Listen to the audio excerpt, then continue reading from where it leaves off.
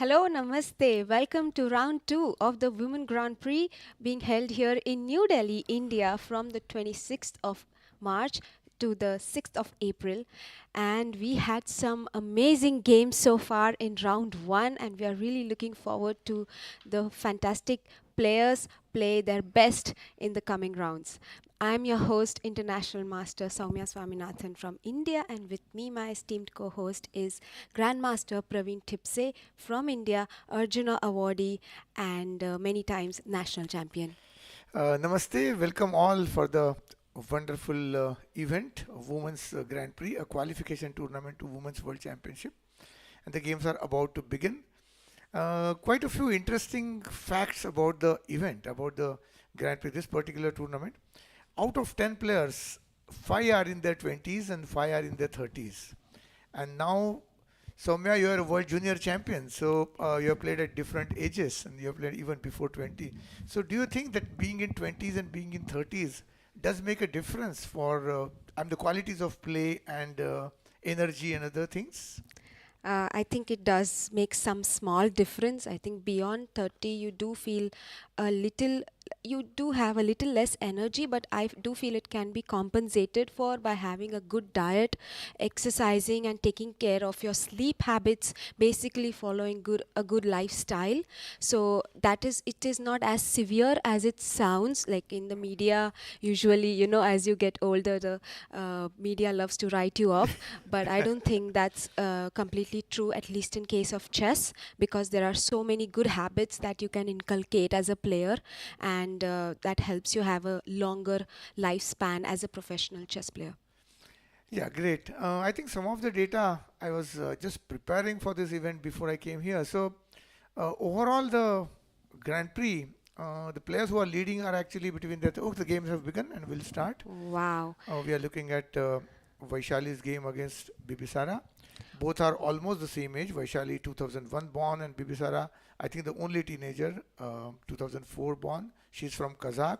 She has won the women's rapid championship at world level, and she's now recently the Blitz champion of the world at this young age. A very talented player, and Vaishali, bronze medalist in the chess Olympiad this year, the previous year, and a wonderful match we're looking. In fact, we have some slides and statistics of both the players with us. Can we show Vaishali's slide first? Because it is actually her first game of the Grand Prix in the Delhi. She has played in Astana as well. That was her first Grand Prix ever. She played in the first leg of the Grand Prix in Astana in September 2022. And this is her second Grand Prix, but her first game in New Delhi. So, Yes, I think Vaishali scored 60 points in that. That was yes. a good event, finishing eighth. Vaishali, already an international master at the age of 22, and she has had an amazing rating progress, especially in the last 2 years. She has been really progressing very consistently. She was part of the Indian team for the online Olympiad, which won the gold medal, and then she was part of the second online Olympiad team as well, where we won the bronze. And now last year, of course, she was part of the bronze medal winning team in the offline Olympiad, which created history for our country. Yeah, in fact, they had a very interesting record. They have played 20, 34 games so far, and Vaishali has won 13 games, and Bibisara has won 15 games, and very few games have ended indoors. And Vaishali, as white, has tried all the openings. She has played Queen Pawn, she has played reverse London system, Cole system, some Sicilian defenses, E4, and different openings. And today she has chosen to play the E4 variation, for which uh, And now, actually, we also maybe can have a look at Bibisara's statistics and achievements. That's her FIDE profile, an international master already at only 19 years of age. And as Praveen ji already mentioned, she's already a former world rapid champion and current world blitz champion in women. So wonderful achievements by the young Kazakh girl. Yesterday, in fact, today is also her first game because she got a bye yesterday and Vaishali won by 4 feet yesterday. So even though Vaishali turned up on the board, it was it she did not have to make a single move to get the whole point, and both of them are playing the first game of the Grand Prix. And both of them the only players who have got 1 point each, isn't it, at this Yes, stage? Yeah. I think Bai doesn't have one Okay, point. okay. So Vaishali is actually leading the tournament right now. And yes, we have some moves on the board already. So let's go through them. This is the current position on the board, as you can see on the live camera as well. But we'll first go how we Yes. reached it. White opened with e4. Yes, and the c5 was played. Yeah, Sicilian defense, one of the most popular openings. And now comes knight f3, a normal way. And g6, a somewhat rarely played move. G6 is a common move at a later stage. On move 5, it's very common. Sometimes on move 4, it is common. But move 2, it's not common. And perhaps it has more flexibility, as a result of which I think Vaishali has chosen to go for the Alapin system, which is the idea is to play c3 and build a strong center. So the white's third move is, I think, well calculated, because Vaishali doesn't normally play Alapin, but against g6 she has deliberately chosen this. So I think the idea is to make the bishop blunt by putting a pawn on d4. So black must react after c3, and let's see what happened next.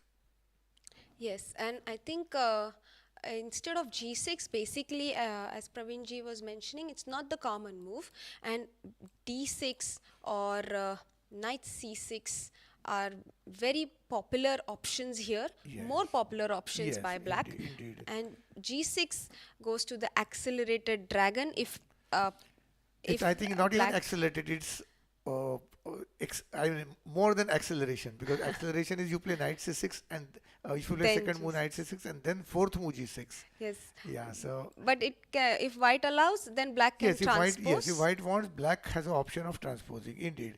But meanwhile, different chance has been given to white, and that's the Alapin line. The logic in choosing third move c3 is that black is not well prepared to to complete the development on the queen side, and the move bishop g7 may not really be very useful against the attack on d4 point if black was to play knight f6. So perhaps c3 is a good choice, and I've seen some games where white has won this position, but surely both players are very well. I haven't seen games where black has won, but I've seen very few games in this. So with c3, the idea is d4, and we take full control of the center with Yes, both of our yes. pawns. In fact, black's bishop g7 may not be so good, because black plays bishop g7, then d4. I think white is in a comfortable position. So I black think, yeah, Bibisara immediately hits back at center. The advantage of playing d5 now is that white will not be able to get a tempo with a move knight c3, which normally happens in Scandinavian opening or any other openings. You're not supposed to recapture on d5 with queen in general, because white gets a free move with knight c3. But when white has played move c3, there is no chance of knight coming to c3, and then d5 becomes a natural reaction. So a very good logical response. White wouldn't get any tempo as such, and white has to go for the normal building up the pawn center. So yes, so what goes on here is now, well, pawn is captured and queen into pawn. As I was just discussing, black will be comfortable if white is not playing d4. So white has to quickly play d4, and here d4 was played, and bishop g7. A standard type of position. Black will have some problems with queen side development, but black probably intends to complete the development on the king side first. And now let's see. Here we get into a very interesting line. Now the game is going to be very tactical, because knight a3 move has been played. White's idea is to move the knight to b5. Why? The knight on b1 didn't have a proper square. Then the pawn on c3 was blocking its own square. Knight on d2, developing the knight to d2 would have been against the principles of the game. You would be hampering development of your own bishop on c1. And knight a3 intends to attack the black king side. In a way, king position. White wants to play knight b5 and then knight c7 check and winning the queen. So, white is already looking for a initiative. Black, I think, requires to take on d4. Ah, over here, yes. And she has played c into d4. Yeah. And knight Knight b5, I think, is the normal move. Yeah, and knight a6 is the forced move. In view of the threat, this move is forced. And now it's a complex position. White has two options. One is to take with the pawn and one is to take with the knight on d4. Knight b d4 is generally the idea of knight a3 and knight b5. Here, of course, we need to take into account moves like e5 after knight into pawn. And pawn into pawn has its own advantages also, c into d4, because then white wants to play knight c3 and come back knight at a well good position, and it will be easier for white to play d4 d5 in absence of a black pawn on e6. Had black not fianchetted the bishop, the black pawn would have been e6, and then c into d4 would not have made much sense, because even after knight c3 tempo, d5 wouldn't be possible. But here, cd4 also is a consideration. If one is playing knight b d4 here, then one has to calculate the consequence of e5. I'm sure this position is very well known to both the players. But yes, this is a variation where it's really fighting. At the moment, one can say that black is rough. Black is not likely to face great difficulties in the opening. But it's the early middle game that's going to decide the fate of the game, more or less. All right, that was a wonderful summary by Praveenji. And now let's go on to another game, Goriachkina versus Nana. But before that, let me just share with our viewers that Elizabeth Betts has not turned up for the second game as well. We saw that she actually wrote a letter to regarding the same. So it's not clear whether she will be here for the next rounds or not. We will find out. But for now, she has forfeited her second round as well. So Nino Batsiashvili gets the full point, and it counts as a walkover, not a bye. So she gets a full point for today's game. And let's go to Goriachkina Alexandra versus Nana Zagnidze now. I think Goriachkina is white and Nana is black. Can we have their player stats on the screen, please, before we look at the game? Yeah, they had interesting history. They played 10 games and Goriachkina has won 3 and 7 have ended in draw. They again belong to different age groups, as we say, in 20s and 30s. Goriachkina is in the 20s and Zagnidze is in her 30s. I think she's the senior most player in this tournament. Yes, it seems. I think Nana and Humpy and Nino, everyone is from the same age group. 87 born, but yes, Nana and Nino are born on the same day, 1st January 1987, and Humpy 31st of March 1987. So contemporaries, but yes, it's a very great coincidence that these two champions from the same country should be born on the same day. And also Humpy's birthday will be celebrated in this tournament on 31st of March. Yes, but it's not always a very pleasant experience to play on your birthday, because if you don't have a desired result, then probably the next birthday you remember that. So it's not probably good. I had a birthday once and it was very difficult for me to play on that day. Oh, I can imagine. So there we have Goriachkina stats on the screen. She is a full grandmaster. She's born in 1998. She was the winner of the previous Grand Prix series, by which she qualified for the candidates women tournament, and which she also won. And then she qualified for a match against reigning world champion Zhu Jiner and she actually they tied the match in the classical time control, but she lost the match in the rapid tie breaks by a score of 2.5, 1.5 to Wenjun. So a wonderful career already for Goriachkina, one of the most formidable opponents for any player. Yes, I think also under 10 world champion, under 14 world champion, under 18 world champion, twice World Junior champion. I think she's the only player to win World Junior twice, in my in opinion. in women, because In women, yes. Shariar Uh, Mamedov from Azerbaijan yeah. also won it But in twice. women, I think it's true. And she has had a good, Goriachkina has a good record of Grand Prix as well. She was second behind Humpy, and once she was joined first with Humpy, and once again she was joined. And overall, as you said, she was a winner of 2019 and 21 Grand Prix and the challenger. All right, and there is a question in the chat that if there is a if there is a delay in the live relay, yes, there is a 15-minute delay in the transmission of live games due to fair play policies. So, yes, but you will receive.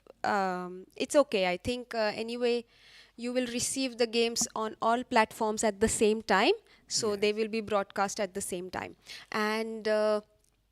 Yes, that is Nana's um, statistics on the screen. Nana was also a teammate of mine actually a couple of years ago in a team tournament, a very nice person. Okay. And she's one of the players playing in this tournament whom I happen to know a little bit personally Mhm. because of this interaction that we had in the team tournament. Very pleasant and a very pleasant person to speak to.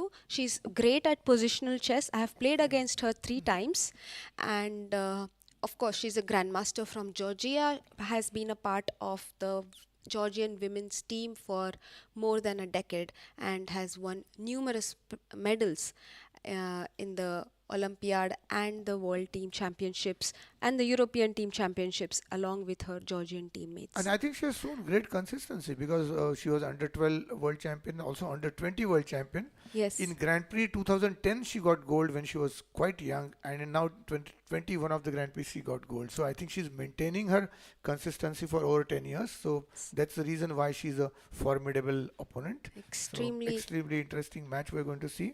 And And one they have more played, yeah, they fun have played fact. earlier. Pardon? One more fun fact I wanted to Sure. share Huh? about Nana. So Hmm? everyone saw that Harika was pregnant Ah, during the 2022 Olympiad. yes. Nana was also carrying a baby during the Oh, 2012 Olympiad. okay, 10 years. 2012 Olympiad, 10 years ago. That was my first Olympiad. And I remember this wonderful image of hers where she won the bronze medal, individual bronze. And she was, I think, 8 months Carrying, carrying okay. at that time, and there is a wonderful picture of hers with the medal and the bouquet of flowers on stage with her baby. So must have been a very sweet experience for her. Yes, wonderful, really. And well, they have themselves played, I think, Nimzo Indian and Berlin sometimes and Catalan. So today it's going to be okay. So it's D4, D5, and probably it's their first Catalan game because Goriachkina had not non-Catalan game because Goriachkina had played Catalan against her earlier, and Zanizze had sometimes played Nimzos and sometimes Benoni. So today she has played Queen's Gambit, and probably Goriachkina is the first time she is playing with a different system, not fianchettoing. So it's a standard Slav, and the last move B3, a recommendation of Vladimir Kramnik. I think it was. Wow. I remember he had recommended this move, and he said that white doesn't have to take action quickly, and yeah, if white plays bishop d3 before, then black, so yeah, before playing b3, then sometimes black is able to play dc4 and getting a tempo at right moment, and then striking back at the center with e5, eventual e5, or after b5 followed by queen e7 and e5.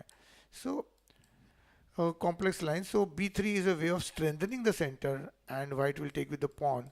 So white rules out some possibility, and black has to look for a quick e5 break without exchanging the pawn. So black has to probably play castle, queen e7, and e5, which will give an isolated pawn in the center, something like Kramnik with white would enjoy playing. The other option would be a bit passive, but it does exist, castles b6, bb7. But then white with bishop on d3 could get e4 very quickly, and that's the idea. And Kramnik has won some very good games with this because blacks have often been confused. The real masters of this e4 break were Alexander Alekhine and Mikhail Botvinnik. they laid out the theory of this Catalan variation or without Catalan, that in this structure if white gets e4 and queen to e4 and bishop d3, there's a lot of inconvenience on the uh, king side. So bishop b2, of course, after castling, and yes. So let's also have a quick look, Praveenji, till so about how we reach this position, Yes, yes, indeed, yeah. because I think the everyone who has joined just now would now like to have a look at that. So Goriachkina opened with d4 and Nana replied with d5. Is it a choice she often makes after c4 and e6? Oh yes, I think she has played Nimzo and Benoni as well. So sometimes d4, d5, and sometimes d4 knight f. The Indian defense, Nimzo Indian defense and Benoni Indian defense, she has played before. But yeah. So this is the Yes. Nimzo with knight f6 and e6, Yes. and Benoni would be Benoni Indian would be d4 knight f6, knight f6, c4 e6 perhaps, or c4 c5. and d5 Also, yeah. and b5. No, that's a Benko gambit. That's a Benko Oh, gambit. Yeah, Benoni, Benko, yeah, sorry. yeah. So Yeah, so we go to d4, knight f6 f6, and c4, c4 c5 c5, and d5 and e6. e6. That's the Benoni system, Benoni defense, popularized by Fischer mainly, and Mikhail Tal, two great geniuses of chess. Wow. So d4 was replied by d5, D5. a very solid setup. Yes. c4, e6, Yeah. knight c3, c6, Yes, I Slav think defense. it's their first game in knight c3, because in the previous game, I think Goriachkina had played g3. So perhaps how much time did black take for c6? Just from curiosity, how many seconds black took here? No, just about 15 seconds. Okay, so I think she's well prepared in everything, obviously. So we are now heading towards a Slav defense, a setup similar to Slav defense. If white doesn't play setups with bishop g5, if white plays e3, we could be in a sort of closed variation. Meran and such variations come. So c6 a normal move. We can see Meran variation coming. Also, c6 is basically the triangle setup, right? Yes, Because usually in Slav defense, the pawn is here already on the Yes. second move, Yeah. knight c3 and knight f6. So the knight is here instead of the pawn Yeah, being and on if white e6. plays e3 here, black plays e6 instead of bishop f5, and that's the standard position of Slav, knight f3, bishop d6, and the bishop is developed at d6 and not at e7. Yeah, so this is a standard way of playing this Slav, and of course, other than the lines where black takes d into c4. Right. But here Nana goes for the e6 move on the second move, probably expecting Goriachkina to play knight f3 Or g3, yeah, or knight f3 and g3, g3, yeah. and she goes knight c3 and she switches to the Slav Yes. with the idea that knight f3 will anyway be faced with knight f6. And white played e3 instead of knight f3. Yes, I think c6 is a good strategy, because if you play knight f6, then you allow your opponent to play bishop g5. If just one move before, if you have played knight f6, then bishop g5 and a different type of strategic positions come. Yes, and also I think one idea of playing c6 could be that for knight f3, black wants to take on c4. Yes, And it's a complicated after line. e4, support it with b5 and just be like claim to be a pawn up. Yeah, it's a complicated line. With if black knight is not on f6, black could be comfortable in this, but I'm sure that grabbing a pawn so early, opening may not be a wise choice. But yes, But that's a possibility as well. But since Goriachkina, as you mentioned, does not play knight c3 often, maybe this is the reason she immediately switched to e3 so that she does not need to enter into complicated Yes, lines with unknown dc. complications. Generally, at this level, players try to get into the positions where they have played more number of times. So she will try to get into some positions she has played more often, and that could be arising from e3 rather than knight f3, as you correctly said, Soumya. So e3, knight f6, knight f3, and now we have the standard position Yes. of the Meran Slav, and knight bd7, queen c2, bishop to d6, as you Yes. said, sir. Bishop is good on d6 in the Slav, and b3, um, strengthening the center. Yes. Probably she's taking some time here, so sometime the same position is on the board for some time. So okay, perhaps we can go to another game and Yes, I come think back so. to this one Yes. shortly. Next game we would like to see is Harika versus Zhu Jiner, and they've already played quite a few moves into the opening. Harika is playing white. Can we please have Harika stats on the screen and then follow it up with Zhu Jiner's? Do you know that they have never played before? They haven't Wow. played a single game before because perhaps Harika is 1991 born and Zhu is 2002 born. So, and probably not so much of international exposure, but the way she played yesterday was very impressive. And despite, I think her age is she's younger, but I'm looking forward to great play by both of them. Very strong players, both of them. Right. Actually, why Praveen ji keeps mentioning their birth date and why they haven't played is also because lots of these players have played in the age group section.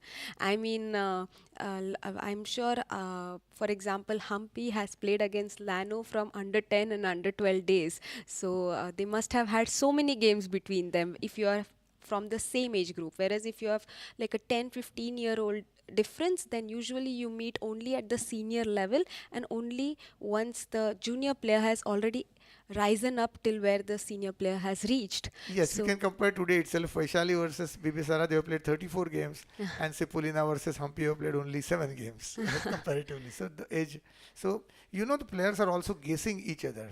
If yes. you're playing someone from your age, same age group, then we know everything about that player. So here the players have to be a bit cautious. And Harika, a great champion of Indian and the Asian continent, and several times winner at world event. Yeah. yeah, she has actually been a bronze medalist at the World Championship, classical women's World Championship level, also several times. And for the Indian viewers, I would like to mention that Arjuna, she's an Arjuna awardee. Can we please shift to Harika's uh, stats, please? Yes, Harika has been not only an Arjuna awardee but also has received the prestigious Padma Shri, a civilian award given to Indian citizens for their contribution to the betterment of society. So, yes, a huge role model for all of India. And she progressed very soon, became a grandmaster in 2010, and of course was part of the Indian women's team in the Olympiad, which won the bronze And medal. her progress was very remarkable in some way because in under 10 she got only silver, and in under 12 she got only bronze, but under 14, 18 and 20 she got gold. So I think it's the 12 to 13 where she really started probably working hard, and she's uh, in 2015 she already was a bronze medalist in the women's section, the main women's world championship, that was at the age of 24. 2016 Grand Prix, she already received a gold in that. So quite a strong player. Due to pandemic, the performance of everybody was restricted. There are no tournaments, and unfortunately, there are lot of loss of opportunities for everybody. But now we are looking towards a new World Championship cycle. Yes, and she has also won the bronze medal in Women's World Championship 2017. Yeah, okay. Oh So yeah. she won it twice, in Okay, fact, okay. That's great. and eventually lost to the eventual winner of the tournament, Yeah, Zhu and Maria Zhu. Muzichuk. Absolutely. So, yeah, remarkable progress there. Let's go to Zhu Jiner's stats, please. That's Zhu Jiner from China, 2002 born, 21 years old at the moment. She's not yet a grandmaster. She's a WGM. That is the title she holds. She can. I'm sure she has the international master norms and can apply for a title, but maybe she wants the grandmaster Yes, title I think directly. world under 14 gold she has, and today she is the highest ranked junior girl. I mean, she's the highest rated under 20. So that was probably when she was under 20. Now she has uh, crossed that, I believe. Yes. So yes, one of the best players. When you are best among the juniors at that time, then surely you have a potential to be the world champion. Absolutely. And we were very impressed with her game Yes, yesterday, and we indeed, are indeed. looking forward to see how she uses this opportunity to make her mark in the world level. Thank you to our producer. Let's come back to the board. So, this is the live board, sir, but can we have a look at how Yes, I we think reached? knight on c7 quite unusual, and let's see. I've seen very few games in this. Knight there will come. We'll see how the knight came to Reached. c7 because normally the knight is on d7 in this structure. So, yes, the game opened with knight f3, Harika's pet line since she was a child. Yes. And she loves to go for this setup with knight f3, g3, not commit anything, inspired by Vladimir Kramnik, in fact. Yes. Yes. Okay. And And yeah, I think Zhu normally plays d5 setup. So so, immediately Harika goes for d4. So, maybe she was trying to guess what her opponent will go for and play accordingly. yes, I think there are systems where you could suddenly make the position uncomfortable for your opponent if your opponent doesn't take center control quickly. There are some ways, and maybe Harika was looking towards something, but she has now played d4, which means she's fighting for the center immediately. Yes, so d4, knight f6, c4, e6, c into d5, e into d5, the exchange variation, queen c2, c6, knight c3.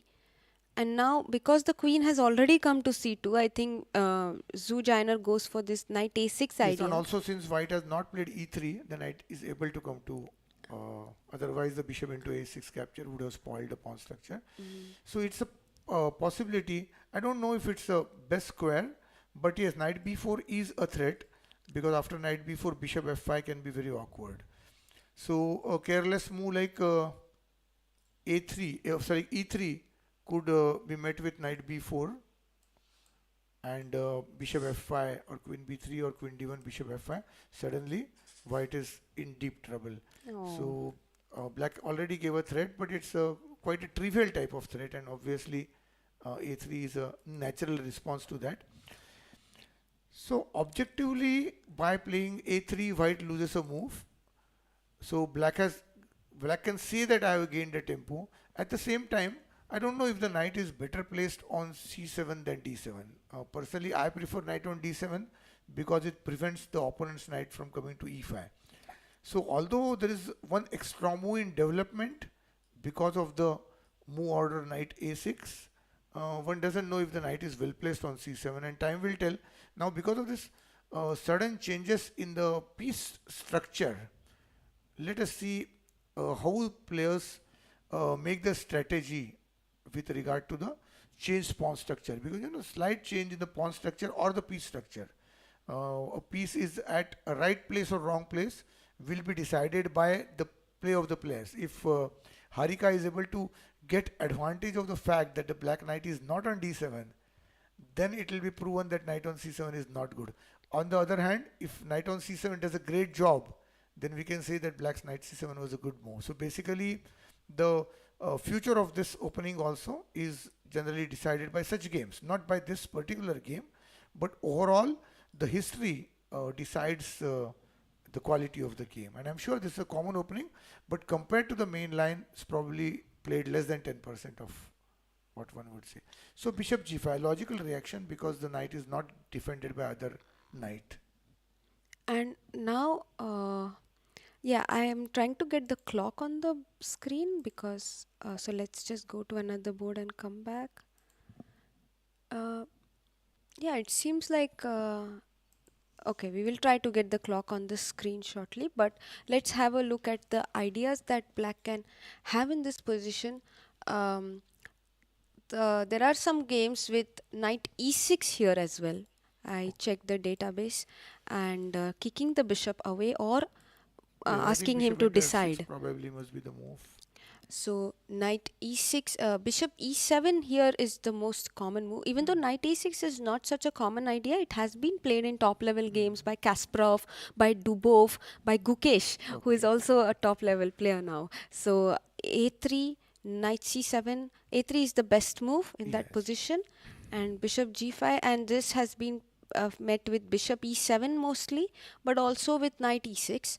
And white actually goes back with the bishop, and after bishop e7 he goes e3, and the game continues with g6, so that the knight can transfer to g7 maybe and be a Yes. very strong defender.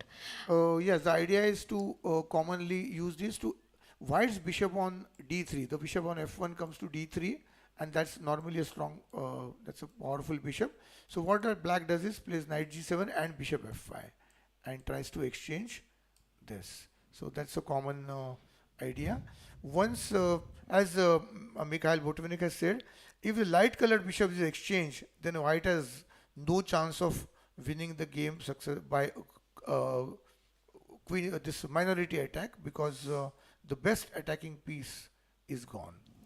Oh, wow. Also, one point I would like to show to our chat is that the light squared bishop might have been blocked behind his own pawns at some, especially if there was a pawn on e6. Yes, But now that's not the case. It is a good bishop, but yes, as what does it do after bishop g4? It will be kicked out, yes, or knight e5, or another knight way of e5. kicking. Yeah. So bishop must be exchanged because it has fewer options, and when you have fewer options, it's better to exchange such a piece. Wow, wonderful. I also heard once, Praveenji, that the knight on g7 was a pet of Anatoly Karpov, and he often placed his knight on g7 as a defender to his king, and it would be very difficult for his opponents, even world championship level at Kasparov, or all of his formidable opponents, to break through with their attack. Yes, actually, knight on g7 is an important piece. What happens is the knight otherwise has no good square. The e6 is not particularly good with white pawn on e3. What does the knight on e6 do? So there is a way to regroup, and knights, knights can be regrouped. And Karpov was one of the greatest handlers of knights, I would say. Some of the best games he has won with two knights against two bishops as well, against Korchnoi once. And Wow. Korchnoi was not able to pinpoint at a mistake. After the game, he said, "My bishops were hitting the air and his knights were hitting my position." Wow. So bishop g5 was actually met with bishop e7, not knight e6, Yes, but normal. it might be followed up with knight e6 later. Eventually, yeah, eventually. Because the knight on c7, as it is, has no scope. So And the chance of, I think, short castle followed by b6 and c5 looks very artificial. Knight c7 does guard d5 and b5 points, but it's too passively placed in a semi-open file, and eventually the knight will have to be moved to e6. And it remains to be seen if knight c7 is better than knight on d7. As we'll see the course of the game, we'll know. all right, then, that was a great summary. Thank you. And let's move to Humpy's game, the only other game which we have not covered yet. Polina Shuvalova plays against Koneru Humpy. Humpy will be black here, and this is the current position on the board.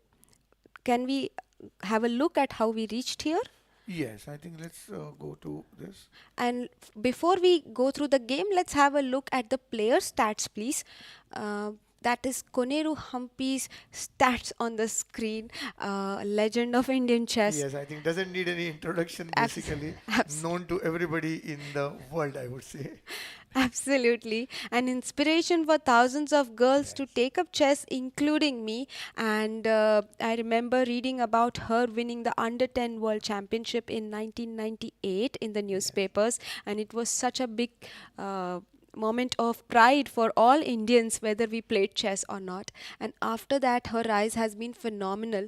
She then won the World Juniors in girls, and then she won a bronze in World Junior boys as well, I remember.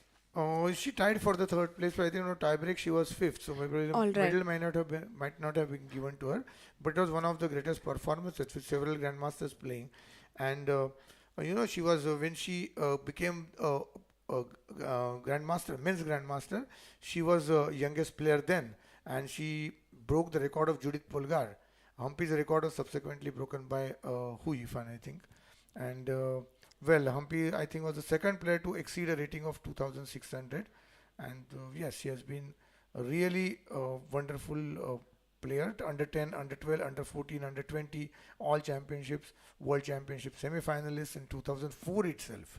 And at the age of probably 17. Yeah. So, quite And a, Yeah, and also, so I remember when I played the under 10 Asians, she was playing in the under 12 Asian boys section, in the open section. Yeah, I should yeah, correct yeah, myself here.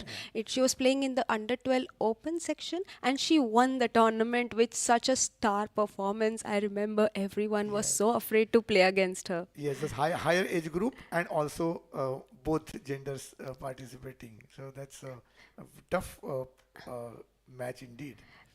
And of course, she has become a grandmaster.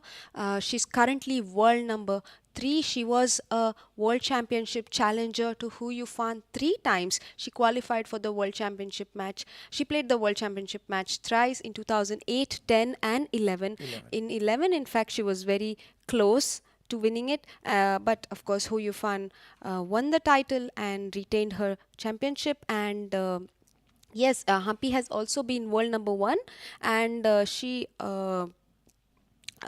has also, for the Indian viewers, I would like to add that she has also been honored with the Padma Shri by the Indian government along with the Arjuna Award. Arjuna Award is the sports award for great sports persons. Praveen And ji yeah, has also been a yeah. recipient of the same in India.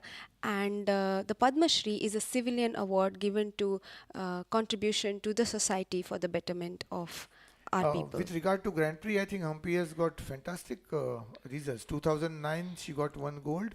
2010, a bronze. 2011, a gold. 2012, 2 golds in the Grand Prix. Grand Prix is a series of tournaments. There are 4 legs in every Grand Prix. So in 2002, she won 2 gold out of the 4. And 2013, again, she got 2 gold.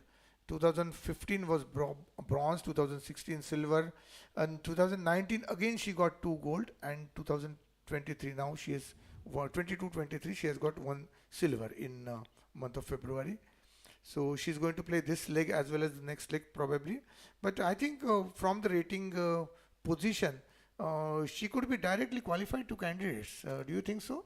I'm not sure which rating list they are taking, but Okay, at okay. the moment, if they take the current rating list, then yes, they will. Yes, She yeah. will definitely Yeah, but I qualify. think she's still playing, and with such brilliant record in the Grand Prix, she has some responsibility or burden of proving as well, because highest rated and people expect her to win. So let's see how she is able to cope with that pressure. A very strong person as well, I must Yes. say. Not only a player but a very strong character, and I'm sure that she's has got a long way to go despite being in 30s.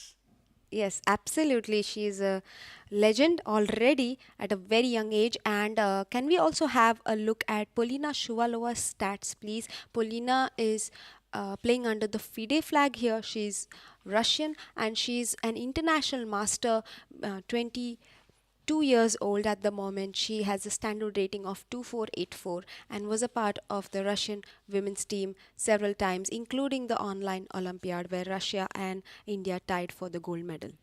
I think she was world champion in under 18 group once.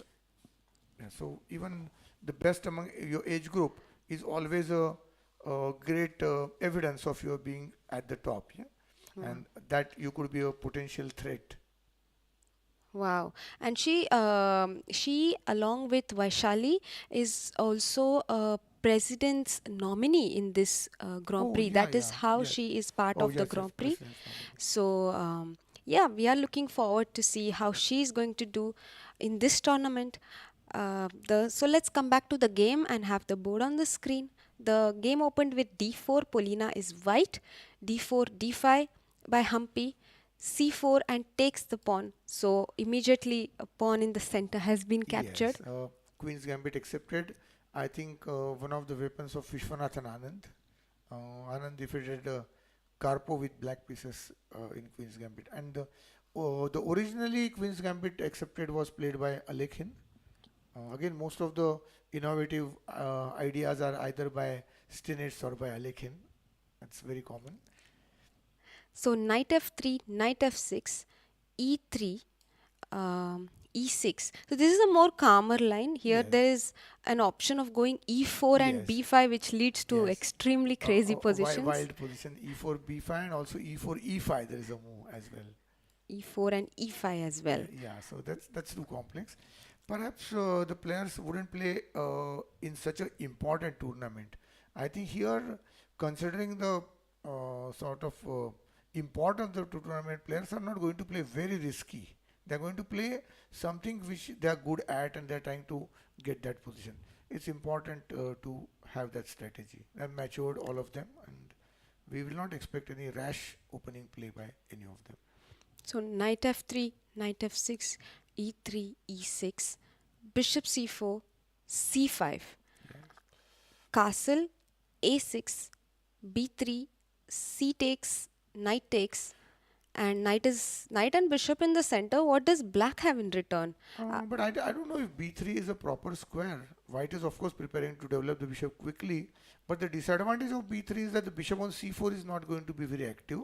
So black will be able to get a tempo b5 and bishop b7.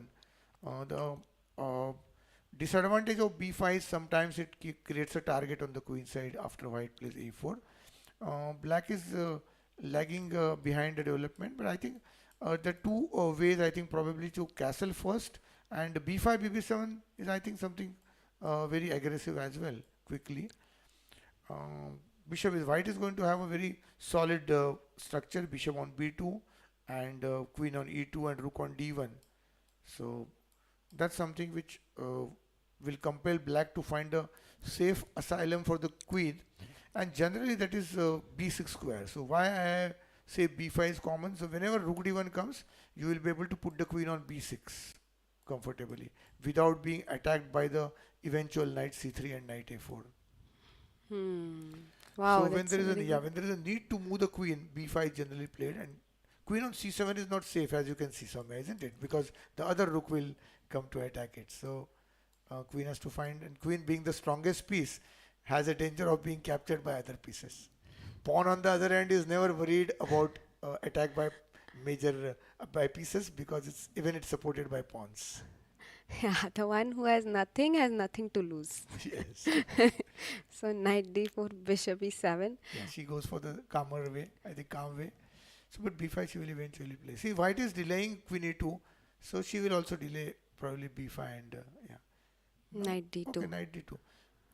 So I have a question, Praveenji. You said that both the players are not going into wild openings from Yeah. the very beginning. Why did you say that? I mean, why not take your chances from the very beginning? I think at this level one tries to avoid the uncertainty element. All right. In wild positions, there's uncertainty. You play a wild position without knowing what is before you. So somewhere it's like rash driving. You could be a great driver, but rash driving could endanger sometimes. So it's again very important to be safe at sometimes. Yeah. So it's better to leave on time and wear your seat belt. I think the problem with b5 here could be queen f3. That's the reason I think also. But I thought rook a7 was all right. But yes, one has to get into some analytical way immediately. So b5 avoids that. Now knight on d2 could go to e4 eventually after black forces white to play bishop d3. So I don't know. Bishop e2 and bishop f3 is also a plan in case of b5. So one option is bishop d3, knight e4. The second option is to go bishop e2 and bishop f3, and look at this diagonal. This looks pretty neat. Yes, and generally black doesn't play e5 in this structure. It looks for at a sort of generally one feels that why not gain center control and drive your opponent's piece from the central square. But then when white goes back knight 4 to e5, the knight 4 to f3, the e5 pawn becomes weak, and eventually it has to be advanced further, seriously weakening black's position. So e5 only looks like a good move for someone who has not played professionally, but after knight f3, it's really a weak spot. All right. And maybe, sir, that's why black is waiting with b5, because she wants white to commit queen e2, not have the option of going bishop e2, Yes, exactly. and that she will play b5 But I then. think here b5 is inevitable because if you go knight bd7, then subsequently b5 is not possible because of knight c6. So you may have to make some provision of guarding c6 square. So uh, I don't see a alternative to b5 here, and I can't think of a move here. And also white has some waiting moves like rook c1 and Yes, white can h3. get rook c1 certainly, and yeah, instead of moving the queen, white is going to do that, I think. And that's not proper for black to delay the development, because white could suddenly change the plan and play knight f3 and knight e5 as well. And after all, one has to develop. So I don't see any other option to b5. It's not that there's any doubt about the move, but I'm sure that she's worried about a subsequent a4 break. Knight on d2 has a very subtle strategic point. When black plays b4, when black plays b5, white retreats the bishop and then attacks the center with a4. And black is required to push b4, and then white gets a powerful square at c4 for the knight. So, and the queen side weakening could be uh, very dangerous. So, I think b5, bishop e2, bb7 looks like a logical play, and a4, I think. We can expect the game to go b5, say a move of perhaps b5,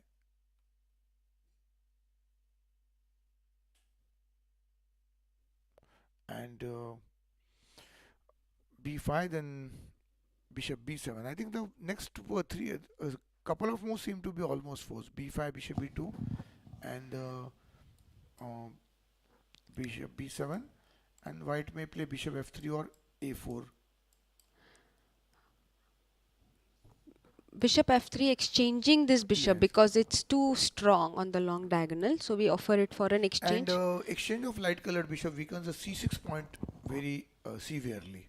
So black may have difficulties in developing the knight, because if the c6 is weak, then knight bd7 can be met with knight c6 with a disastrous effect.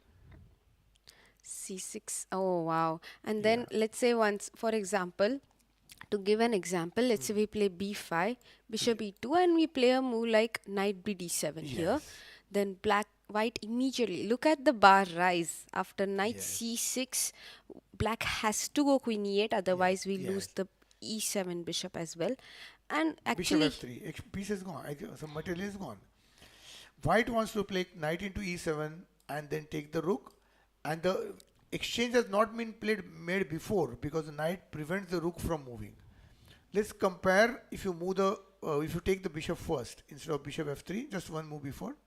Yeah, if white takes knight into e7 check and queen into 7, then bishop f3, then the rook has a chance of running away to b8 or a7. But by playing bishop f3, white just traps the rook. Yes. yes. So by trapping the rook, so like allowing this c6 weakness is really disastrous. He still has knight d5, but it looks very bad for Yes. black because he has made so many moves with his Yes. knight and queen which are Yes. completely unnecessary, and And white has made all useful moves. probably bishop b7 is always met with knight a5. So that's also, you don't know how to complete the development. Yes.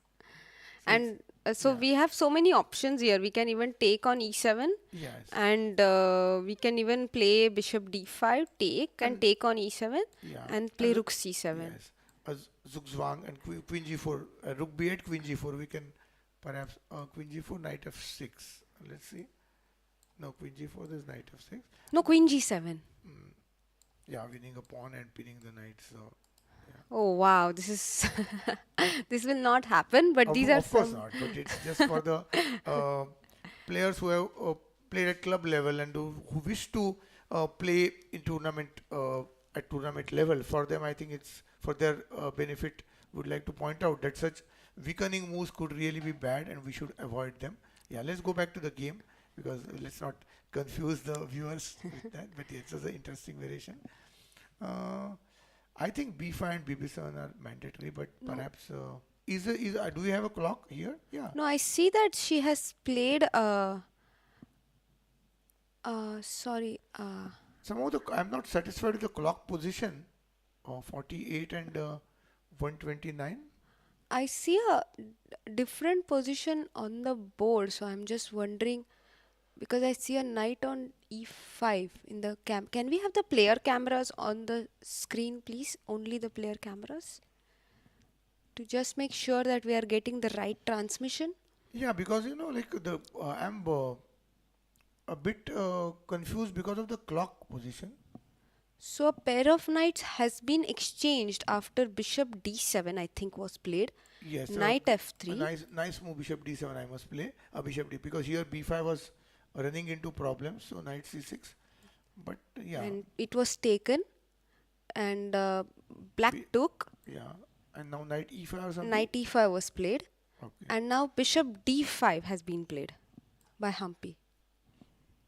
Okay, so I Yes. think she got out of the worst. Instead of b5, bishop d7 was a great move. I had not thought of that move. A very well planned move.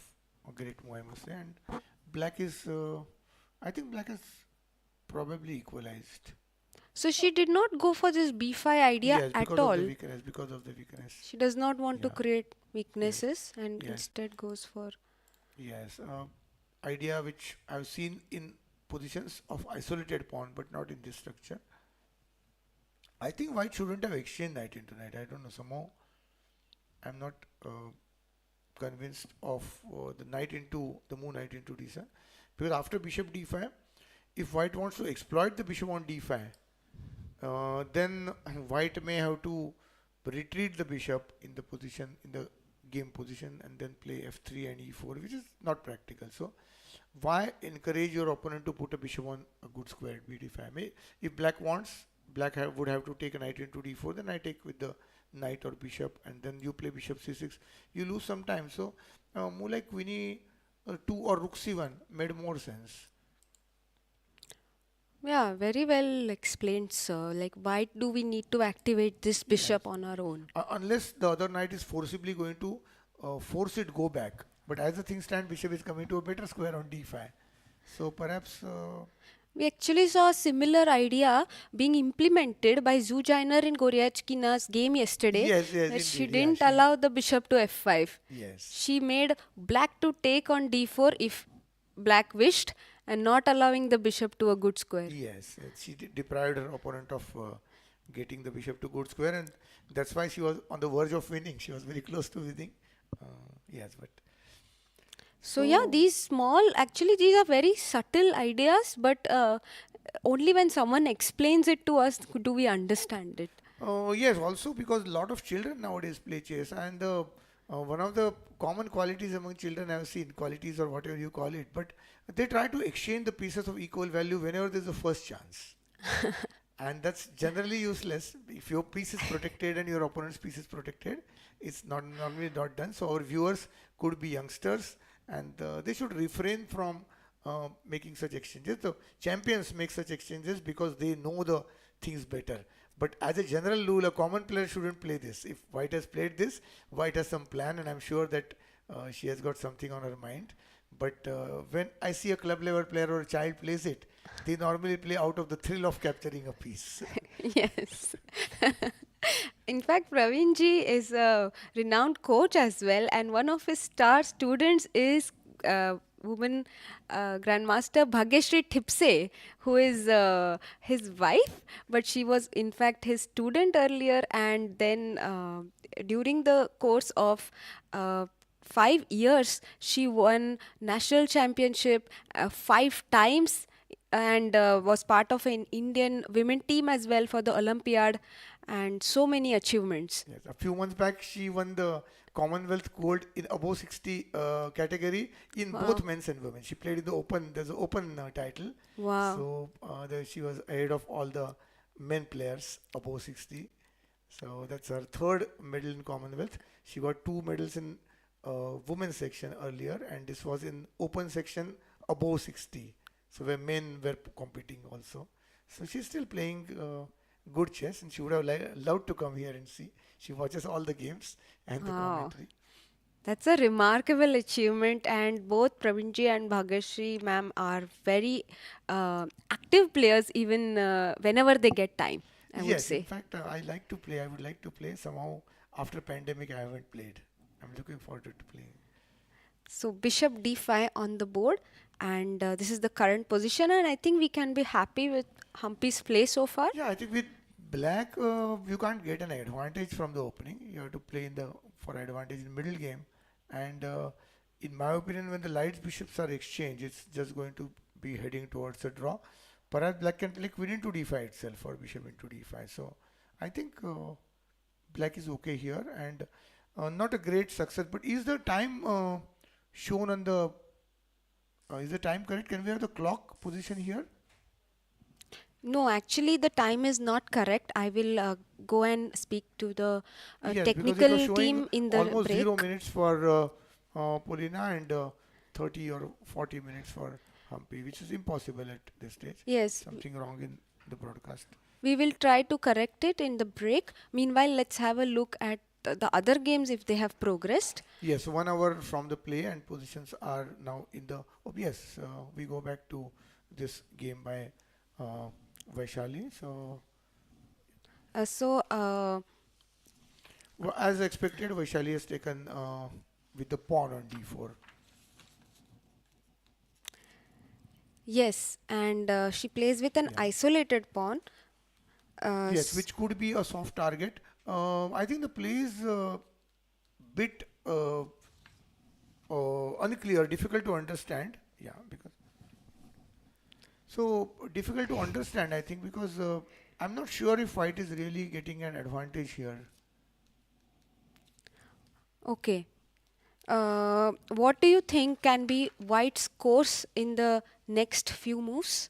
I think white first has to think of developing, and bringing the knight on c3 is not going to be very great because achieving d5 itself may not be all that great.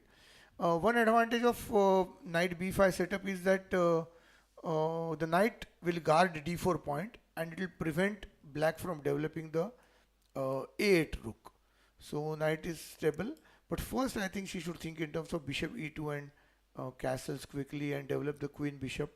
And I feel retreating knight c3 is a possibility, but then yeah, it would one may have to go back to d6 or d8. I think queen d6, knight c3, queen d6 is roughly equal as well.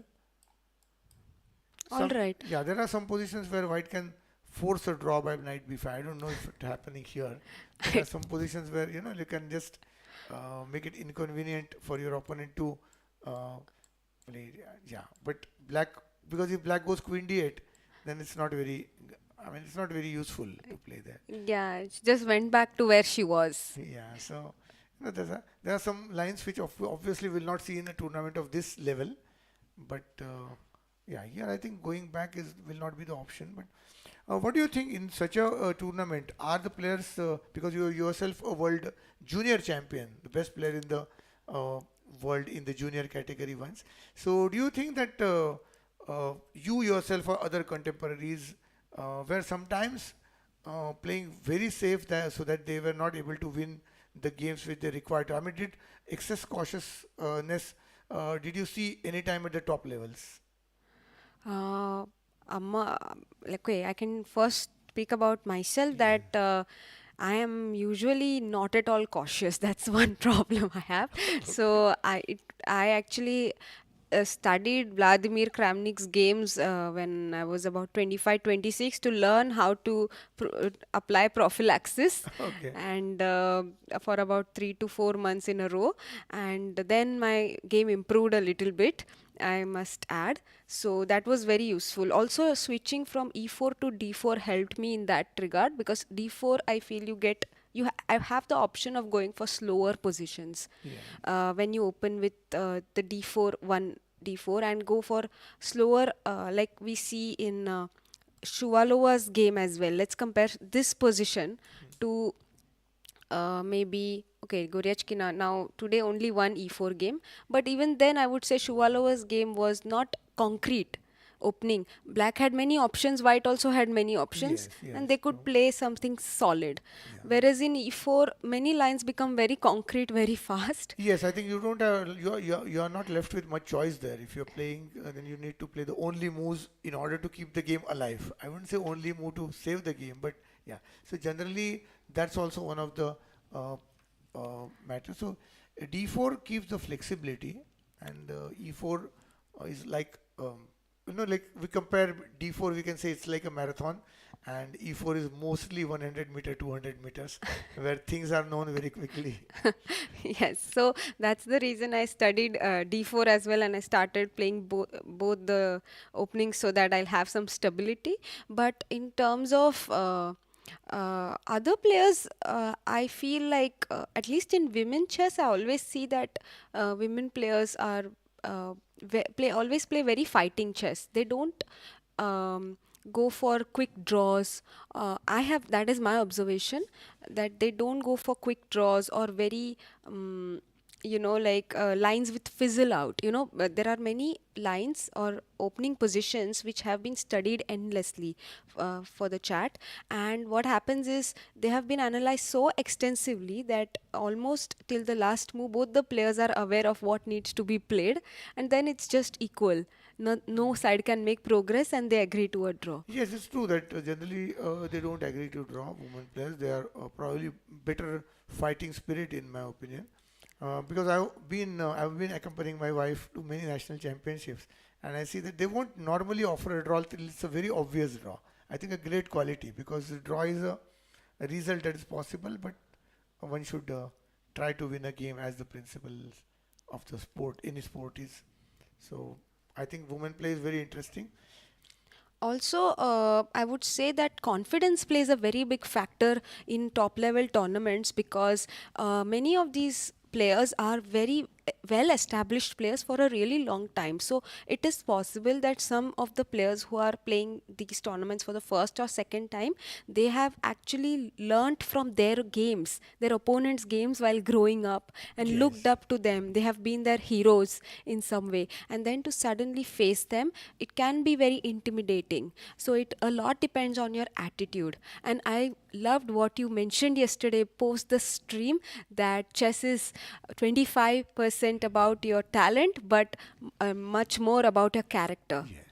So And we can go back to history, where, for example, there were great teachers and coaches of martial arts, and they were not able to produce all the pupils were not great players. Some of them were. So even if you go to Indian mythology, I think only 4 or 5 warriors among the Mahabharata 105 princes. So only 4 were warriors, others weren't warriors, and they had training of the same quality. Character does matter, I think, a lot, and character building is something which is very important from chess. Chess helps build a character. That's a very important part of chess in our lives as well. wonderful. And I also feel like confidence is something that can be developed over the years, and it can also reduce over the years, depending on your influences and your how you take them. But also the results, I think. The thing that affects the confidence most is the result. Sometimes I think when the result is not good, then I mean, one can't be confident when the result is not there. So in sports, I think it's the result that matters. But yes, some people with fantastic confidence, like for example, in one of the tournaments, Karpov lost first 2 games, and I think he was a teenager, and he lost the first game, and he said, "Oh," he said to himself. That's what he wrote in his not an autobiography as such, but biography. So he said, "Oh, I can still make it." And then he played the next round, and he lost the second round, and he said, "I can still make it," and he actually won the tournament. Oh, wow, wonderful. So, yes, that matters so much, because psychology, I think, is a huge part of chess. Yes.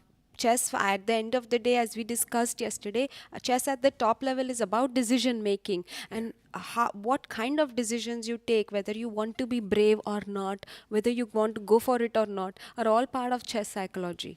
No, sir. For example, I will just quote an example of one of our greatest players of once, International Master P. Mitrakant. He won the Commonwealth Chess Championship in 1996. So once he played a very risky game, his king was exposed, and I asked him that how could you play that? You won and it's good, but how could you weaken your king so much? He said, I know that my king was not in a good position, but I also knew that my opponent was afraid of attacking.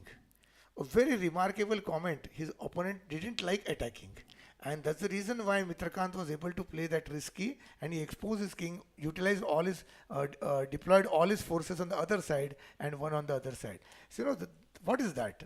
Wow, Nothing but that's psychology, isn't it? yes, A that's reading of other person and psychology. absolutely knowing yourself and knowing your opponent are the Yes, best advantages you can have in a indeed, chess indeed. game. So, with that great conversation, which really enriched me, thank you. So, let's go on to Goriachkina's game. Let's see if there is progress. Um, Do you think today's games are a bit less complex than yesterday's? I Yesterday they played more vigorously, I think.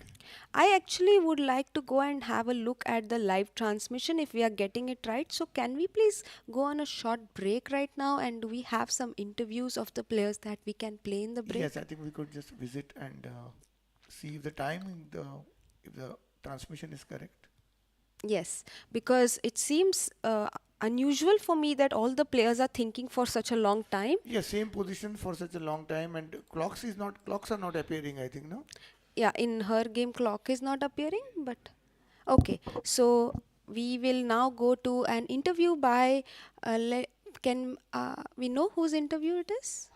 So we have Harika's interview from yesterday. I actually had a look at it and I really loved it. I wanted to share the link. So I'm really glad that we'll be able to share it right now. Please go watch her interview while we'll be back shortly.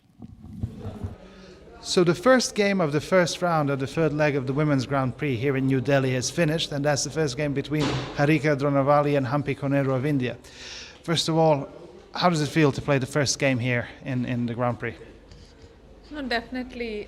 In every tournament, the first round is always crucial, like to get into shape and to start in a good feeling. So definitely, and also, of course, I was seeded. My opponent was top seed of the tournament, and yeah, I'm glad that things started, and okay, for today it went peacefully. You're playing in your home country. This is the first time India is hosting a Grand Prix.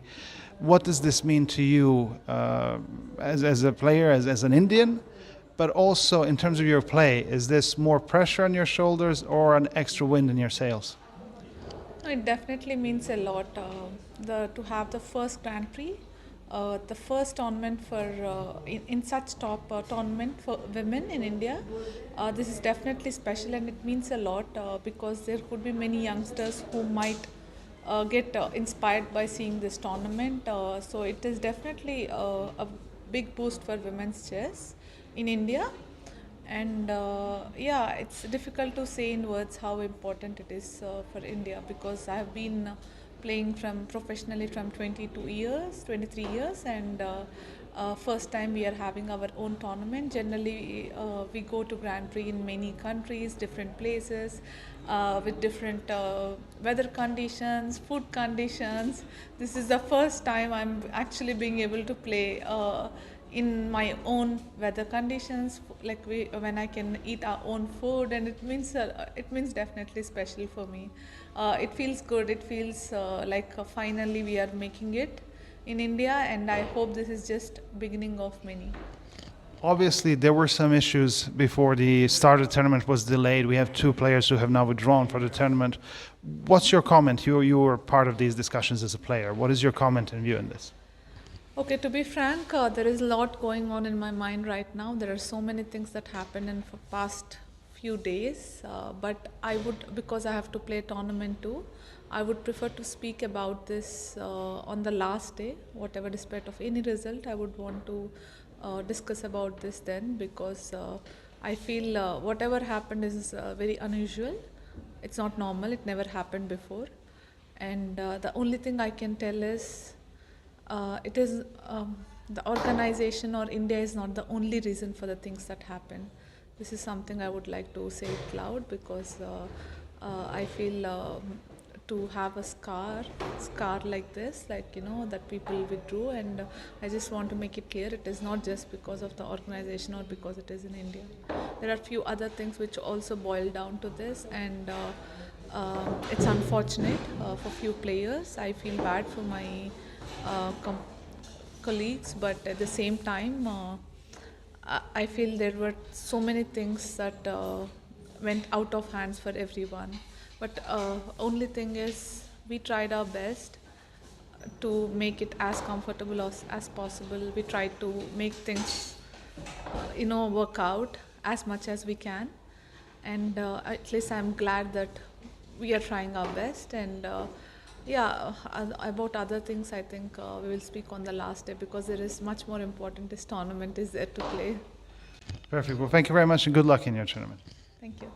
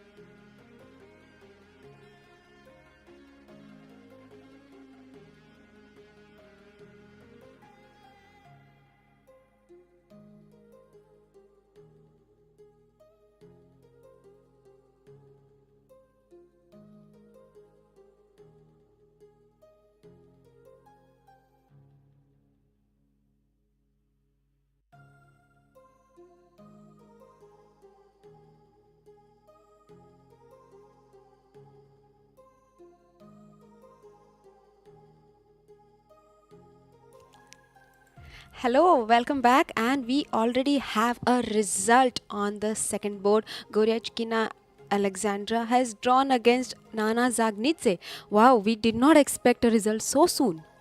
Yes, I think quite a lively position. Draw looked like a sort of premature decision. So, no, basically they repeated the position 3 times because there is a rule of no draw Yes, before 30 moves. So, I think we left yes, I think there's a technical snag due to which we are not able to follow the game. show the games. Yes. Yeah, now we'll see from the stage where we had left. So as I was expecting either Queen E7 or followed by E5 or B6 and Bibisara could be the plan. So let's see which plan was made. Bishop e2 was played, b6. Yes, okay. So instead of Queen E7 and E5 taking an isolated pawn, this is a much simpler plan to play Bishop B7 and then C5. And Then short castle was played, bishop b7, bishop b2, queen to e7, yes. rook f e1, rook f e8. A very standard plan by black to play e5, and white is also trying to play e4. So now Yes, she I plays. think, yeah, this position perhaps white should play E4 or Rook at E1. I don't know. Rook at E1 is possible. And if black plays E5, then I think you give an isolated pawn to your opponent. She plays e4, yes, and she goes for it. Take, take, pawn takes, queen takes, and black cannot play c5. Let's be Yes. careful. We would love to attack this queen, but our Yes. bishop is unsupported, so the queen will. Sorry. The queen will simply take it back Yes. and Take it free. take it for free and not make any Now draws. this looks quite good for white because white wants to play Bishop D3, threatening a checkmate on not a check on H7. So white wants to play Bishop D3, and there could be a checkmate threat Queen H7 and Queen H8. And if black defended with Knight F6, then there could be chance of Queen H4, followed by Queen H4, then followed by D5 as well. Yeah. So probably black would play Knight F8.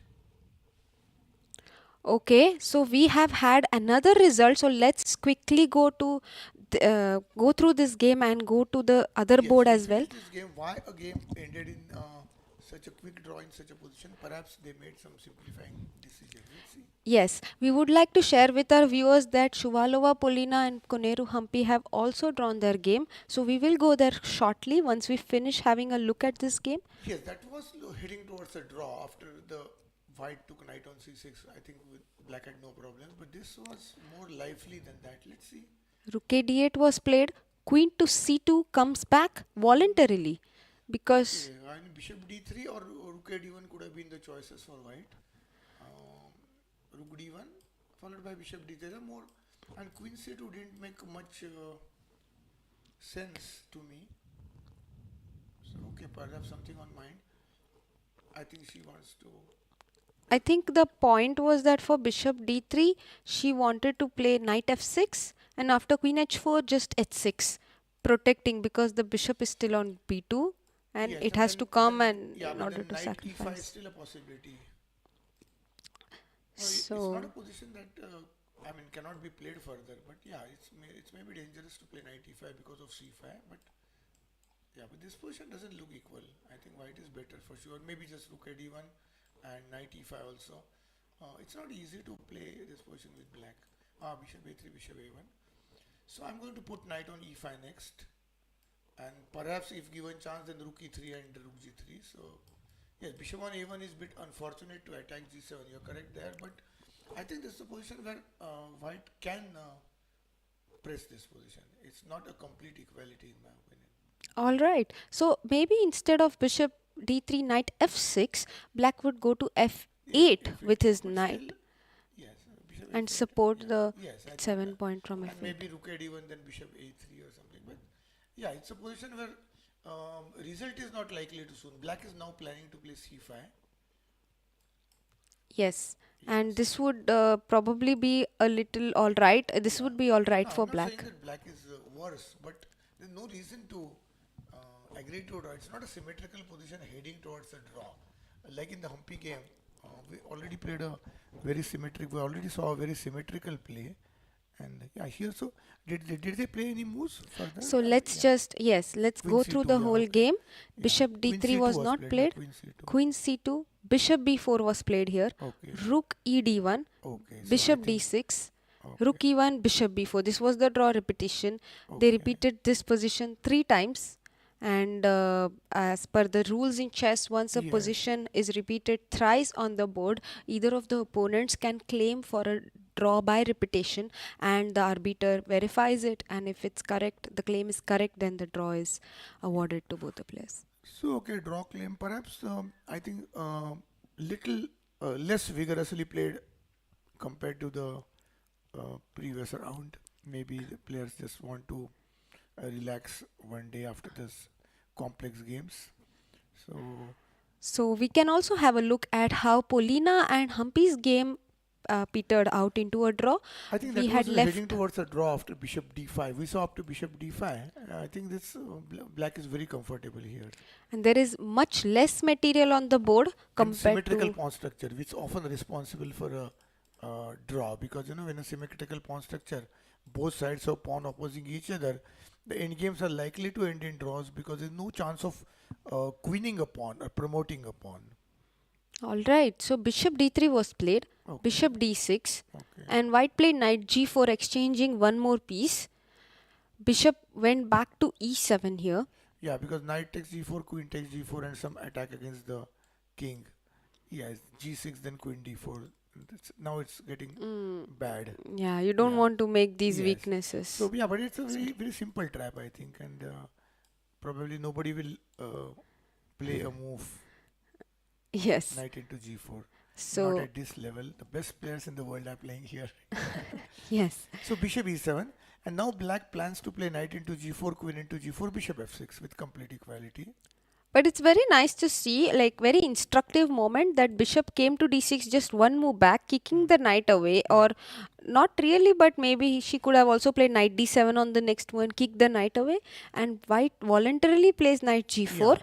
and she again goes back bishop e7, not bothering about the fact that she, has just played bishop Yes, no, d6 I one think move this was back. a very wise move. Bishop e7 is probably the best move here, because now black can play knight into. No, there is a nice possibility here. We can just go back move. Yeah, for knight g4, if black had played knight e4, what happens? Bad move, knight e4. We can show it to the viewers. Knight Oh. g4, knight e4. Oh. Yes, and I think we just we have various things, take or take and queen d4, and there's a bishop is attacked, and if black saves the bishop, then what happens? Yeah, there's a checkmate Checkmate. against this. So, yeah, Yeah, this is yeah. So this is the problem. Uh, don't be greedy. Give up the bishop and save your king. But yes, then but you yes. lose a piece. So as you can see, there are mistakes possible in the position. So black avoided this mistake. Otherwise, it looks very nice that I'm occupying a central square. So. Absolutely. So bishop goes back to e7. Very prudent move by Humpy. Knight e5 back, bishop d6, and that's how they have Yes, I repeated think the position. perhaps knight e5 is not the most ambitious move here. But where to put? I think queen, move the queen, or rook c1. Rook c1 always a good move in this position, because the rook is not good on a1, it's best on c1 always. We must not forget that Humpy is the top seed in this tournament. I think that could be one of the reasons. But this is comparatively a dry position. It's not easy for white to press here, because the pawn structure is similar. There is no clear-cut plan of advancing pawns. If you move the pieces as they did in the game, some of them get exchanged.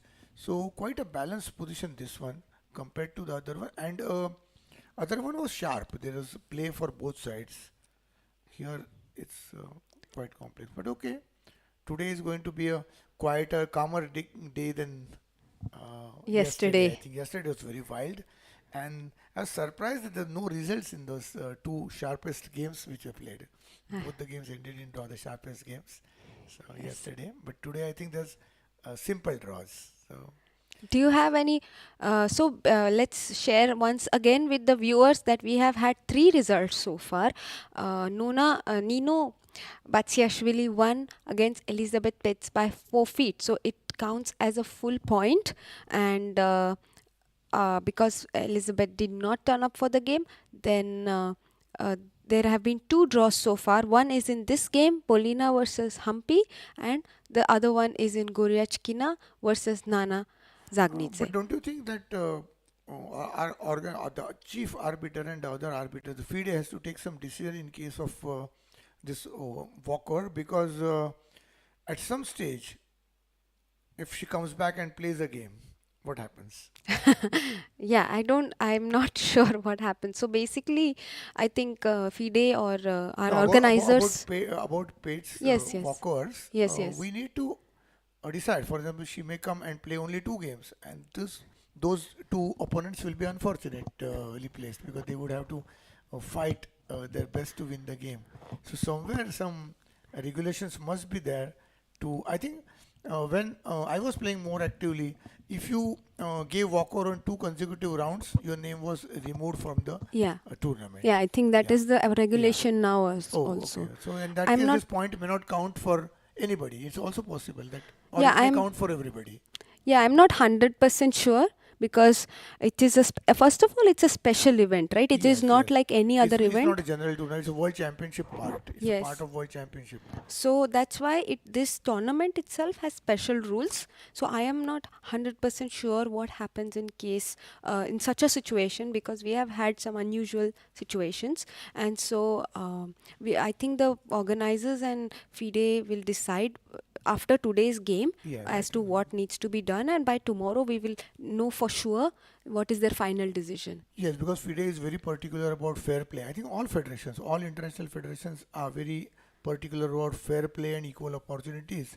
And if somebody deliberately gives walkover in some games and plays some games, then that will not be in the spirit of sport.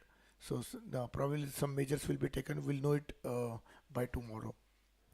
Okay, so this is Vaishali's game now. We have reached we were here when we left it, and then Yes. black No, played. we were even before this. No, knight was on b5. In Knight fact, was on b5. yes, We were looking at knight c3, and yes. white played it. And queen d6 is obviously the best move. So bishop to c4 also makes a lot of sense, controlling this diagonal, because if black plays e6, then she limits her bishop, light square bishop, very much, and also weakens these Black squares, squares. yes. So that's why bishop c4 a good place for the bishop. Short castle, and knight goes to c7. Knight on the rim, very dim. Yes, c5 is not available. yes. So we go back and come to d5 with our knight. Rook e1, a6 has been played, maybe with the idea of Developing b5. the bishop. Knight e5, b5, and bishop to b3. Um, I, I, I am, I am a little, this position just at first glance, I want to play queen f3. Is it No, possible? the rook is guarded, so Yes. So the rook is guarded because the queen into knight it, yeah. goes back. Yeah. Let's not miss. Yes, we are doing the same plan in the Humpy game where the knight was not on c7. So for viewer, now this tactic does not exist for white, and that's the reason why Vaishali played bishop b3 and not queen f3. All right. So b5, bishop b3, and black to move. Black is thinking. Let's just check whether our live feed is the same as the camera view. Can we have a bigger view of the camera, please? Player cams. Okay. Yeah, I think we need to. If we can have a bigger view of the player cams, we can just verify if this is the live position on the board, because Black has 2 plans here, I think, in this position. There could be knight b d5 or there could be bishop e6. But I think bishop e6 is more logical. right, this is the live position on the board. So thank you very much. We can switch back to the board, and yes, that this view. Yeah, so what exactly happens in case of bishop e6? In case of bishop e6, white takes bishop into e6. And then if black takes with the knight, white has a chance of playing d5. So there could be some white pieces getting to c6. So bishop e6. There's a possibility of white pushing d5. Again, knight into d5 is a possibility, but queen into d5, so queen into d5, knight into d5. So black loses a piece, so black doesn't play knight into d5, and then d5, then white has some chances of knight c6. So the c6 weakness may have something to do. I'm not sure if b5 was the best move. Direct bishop e6 was also possible, but I think nothing much is lost. What move to play next is, I think, important. I have a question. Can we play bishop e6? We take and take with the Yeah. okay. Yes, I indeed. Taking think with the queen for viewers, knight into g6. We show them what's a discovered attack. White gives away a knight and threatens to take a rook. But why give up a knight? What happens if black takes the knight? right. So if black takes the knight, we take the queen with the rook because the knight was. And then why didn't he or she could do it on the previous move? Because the white knight was in between and white moves a knight. So white moves knight and something else attacks the queen. Yes. So that's called a discovered attack. Yes, it's a very nice term also, and I think very exciting to learn for the first time. So yes, this tactic definitely doesn't work. But I was wondering if we can take with the knight, go d5, and then go back knight c7 Yes, and and the pawn attack the could be in pawn. trouble. But yeah, we play knight c6 and knight c6, and then I think Rook e8. rook e8 and one pawn is lost. I This think. one maybe. Yes, and I think the d5 pawn can't be guarded. Yeah, it is too weak and vulnerable on d5, Yes. and we also it cannot be guarded So anymore. bishop g5 perhaps. Bishop g5. So the trick is that when you take on d5, I take on d5. When you take on d5, I can take on e7. Yeah, knight into d5. Sorry, knight e7. maybe No, queen knight d5. Yeah. If you queen d5, you lose the exchange in knight e7 check. And Oh. yeah, and in case of knight d5 also. But I get this bishop, no? You're getting that bishop. Yeah, so and nothing is happening. Yeah, rook e7. Okay, so you get queen g5. I didn't see the attack on g5. Yeah, so this was one possibility, and black is winning, of course, here. And yeah, if you played knight into d5, then probably the combination came. Here, queen d5 is just a pawn up. Yeah. If knight Knight into d5, d5, then then knight e7 check. yeah, then I think rook Rook e7 e7 might or knight also. e7 check. Yeah. Yeah, it simply wins. Yes. Yeah. So, by one capture, you could lose the game. By other capture, you could win a game. That's why one has to be Very careful, yes. alert. Yes. Absolutely. And the player has to calculate at this stage whether I should play bishop e6 or not. And white will be thinking, should I play d5 or not? They don't Yes. play instantly. They have to plan 4, 5, 10 moves ahead. And that is where mistakes take place because everyone has a limited vision beyond a particular number of moves. Absolutely. And there is a yes, thank you. This And was I just other game was a drawn game also. This game is being played. I just saw a chat that your volume is low, so maybe but our producer can Maybe check we could once. speak a little louder. Volume is low then. Yeah. So how about Harika's game? Are you getting? Yeah, definitely. We can go to Harika's game. I just want to point out that Vaishali is half an hour below her opponent's time in this game. So that is a factor that might play a role later. But we will come back. Only 14 moves have been played and Asubayeva has 1 hour to Vaishali's 33 minutes. We will come back. Somewhat unusual situation because Vaishali and her brother Pragnanand, they are quite well prepared in opening. Vaishali is sister of Pragnanand and both of them are in Indian team and both of them have brought laurels to our country on several occasions. Yeah, absolutely. For the viewers who don't know, Vaishali is also the sister. Apart from all her accolades, her brother is none other than Pragyananda. So she's from a chess playing family. Both the siblings play extraordinary chess. And let's now go to Harika's game. It has also progressed a lot. We left it at bishop e7. Yes, very early level. E3 was played. Yes, standard, G6. yeah. We actually saw this plan that Yes, was knight played e6 in the and knight g7, yeah. game with knight e6, bishop goes back, knight g7, short castle, bishop f5, b4, a6 has been played, rook a b1, short castle, a4, minority attack, but you Yes. mentioned Yeah, that with the exchange of bishop is normally not effective. So let's see. Of course, I this is think some of the openings where white is very safe. so. There is the reason why the minority attack is not effective once the light squared bishops get exchanged, because the weakness on c6 or b7 won't tell so much. Yes, and also secondly, black gets a knight to d6 and knight comes to c4, thereby shielding the c6 point. Yeah, so Oh, that's a very serious problem, and that's the reason why white is not playing bishop into f5, because the knight would come to f5 and d6 and c4, and once it comes to c4, it's very difficult to drive it. So wow. yeah, so that's a point. But yeah, technically white must be slightly better. Has black lost the same number of moves? Knight a6, knight d7. Okay, black has saved a move rook e8 in this process, because if you played from knight d7, then you would have to play rook e8, then knight f8, and then knight e6. So the move rook e8 has been saved Yes. compared to the other lines. And white had to waste a3. So I think it's a deliberate strategic plan that she's comparing the position with a position where white would not be playing a3 followed by a4, and black is not required to play rook e8. Although I think now rook e8 is a good move, so that may not be a important tempo. But that white had to play a3 and a4 is a factor which is in black's favor. White is slightly better in all such openings. I think nothing very serious. Lot will depend on uh, this middle game play and how quickly white is able to attack the c6 point. Right. So a4 was followed by rook c8. She covered the c6 point, Yeah. anticipating b5.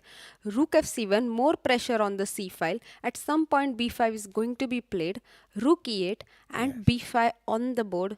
Takes, takes, and this is the live position. Yeah. Now black has, I think, a choice of c5. c5 is very standard move in this position, and probably the most accurate move. I think it's roughly equal. It doesn't seem to be very strong. So Harika has 57 minutes now to Zhu Jiner's 37. We don't have the clocks yet, but we will try to get them on the screen. There seems to be a glitch. Maybe we can go back to Vaishali's board Yes. and come back, but no, it's not coming. But it's fine. We have some updates about the clock, and yeah. So this is the position on the board. Zhu Jiner has 37 minutes to Harika's 57. Look at the interesting differences in these two games. Harika and Zhu are playing for the first time, and Vaishali and Bibisara have played 34 games among themselves. So it's entirely a stranger and somebody whom you know absolutely know. So know the core of it. So I think that, do you think that it will change the psychology of the players while playing? You're playing a stranger and you're playing someone whom you have been already playing for several years.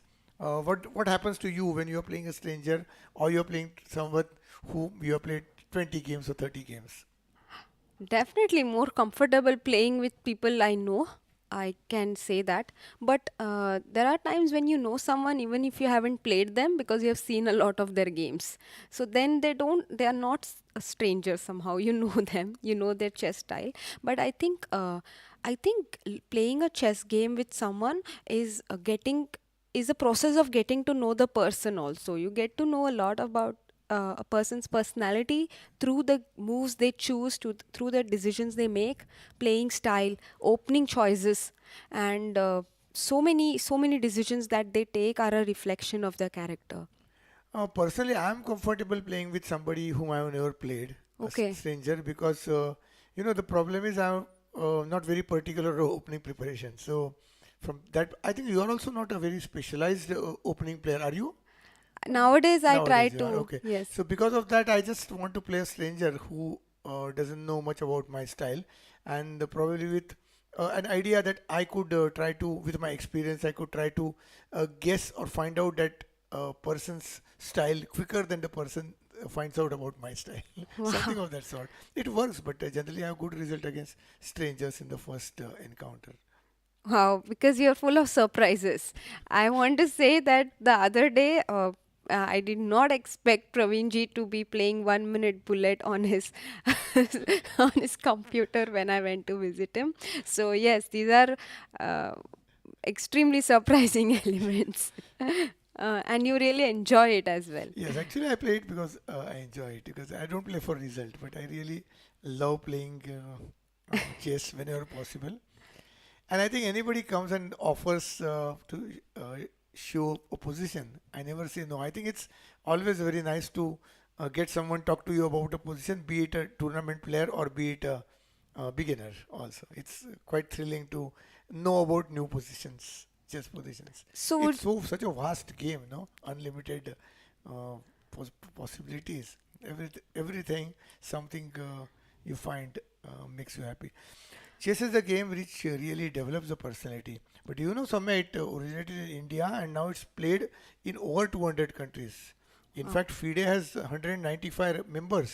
Wow, that's a huge statistic. Of course, in the Olympiad, we have so many teams Yes, participating. 186 out of 195 coming. That's a record. And it also is about the image of our country. It's a big success because out of 195 countries, 186 chose to send their representative to us. So that's a, I think, great image our country has, I would say, Yeah, and probably. I personally, for me, it was the best Olympiad I've ever played in because everything was so well organized. The hall, the venue of the tournament, the surrounding areas, the kind of care we all got, and the um, uh, accommodation and all the arrangements were so top notch. Yes. We felt like celebrities, and it was a truly amazing tournament to be a part of, and super grateful to our federation and the Tamil Nadu government for Yes, in organizing fact, it. it was wonderful to be there.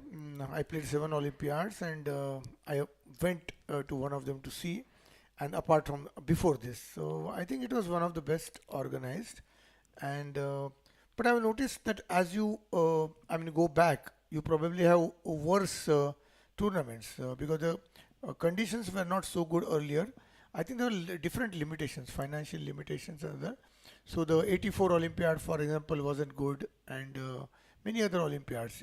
All these Olympiads, every time you play a new Olympiad, it's better than the previous one. And we have left a big challenge to the our successors because we have made it so good, and if we have made it impossible to improve upon, then they're going to have it a difficult time. Great. So C5 is on the board, and Yes, I was also I thinking think about black this has move. equalized, in my opinion. Yes. I was also considering like why play with a weakness on C6 Yes, when you it's can C5 is push a it very to standard C5. plan. It's a standard plan. And especially because this knight is not Yeah, pinned, so we don't need to worry and the about white any B5 kind of pawn will prove reasonably weak in endgame. If there's a rook ending or pawn ending, then that pawn can be weak. all right. So C5 and Harika has been taking her time, or has she played? She has played. She has Move the played. queen perhaps, or I see a lot of exchanges there. okay, She has taken DC5. okay, Uh, Rook takes, and I think the player cam views are a little faster than the board. okay. Knight d4 probably looks logical, no? Yeah, right now this is the current live position on the board. Can we please get Harika's uh, camera view on the screen so that we can be sure?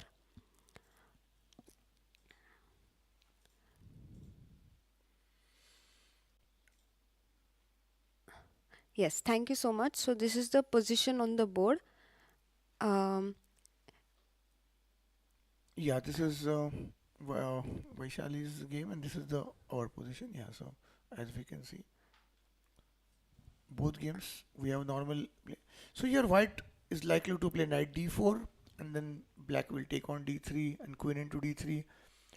The weakness in the c line, black controls the c line, so it's roughly equal. But yes, white can press this position. If the d5 pawn becomes weak, then white may have some chances. Such positions usually fizzle out in a draw because there's no realistic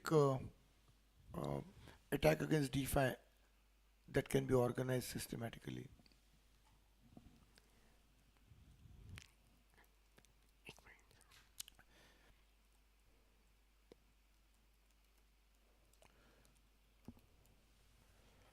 So complex position on both the boards, I must say.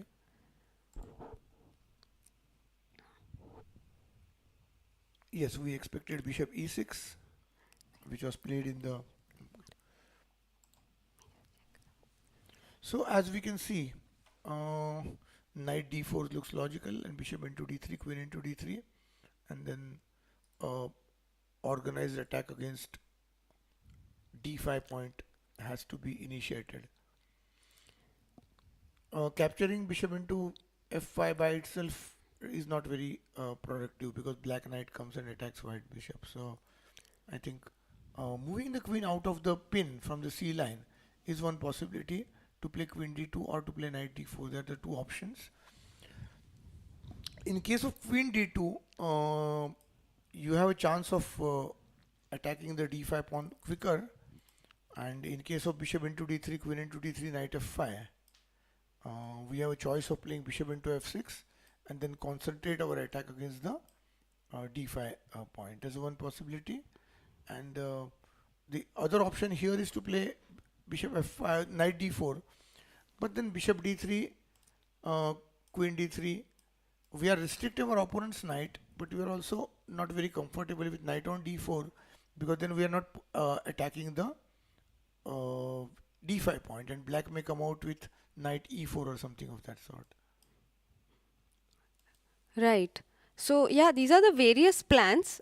We can also have a look at Vaishali's board now, because If major pieces get exchanged, the b5 pawn could become weak. If queens and rooks get exchanged, the b5 pawn could become weak. Yeah, so, but still it's very far. Rooks, at least a pair of rooks is going to be there all the time. but the d5 pawn is always a Yeah, compensation for the yes, b5 true. weakness. So I think no, either of the side is very happy to play this, because both sides have weaknesses. Yeah, and actually it's basically this game, by logical correct play, this will not lead to much.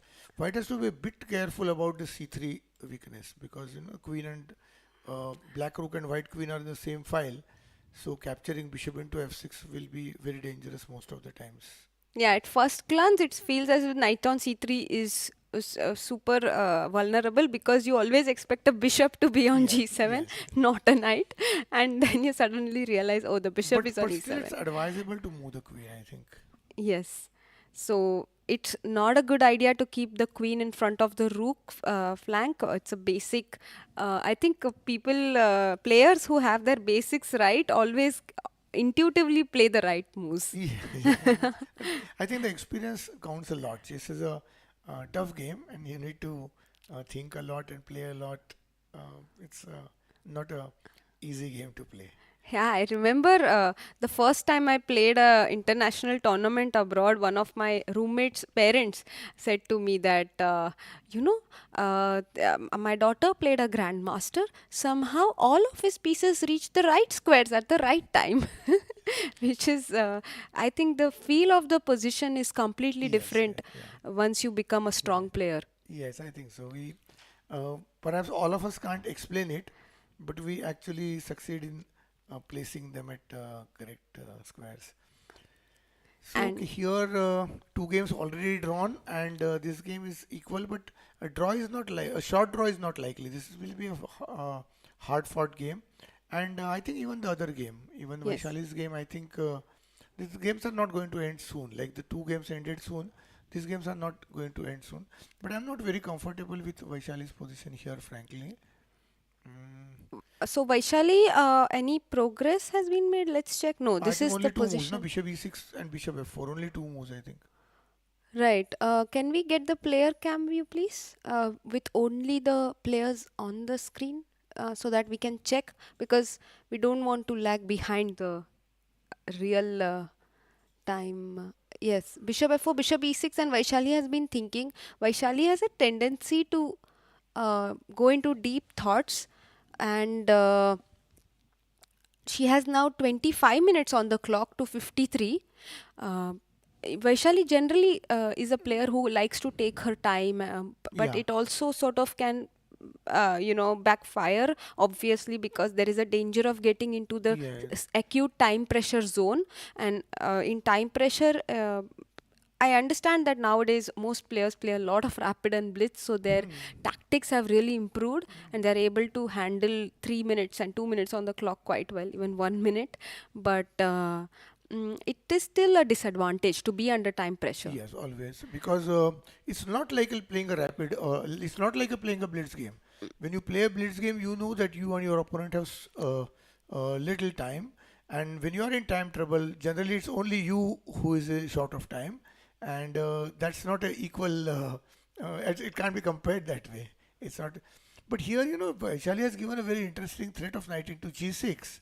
And Bibisara has to find a defense to that, because white wants to play knight into g6. I think we can show it to the viewers that given a chance, white would play another example of a discovered attack. Okay, let's play a move like this. Rook b8, which doesn't serve any purpose, but the knight g6, the bishop attacks the queen, and the bishop cannot be taken because the knight supports it Yes, from knight, g6. instead of knight g6, knight f3 would also be a discovered attack, but it makes no sense. You just lose the bishop. Yeah. So again, discovered attack by itself doesn't end the game. It is for a player to make use of a correct discovered attack. Yeah, I think these tactics will help you play better only if you know when to use them. Yes, indeed. Yeah, as one of the greatest philosophers, Grandmaster Tata Kaur said, that combinations and blunders and mistakes are all there waiting to be made. Yes. So it's up to us to decide Whether to make a combination that works or doesn't work. or play a blunder that works. Blunder always works for the opponent. So bishop f4 on the board, and uh, Yeah, I yes, think black must go for the preliminary exchange, bishop into b3, and then put a knight on d5. Don't you think that looks like a absolutely unnecessary course?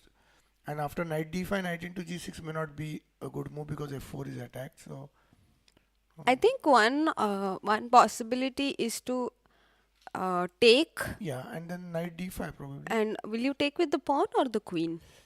Uh, Because if you take with the pawn, I have a choice yeah, to take on d4. with the queen. Yeah, you have a choice to take on d4. I don't know. Again, I have a different discovered attack, which is knight into g6 and take on c7. So f takes is not possible. Yes. So we must take with the pawn, Yeah. and also f4 is not hanging because the Yes. knight protects it. Yeah. So we take it, and then you win the pawn as well as the piece back. Yeah, so but I think this is also not particularly bad. Black is fine here, but yeah, it's a result of tactic. Black could probably play rook c8 or e6 or something. Black is still okay.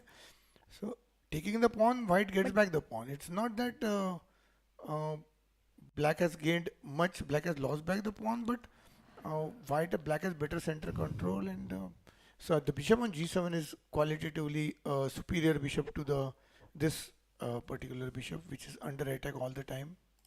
Also, rook e7 is not possible here Yes, here tactically. because Yeah. queen c5, and there is a double attack on the bishop and Yes. the rook. And the rook can be supported or the bishop can be moved, but both can't be guarded. Yes. So that's a combination that will be easy to spot. And bishop f4, and I think that's what Bibisara is considering here, whether to take the pawn, whether to take on b3 and take the pawn, or play something safer. But what else? Knight d5, yeah, after bishop into I think bishop into b3 is absolutely forced. I don't think of a different move here. Knight d5, is it possible? But I don't like this knight d5 because knight e4 and knight c6, everything comes in. The knight e4, this knight you are bringing. Yes. Okay, so I just move back the bishop. Bishop g3, you won't take. Yeah, you won't take. You take with which piece? You have to I'll take take with Yeah, knight. okay. And now knight. Oh yeah, but bishop into d5. Now No. knight e4 is Yeah, but possible. now you have queen b6. No, that's quite safe. Yes, queen Yeah. on b6 because of the pawn on Yes. d5. So we'll not play bishop into d5. I think there's a strong bishop. Perhaps Right. we could go for somehow I'm not comfortable leaving those bishops there. Bishop g3. And now actually knight f7 is a threat because the bishop is protected. Yes, knight g6, knight f7, and yeah, many other threats Yeah, probably. because I was thinking to go knight h5, Ah, but you okay. take knight f7 Yes. and there is a double attack on the queen. Yes. So this doesn't work. And bishop g3, it's a problem now because we take and you take back with the pawn. Now d4 is not hanging. So after bishop b3, you take with the queen. Yes, and now, or maybe the pawn itself. Oh, with the pawn, yes. Because Yeah. the pawn Yeah. structure also Yeah. doesn't get And worse. now white is Yes. going to play c4 and such a strong pawn structure, or queen f3. White is much, and black queen still has to run, and queen d5 is not a safe square because of c4. Can't go to d8. You see sometimes how awkward the piece position can be. Queen has no good square. Queen d8, then knight c6 wins a pawn, and queen d5, then c4 drives you away, and then queen b6. Still there is c4, I think. Queen b6 also c4. My c pawn is going to be nasty threat c5, c6. So I think if you don't play bishop into b3 now, then probably you will have to play it at a most inappropriate and moment where you would be in a bad position. In the starting position, if you exchange the bishop, then ab3 didn't make much sense because then all the pawns would be weak, and then you don't have to play this way. So Sorry. bishop b3 here looks necessary. Yeah, here bishop b3 looks necessary and it will mostly be played. Bishop b3, so the line we are looking at is bishop b3 and here a b3 is possible, but then it doubles Yeah, up it's, these. it's I think ugly. Any knight coming to d5 is good for, or e6 also, but d5. Knight e6, I don't know. You have to calculate the consequence because knight into g6 is not coming. You could play bishop. Yeah, this is losing a piece. And if you play bishop e3, I have rook d8 or something. Rook d8. Which Rook one? f d8 Yeah, rook maybe, f8. because we want to keep this protected. Also, there are no open files on the king side. Yeah, the f8 rook must come to this square, or maybe I don't know, rook c8. Yeah, rook fd8 is good. Or let's see if there is different move. Maybe knight d5 or knight e4. So yeah, but somehow I like Knight d5, knight e4, we don't have queen b6 because knight d7, we Yes, must yes, be right, careful. yeah. So, but can we go back queen D8 now, d8 yeah, because now, knight yes. e6? And the e7 pawn is also guarded. Yeah. And knight c6 is not a I mean, it doesn't hit any target. Yeah, we just play queen b6. Yes. Now it's really bad for. Hmm. So, white makes too many weaknesses by ab3. And, Right. So she will have to take queen into b3. b3. And I'm more worried about black not taking queen into d4. But queen into d4 is slightly better for black. Not And much. Yeah, knight e6. But I think that we have some chance of some combination because now knight into g6 can't be stopped. The queen has no square. Yeah, that's actually well pointed out, sir, because now the knight on d5 is so vulnerable. So Yeah. we need to keep it protected at all times. Yeah. And knight c3 might also be met with knight g6. I don't know, knight f7 as well, followed by disc and double checks. Yeah, knight g6 is better. It just ends the game. You win an exchange and a pawn, minimum. You win a rook for a. Yes. Yeah. Or Just you, win or you everything. want, you can play knight e7 check also. But yeah, take this. Yeah. So you win a rook and a pawn for a knight, which is a very big advantage. Yeah. So basically, let's just end the variation with this, and we will be a rook for a knight and a pawn up, and basically winning. So, oh no, we don't win a pawn.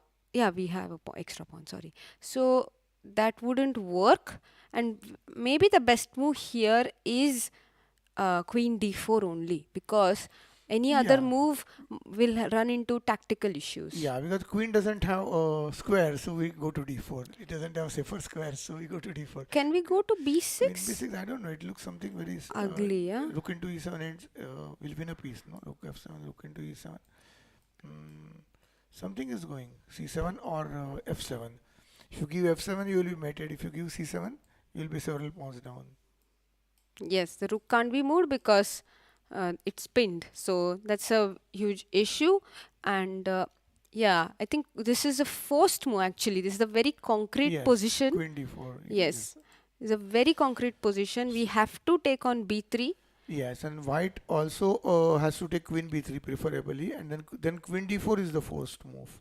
And I think here knight g6 is the forced move. There's no point in moves like bishop g3. I mean, you just lose a pawn for no reason. e6. Yes. We save our pawn. Yeah.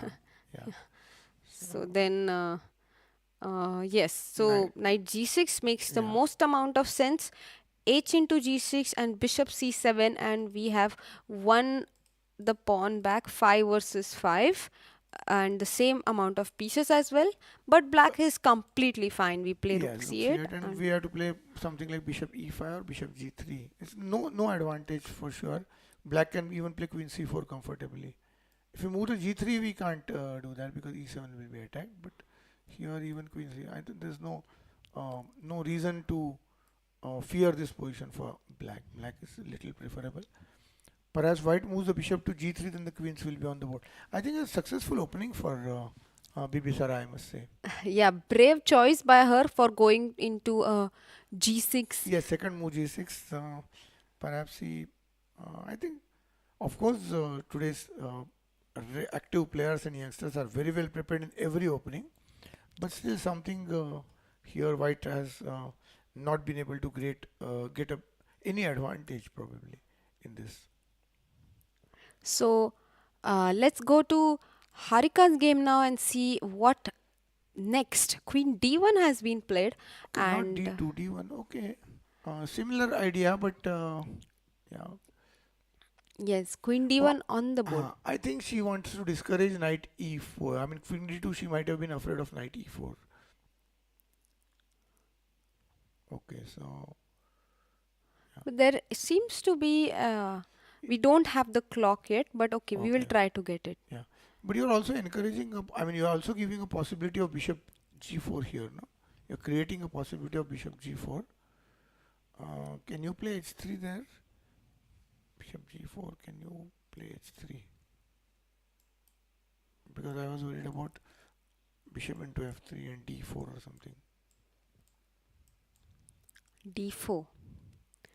And I don't know, it's a very complex position. But because the h4 bishop is hanging and c3 knight is hanging, so I tempted to get into some if e d4, queen d4. Not that much will happen because you can. But yeah, if you give bishop f6, then I think I have nothing to worry at least. Black has complete equality, no? yeah, but there is no other move. Yes, yeah, it's forced, no? I Yes. mean, e d4 here you can change, but I don't think there is a good move here. So Yeah. no, queen d1, I thought bishop g4 was a possibility, but yeah, this is quite, yeah, bishop. But this is also equal only, no? Yeah. Because opposite color bishops. You didn't like knight e4? I could play that. You will anyway play rook Yeah. c1, yes? Rook c1 I have to play and I have to guard the bishop. Bishop e5. Yeah. Okay, bishop c4, but nothing really concrete. Bishop c4. Okay, it's a one move threat, I think. Knight f5 and black may get slowly better. Knight f5, yeah, and knight d6. Knight f5, I'm scared of g4. Is it working? I don't know. Yeah, I don't see any move. Yeah, but And no, it's knight 6, f6. but it's too awkward. Yeah. So maybe not knight f5, but then knight e6. Knight e6 is possible, But yes. bishop into e6. Yeah, nothing happens. Sorry. Bishop Then into we nothing. take. And rook d1 beyond bishop h2 check is there also. Black Sorry? may be better here, yeah, but Bishop h2 check? and taking on e4, but Uh-huh. yeah, but not good. White will win a pawn. Yeah. The pawn will be lost. So this is a tough end game, a difficult end game to draw, very difficult end game to draw.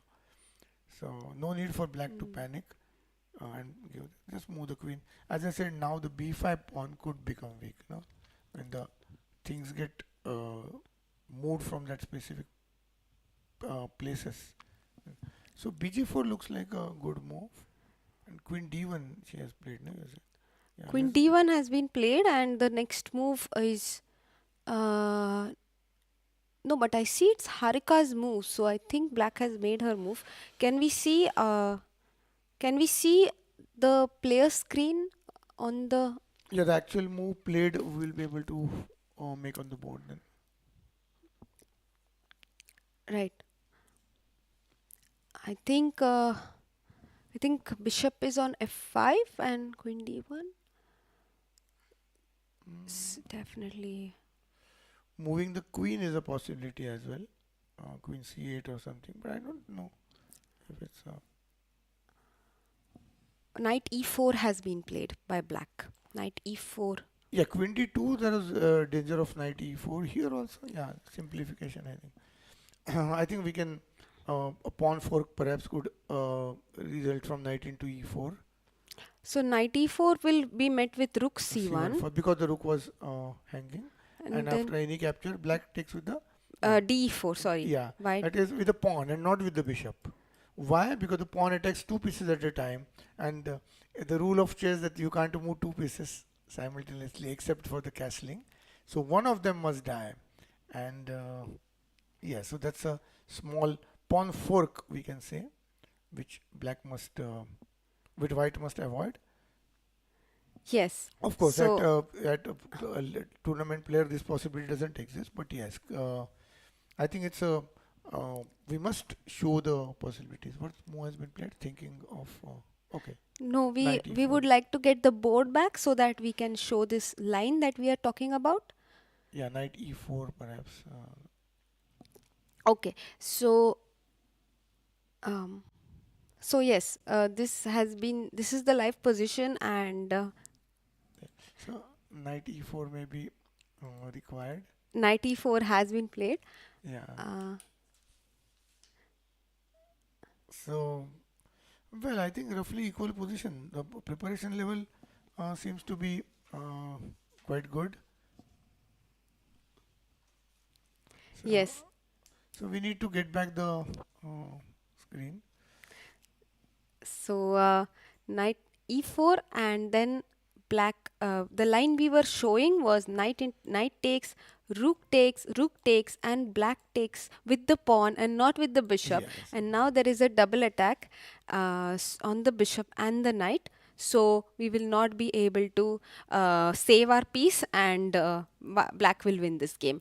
And the other line that we were also showing was Black could have tried bishop sorry. g4, yeah, on bishop g4 instead of knight e4. But knight e4 also seems to be good. Bishop g4 is also an interesting move. Yes. Yeah. Very interesting idea which we saw earlier, but knight e4 is on the board. So Yes. what are white's options? I think taking on e7 Taking on e7 looks logical. logical here and correct as well. And taking with queen makes the only move. We can just show a simple pin with rook into e7, and then well, this bishop into e4 doesn't by itself end the game, but yeah, bishop into e4, bishop into e4. Now we have yeah, knight e4, and we have a knight f6 checks, rook c1. It's a long variation. White saves the piece. This position is important. White saves the piece by knight f6 check. Wow, this is really nice. This is a really nice intermezzo, as they Yes. call it. Yes. Not taking the piece back immediately on c1. Zwischenzug. Zwischenzug. Yeah, in German they say it. So And why was black required to take on c1? Because the rook was hanging. So black couldn't play rook into e4 because of rook into c5, and black couldn't play d into e4 because the queen was hanging, and also the rook was hanging. So wow. So it looks like a very calm variation, but there are blunders waiting Yes. to happen. But yes, they will not happen because Yeah. the players are super alert and strong. yeah. So And also queen e7 is a more natural move. Rooks are well placed in 7th rank, and if you can't get them in 7th rank, they should be in the 1st rank. The rook shouldn't be on 2nd rank or 3rd rank generally in an open game, because they could be exposed to minor pieces, and your to major, and your back rank could become weak. So here I think black is comfortable. Now white should try. So now the c3 knight is attacked. So white has to take some measures. yes, she has taken on e7, queen e7. This is the position on the board. Yeah, and I think black has to. Black is attacking c3, and there's no easy way to guard this knight. So some exchange has to take place, which means only bishop into e4. And yeah, either way, I mean, you could take with the bishop. Oh, as black also. And with pawn, I don't know, but bishop e4, bishop e4. Now you see the how the b5 pawn will slowly get weak. So the pieces guarding the e4 pawn will be disappearing. Bishop d3 is guarding b5 pawn. It will disappear. The knight on c3 is too loose, and the time may come when b5 pawn could be a matter of concern. But Yes. yeah, position is equal, but white must give up a bishop for this. Not that bishop is a superior piece here than knight. In fact, two knights is a better combination than a bishop and knight. Because the coordination is better. Bishop and knight are the pieces which don't coordinate with each other, and it's a worst combination of two minor pieces. But here, yeah, bishop e4 attacks the rook also. It becomes a very inconvenient position to play for white. I think white must take knight into e4 as well, and then we can see obvious draw taking place. If bishop e4 is played, then black plays bishop e4, white takes knight e4, and then it's going to be a simple draw. Why do you say that the pair of knights are better than a bishop and knight? I always thought that a light squared bishop or a dark squared bishop will control colors of their square, and the knight will support the bishop to control the squares of the other square.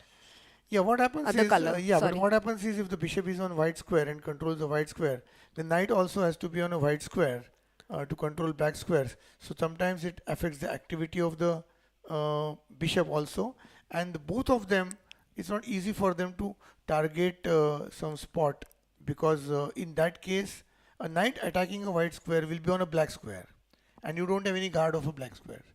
So it becomes very complex issue that these two cannot combine together. If both of them are, because bishop cannot support, if knight is supporting bishop, bishop cannot support knight, and vice versa. Whereas for knights, they can support each other. Also, have you seen that when knights are in next to each other, they control a lot of squares in the third rank. Like for example, if knight is on third rank, they control a lot of squares on fifth rank. See, knight on e3 and d3 would control a lot of squares, important squares, c5, d5, yeah, or d3 and yeah. So that is not possible with bishop and knight combination. They act as if they were independent pieces and not a team. They're too aloof. Yes, aloof towards each other. All right. So that's a great explanation, and I'll keep it in mind.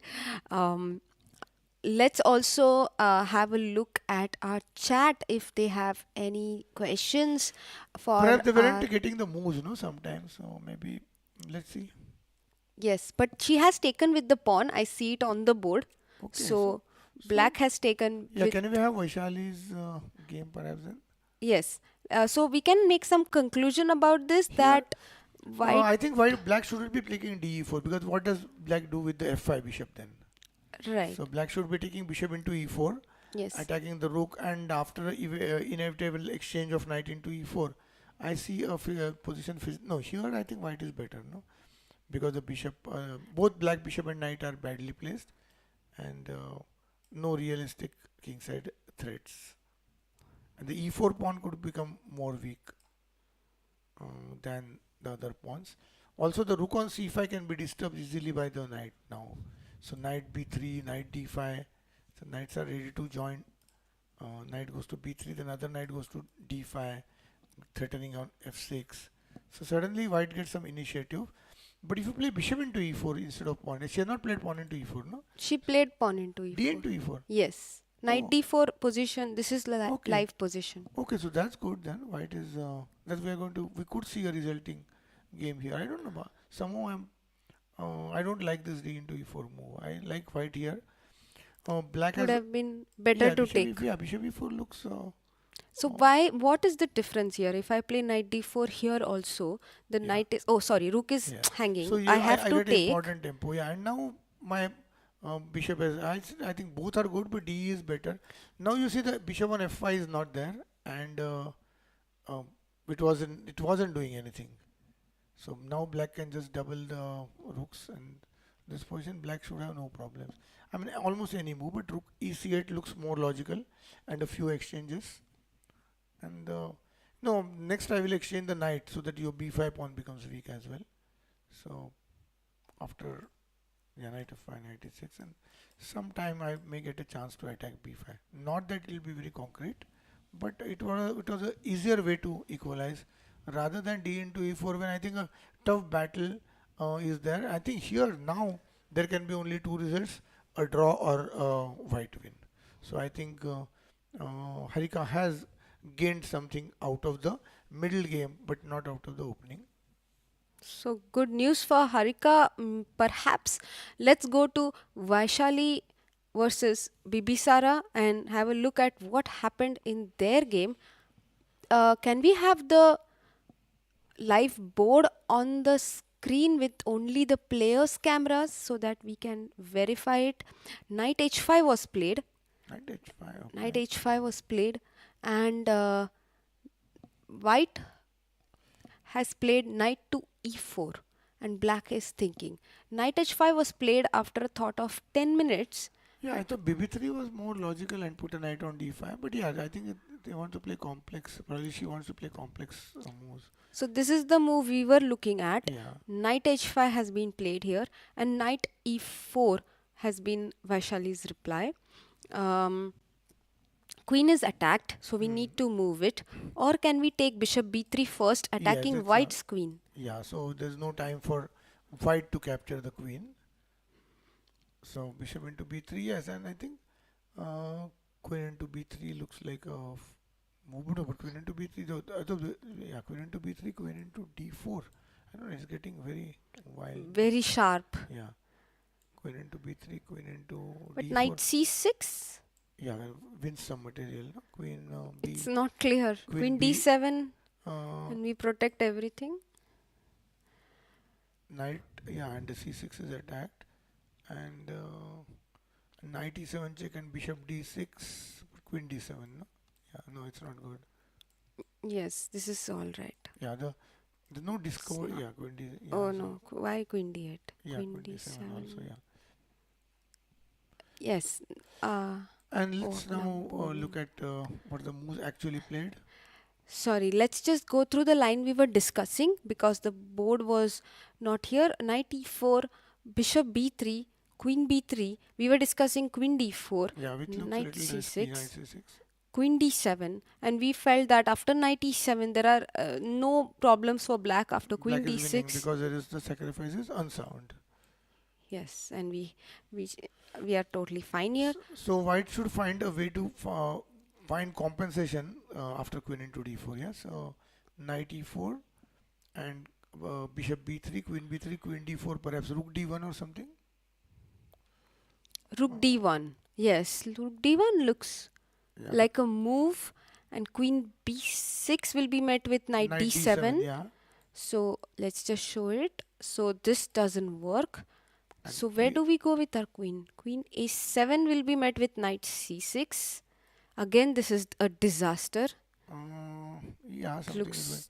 terrible. No, probably queen has to be given for a rook and a piece, no? For queen d4, no? Or queen c4 is also not possible now, and no tempos. Queen a4 looks very, yeah, queen a4. a4 is the only move. Yeah, no, I was thinking of giving up the queen, but it's only two pieces, so you can't be doing that. No, I was thinking of bishop e5 and bd4, but then the c7 is hanging. Yes, bishop e5, Rook rook d. and bishop c7. Yes, and if you have to take an f4, then it's on two pieces. So queen in the center of board, it has only one safe square. That's queen a4, but black is okay there. And if black is okay, then black is a pawn up, and the white bishop is attacked. So okay for black is not okay for white here. Yeah, this is the main problem, that the white bishop is attacked. Otherwise, we could have proceeded with knight c6. Yes, But and now we simply pick up the bishop with knight h5. So knight h5, even though the knight is on the rim, it's not so dim this time because it is yeah. having a function. It attacks an important piece. Yeah, perhaps, yeah, black is safe actually, knight d5, and that's the reason probably they are very good at calculation, so she must have analyzed these complex variations which we are seeing. You know, to take queen into d4 is a courageous decision, but I think the safer move would be something like queen d5. I think it's a very safe move to play, no? Is something coming? No, knight into g6. Oh, queen d5 is a very nice move. No, I did was not see it. trying to calculate if knight into g6 works here and taking on c7. Wow. Knight g6. Yeah, it's too complex to analyze at this stage. Um, So f2 is guarded. We don't need to worry about any kind of fgs yeah. because we will never have any Yeah, problems but on in this any case, we square. are losing the d4 pawn anyway, so we are not actually winning a pawn. Whichever we capture, we win the uh, c7 knight, but we're going to lose the d4 pawn anyway. So So black could maybe take queen into queen first and then take, no, queen into queen, knight e7 check. Oh, knight e7 check, you lose a piece. Wait. You lose a piece because yeah. f4 bishop has lost the support. So, So we have to take queen takes because I yeah. think after if we take with the knight, she'll take first. Oh, sorry, No, she you have to, can't take he has to first. She take the has knight to first. take the knight, Yeah, and the same position and the comes. same position Come. arises. So here, bishop d4, there's no reason for white to be happy about it. Not that black is really better or such, but black has better center control, and white has no reason to play for a win in this position. Here, white should just try to equalize and play safe. If at all anybody gets a chance, b2 is already attacked. So knight h5, yeah, queen d5 Maybe was looks like a logical move. so maybe knight h5 was a good idea. Yeah, We but missed white it. shouldn't play knight e4. Since white can't play knight e4, knight s5 is a good idea. See, again, it's relative. Bishop into b3, queen into b3. If knight e4 was possible and the queen a4 square was not available, then knight h5 would have been bad. But now that after rook d1 you have queen a4, so this move becomes possible. Yeah, that's a deep line Yeah, actually, and and that's why they're taking time. I mean, it's very easy to uh, uh, sort of find variations because we are moving the pieces. yes. They're not moving the pieces, correct? Yes, definitely. So knight h5, she had to spot that after knight e4, No, she after bishop has b3 first, no? Or yeah, we're she doing it has either bishop way. Yeah. b3, queen b3, and she has queen d4. But actually, she's again thinking here. So I'm wondering if she's thinking of any more possibilities. She has not yet taken on b3. Um, Okay, knight a4 has been played, no? Yeah. yes, she has taken now. Okay, yeah. Exactly at So, this moment. so now we can expect the variation we were analyzing. Queen into d4 is a forced move now, and queen a4. Let's wait for the move to appear. Yes, Otherwise, yes. the clock goes away. So Okay, we okay. will wait for Acha, the move to appear on the okay. board by itself. But as we can see in the player cam, the bishop, uh, black has played bishop to b3. Before we come back to the position, can we continue with the position? Can we do a quick recap of the game? Yes, what has been happening in say last 1.5 hours, because we had a last recap around 4 o'clock. Yes. Yeah, and now it's yeah, we'll have what happened. Two games ended after that. No? They were about to end, and I think they ended. Yeah, so please. So in this game, so far what has happened is that Nino won the game by forfeit, and she has a 1 point from today's round. Then Humpy has drawn with Shuvalova with black pieces. This was the last position of their game. They had a queen's. Polina opened with a d4, and there was a queen's gambit. Queen's Gambit accepted. Accepted. A good choice, but not a very popular choice. And then she went for a b3 setup, which was unusual for us, and we were wondering how does black face it, but black found a very good idea with after knight d2. Now we were wondering that b5 would be met with knight bishop into e2 and f3. Yes, and it was getting a bit awkward because a4 was also going to come. And here Humpy played really a remarkable move. Bishop d7, not going to b7 with her bishop, but threatening knight c6. And after these exchanges, the bishop came to b5 as well, and black was comfortable. Yes, I think now black is completely equalized, and the players realized that there was no advantage. Humpy is the top seed, and her opponent probably felt that there's no chance of getting better. The position was so absolutely equal that they repeated the moves in the game and ended in a draw. So a good result from black's point of view. If we look at white as a better player for advantage, then I think a comfortable result. In such a all tournament, I think it's not that you try to win every game. You try to be better than others, and that means you win. Perhaps you try to win out of 9 games, you try to win maybe 4 games, then you're definitely the champion. That's what I look at it. So other games draw is fine. And let's see how In the tournament proceeds. And in Goriachkina versus Nana Zagnidze as well, the game ended in a draw. Goriachkina opened with d4, to which Nana replied with. It seemed like she was replying with the Queen's Gambit declined, but then it got converted to a semi-Slav opening after c6 and e3 knight f6, and they reached this structure, which is typical of the semi-Slav Meran. But White played b3. So we can call it sort of anti-Meran because now the DC4 options have gone. So maybe this can be used as a. This is the idea of Kramnik. Yeah. So an idea of Kramnik, and here Black has two ways to play with short castle, quick queen e7 and e5, or the way she played in the game with b6, bishop b7, and then developing her pieces slowly with the idea to play e5. Here White got a timely e4 break, but it was not enough. After the exchanges in the center, Black seemed quite comfortable. So after queen c2, bishop b4, the two sides decided to repeat. This was not necessary. The game could have continued. Yes, I think there's no forcing variation in this. For example, White could have waited for a3 if White really wanted to play rook e1 next. So, but not a great move. Or but yeah, a3. I mean, if you really want to rook on e1, or there's the option of playing bishop d3 sometimes. But bishop d3, I'm a bit worried about guarding the pawn, and then c5 break comes into picture. Once the pawn is guarded on h7 with some move h6, or Black threatens c5 because it will reveal attack against the f3 knight. So, but if White really wanted to play, White could have played different moves, even a3 or bishop c3 perhaps. Even for bishop b4, she could have played bishop c3. It's not a compulsory move, no.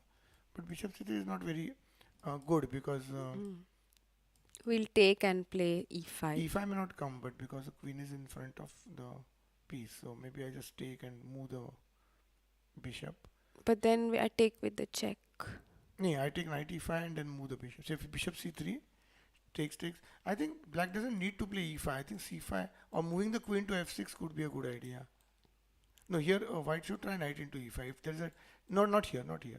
The previous move.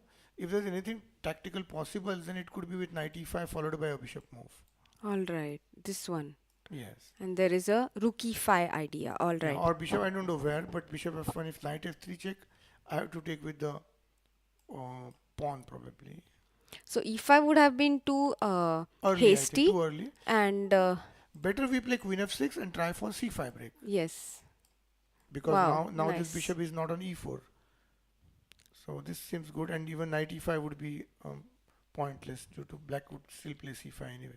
See how things can go wrong in one or two moves. Knight e5, c5, knight into d7, rook into d7, and White loses the c5 pawn, d4 pawn. Yes, absolutely. So things could have gone either way in this game, but they Yes. both decided to play very safe and took a draw by repetition over here. So three results already, and we are now following Vaishali and Harika's games against Asubayeva, Bibisara versus Zhu Jiner. In Vaishali's game so far, Vaishali opened with e4 and Asubayeva went for the Sicilian defense. For knight f3, Asubayeva replied with an unusual g6, threatening to convert into accelerated dragon perhaps. Yeah. But Vaishali went for the Alapin defense, so they entered a very typical Alapin with d5, and where White takes control of the center, but she also gets an isolated pawn in return. So this is the position they reached quite early in the game. Here White had a choice whether to take with the knight or the pawn, and she decided to play with but because knight into isolated d4 pawn. runs into e5, and then you lose a right to castle, so probably she didn't want that. But e5 has some problem, I think, also, no? Bishop C4, b5, I bishop think. b5 check, bishop d7, and Just queen queen e2, e2. queen e2. Yeah, e5 is risky. So knight d5 was normal move. This is probably better for White already, at least slightly, maybe much better also. Knight b4 is a typical move in this Yeah. position, And but black should try to castle quickly, then knight f6, and that is the whole idea with going yes, to b5. the purpose of knight b5 is not to get isolated pawn, But she decided to take isolate pawn, not a very great decision. But it lead to some interesting position with Yeah, queen knight. d6, and then they reached this position with knight coming to d5, and finally over here with knight coming to e5, bishop e6 and bishop f4. Yes, and after bishop e6, I think black has completely equalized. So I think this position, but they are making it very complex here. I think both of them are trying to complicate the matters. Both of them are trying to outplay each other in tactics. White is threatening knight into g6, and black doesn't go simplifying take on b3 followed by knight d5, but she also tries to complicate knight h5. So what she wants is try to win the e5 pawn or d4 pawn and open up the g7 bishop. So very aggressive play by both of them. And Knight e4 e4, was played. yes, and bishop into b3. I think after a lot of time she played bishop into b3. Complex variation comes from queen b3 and yeah. What's the time position now? So white took back with the a pawn after some thought of after a thought of 3 minutes, and white is now down to 9 minutes to 34 minutes for Asubaeva, and this is the live position that But we have. could it be a good decision? Because okay, objectively you are threatening different thing, but queen on where does white move? Black move the queen. Queen d5 looks necessary. Queen d5 is possible. Yes, yes, yes. Knight g6, pawn takes, bishop c7 and queen d4. Yeah, I like black here. If queens are exchanged, maybe black has some chance to play. So queen d5, you don't take knight g6, then what do you do with the bishop? So eb3 is a bit risky, but because the presence of the pawn on b3 makes the b2 pawn weaker because it can't move further. So of course it looks like a, we can't say it's an equal ending even if it's materially equal. Some advantage could be there. So let's see. I think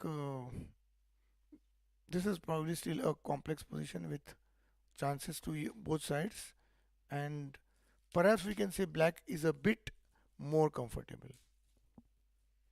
So perhaps a couple of moves back we can go from the moves we played.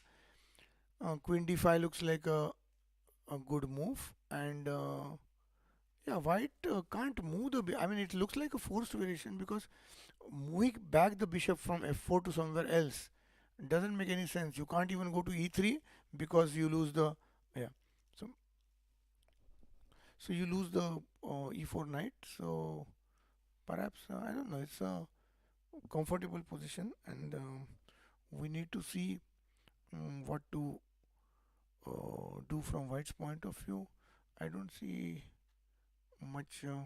Probably Vaishali intended queen into b3 earlier, and then suddenly when black took bishop into b3, she realized that queen into d4 was possible. A very interesting variation which we were checking was queen into b3 and queen into d4, then uh, rook a d1, and here apparently the queen has no good squares because queen b6 runs into knight d7, queen a7 into knight c6 and other moves, but black has only one square here, queen a4, and suddenly after finding this move it's not easy for white to justify the loss of play. So white has to recover the pawn quickly, and after pawn into queen, knight into g6, it's only black who is trying for an advantage. um, Probably black is only slightly better, but black is, I think, very comfortable here. And the double black pawn actually helps black to attack the b2 with a rook. So this position is preferable. And at this stage, perhaps Vaishali felt, because she took some time at this stage and took a b3, and she didn't play it instantly. So I think that was probably planned, uh, and suddenly something else was played. So we are at this position now, and queen d5, knight c3 is played. Okay, so now we are given all the possibilities of an advantage. Black just goes to b7 probably. Has any have any moves been played? Yes, queen b7. Yeah, black is a bit better now. Black bishop is very strong because it's potentially attacking the white pawn. A knight on e5 may be compelled to be there in order to guard the pawn, and the bishop on f4 has no good squares, so bishop must move or be protected. Black is simply going to play rook a d8 and pressurize the d4 pawn. Black will probably keep the rook on f8 to guard the f7 pawn, but even rook fd8 is not difficult move to play. White has no way of attacking this king side, and queen d2 looks like a only move, and queen d2 probably rook fd8. Queen d2 could be tried, and then rook fd8.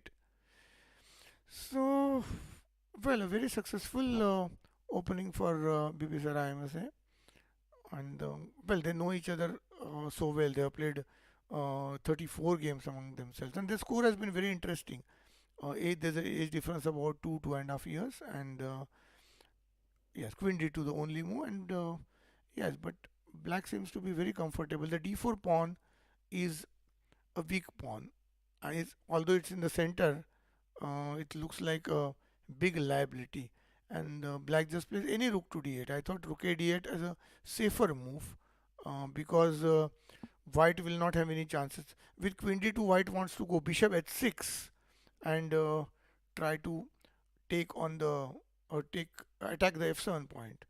But rook a d8 keeps the queen tied down as well, and the pieces have no real activity. White will be restricted to passive play, and somehow I feel that Bibisara is in a good position now, better position. The d4 pawn is so vulnerable and it could be lost. The d4 pawn dare not advance many times because of the hanging nature of e5 knight, and that's why it becomes an easy target.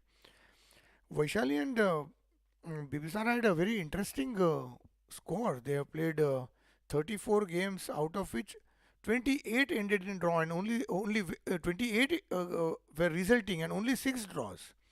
And Vaishali won 13 games, and Bibisara has won 15 games. So roughly equal, but Bibisara has a slightly better record and no draws. So these players are not going to be happy drawing each other. They both of them play ambitiously, and that's the reason why we see a very sharp game and probably a bit difficult position for white. White pieces are doing nothing, and black pieces are already in good position. Bishop is well placed. Knight on h5 can eliminate the f4 bishop. The c7 knight is ready to come to d5. Rooks are ready to come to open files. At least rook a d8, and all these pieces can together try to attack the d4 point, which is a weak pawn because it cannot be supported with a pawn. Say, for example, white tries to attack the g6 pawn of blacks. So that's not an effective way of attacking because it's already guarded with 2 pawns. But that's not the case with d4 pawn. The d4 pawn is really weak, and I think some committal decisions have been taken. Knight c3 probably is a risky decision, and black is already better. And queen d2, I think it was probably prudent to move back the bishop, but after queen d2, rook d8, the normal rook a d1 could have some problems. Rook a d1, let's see if rook a d1 is possible. Trying to promote the pawn, say rook d1, and then after rook a d8, white plays rook a d1, and black will probably attack too many things. d4 is attacked, and f4 is attacked, and bishop e3 is not possible because bishop into e5. So white pieces are entangled among themselves, and it's becoming tough to get out of the strange pawn structure. Knight f3 looks like a possibility, but already white is retreating and black is trying to gain a pawn. Black probably could win a pawn here with knight e6 and queen e4. White has some chances of attacking the uh, a6 pawn, but as the queens get exchanged, the isolated pawn gets weak, and I'm more concerned about the b2 pawn now because the bishop on g7 is really a strong piece. It can't be compared with a knight. So in some positions, bishop is definitely better than knight. So I was just wondering if this position, as after you left Soumya, Vaishali made a strange move, not very comfortable move, I must say, knight c3, and after queen b7, white is already worse because black is ready to pounce rook d8, knight e6, and here probably it was prudent to move back the bishop, but she played bishop queen d2. I think she will lose a pawn after rook a8 here. Oh no, Oh, that's not good but news. yeah, I mean, because I don't see a way of saving the pawn. I just discussed with the viewers various ways to save the pawn. So bishop e3 fails to bishop into e5, and rook a d1 fails to knight e6, and you can't play bishop e3 because of bishop into e5, and d4 and f4 both have to be guarded. Knight u2 would also lose a piece. So a bit tougher position after if black plays rook a d8. So I think rook a d8 was not played on the board. So we go back a couple of moves, but rook a d8 seems to win a pawn. In that case, it would probably look like a very accurately played strategic game till this stage, because black actually achieves what black wanted. Black allowed the knight to remain on e5, a big risk because the f7 could be attacked, and white actually tried with bishop c4. Black put a bishop on e6, blunted the bishop, so knight couldn't go to f7 anytime, and then after the exchanges, now the b7 doesn't need any support. The f7 doesn't need any support, I'm sorry, and white has walked into a pin which will probably have a pawn down, but I'm not worried about only the pawn down because the bishop on g7 attacks the b2 also, and the b2 cannot move because of there's a pawn in front of it. So this looks like a bit difficult position. this is very tough, and rook a d8 has been played on the board by Asubaeva. It is Vaishali's turn to play, and it looks like a very tough position to defend by everything Yeah, that you have even in knight explained. f3, I think even in knight f3 a pawn is going. That's why I didn't know. Knight f3 just knight into f4 and knight e6. Knight f3, Yeah, knight into f4. yeah, queen f4, knight e6. Yeah, it looks like a pawn is going. Queen e3, I just take, yeah, so knight d4 or probably, yeah, Bishop d4 bishop maybe, d4, right? because knight d4 will run into knight d4 and we attack e7. Yeah. So But bishop maybe d4, this bishop is d4, just also rook d4. Yeah, this is also quite bad. because b4 in the end. No, but that's okay. At least we are. Yeah, but something. No, I think the f2 point is very sensitive. I think something Rook is going. d2. Yeah, Oops, something this is was going. Checkmate something. this was very sudden. Yeah, and the position of rook e2 loses to queen into e7. So Oh. White has to be so careful because no, she might even get checkmated because by such yeah. tactics. No, I think the g7 bishop is as powerful as the rook in this position, and that is where I don't approve of queen d2 move. Queen d2 was, I mean, you should have saved the bishop there, but yeah, after queen knight c3 itself, I think a passive move. The entire sequence knight e4, and then queen d5 coming back knight c3. I think she was taking a chance. She realized that she was worse, and she was taking a chance if her opponent could repeat. I think she realized that she was worse. But let's see. It's not yet over, but it's worse. But I looked at her scores also. 13 wins for Vaishali and 15 wins for Bibisara in 34 games, and only 6 draws. So they really play with Fight each very other. hard. And 2 years younger player, but she has a good score. So perhaps even the psychological factor. Do you think that if you had a bad score against someone, do you really play? Did you really play badly? Did you face this problem? If you have a bad Yes. score, Yes, I have once. There have been a couple of opponents against whom I have lost to 3, 4 games in a row till I could start winning against them. And this has happened to me against particular players, and I would never. My friends would always tell me that why are you losing only against this player? But somehow you always have a problem player, nemesis as they call it. But she's they're not exactly your nemesis also. It's not Yeah, like you're meeting them in every tournament or something, but somehow you are not yeah. able to play well against them. But I think with Vaishali and Bibisara, that's not the case because they've almost have an equal score. Yeah, almost equal. Yeah. That's so. It's not that case, but yes, it's still tough because you are playing a younger opponent who has a better score than you against you, and perhaps a strong opponent almost with the same rating. You know, when Anand was very young, even at that time, one could make out that he was a future champion. And once he lost to a player twice in continuous tournaments, so he said it's a great matter of concern because it seems that I have not understood his style.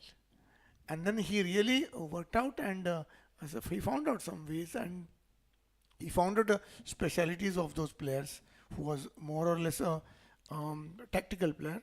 And Anand started defeating him very regularly. He beat him 5 or 6 times thereafter.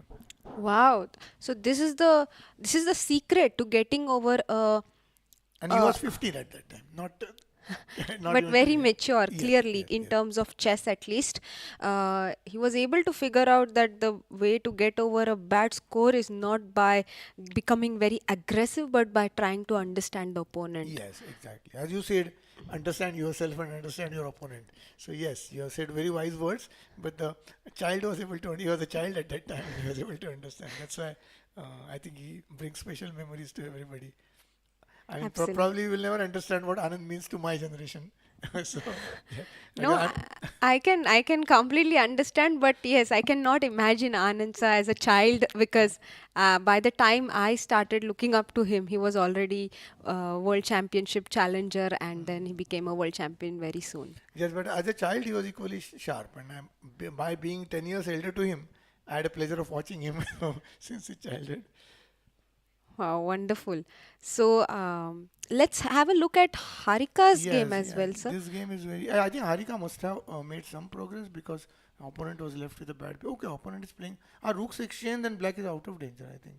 Because black has so many weaknesses that they could be better exploited with rook. I think this final position I'm not very comfortable. But yes, presence of queens. Now here the b5 pawn weakness is significant because white queen is not free to move so easily. But yeah, this is okay. But I think perhaps was it necessary to exchange the rooks? Let's see a few moves before where d into e4 was played and was not very. We had left it here Uh, with the knight on d4, yeah, and we were yeah, happy with yeah, Harika's yeah. position. Because I think white could try to exchanging both rooks was probably not a way, but maybe the advantage is not so big. Yeah, I think she knows that the bishop is bad, so he's offering that bishop. But yeah, now Knight c e2. no knight a4 or such aggressive move didn't work. So h5 was opponent's reaction to knight d4, and you're Yeah, shouldn't suggesting knight? Yeah, knight no, shouldn't knight go e4. somewhere else? I mean, maybe not a4, but why to e2? She I wants to. think she wants to take and come back to d4, but that cannot be the No, most. now you need to attack e4, but you can't be vulnerable yourself on c3. So, and she can't go to g3 as well. So, where should the knight go? I think here there has to be a uh, proper move. Why not knight a4? Yeah, I thought knight a4 is the logical move and take with the queen probably, or take with the rook as well. Rook c1, yeah, but rook c1, rook c1, or rook c1, queen c1 is also possible. Oh, computer shows a good move here. Bishop g4, Okay, okay. queen f1 or e1, I guess. Rook g5. Oh, suddenly that focus is shifted to bishop h3 becomes a okay.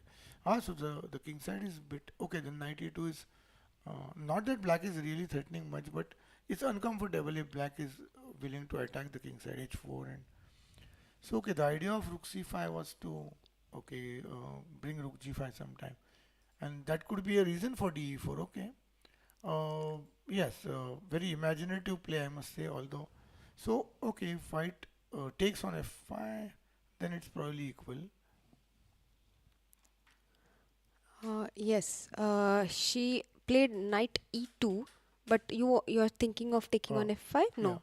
No, Here? f5, but it doesn't make much sense. No, knight Yes. f5. Knight Yeah. e2 seems logical. Like for bishop g4, we'll play h3. Yeah. Now it. Yeah. Or we Knight. can take. Yeah, but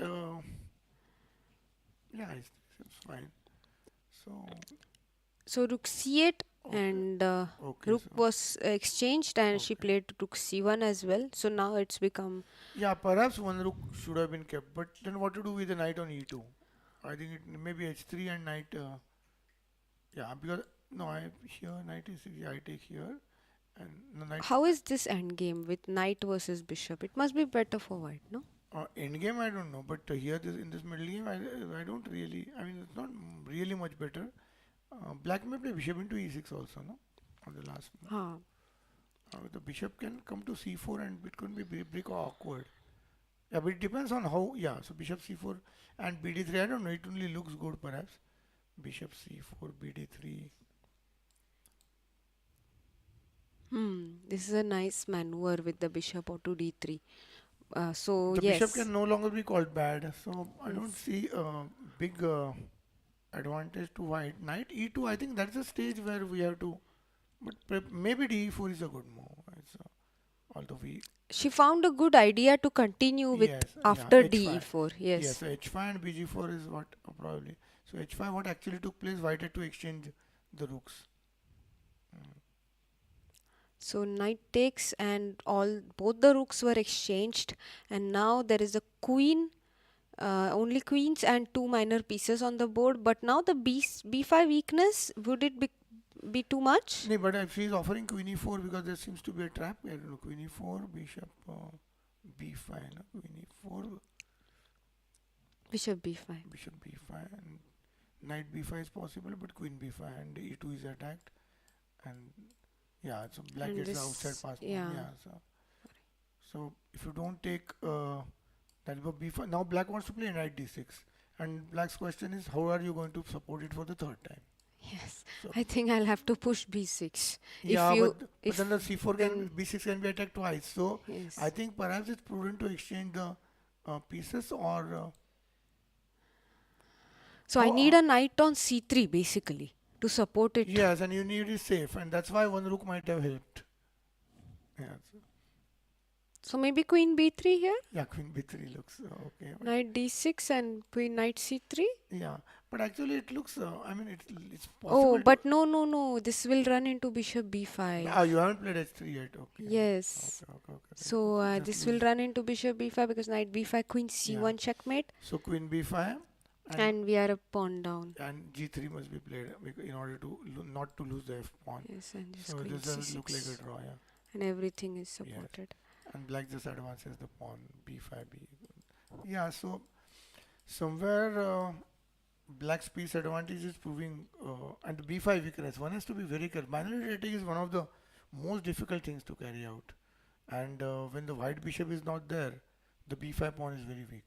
And not my words, Botvinnik's words. So So maybe queen b2 is the best move so that we keep yeah, the queen b2 c1 is yeah. square covered. Yes, and yeah, knight d6, knight. Yeah, this looks like And now draw. this is not possible Yes. because we take everything and we have the c1 square Yes. covered. So there is no Yeah, so queen c. and black would even go to the level of playing b6 so that the target is set.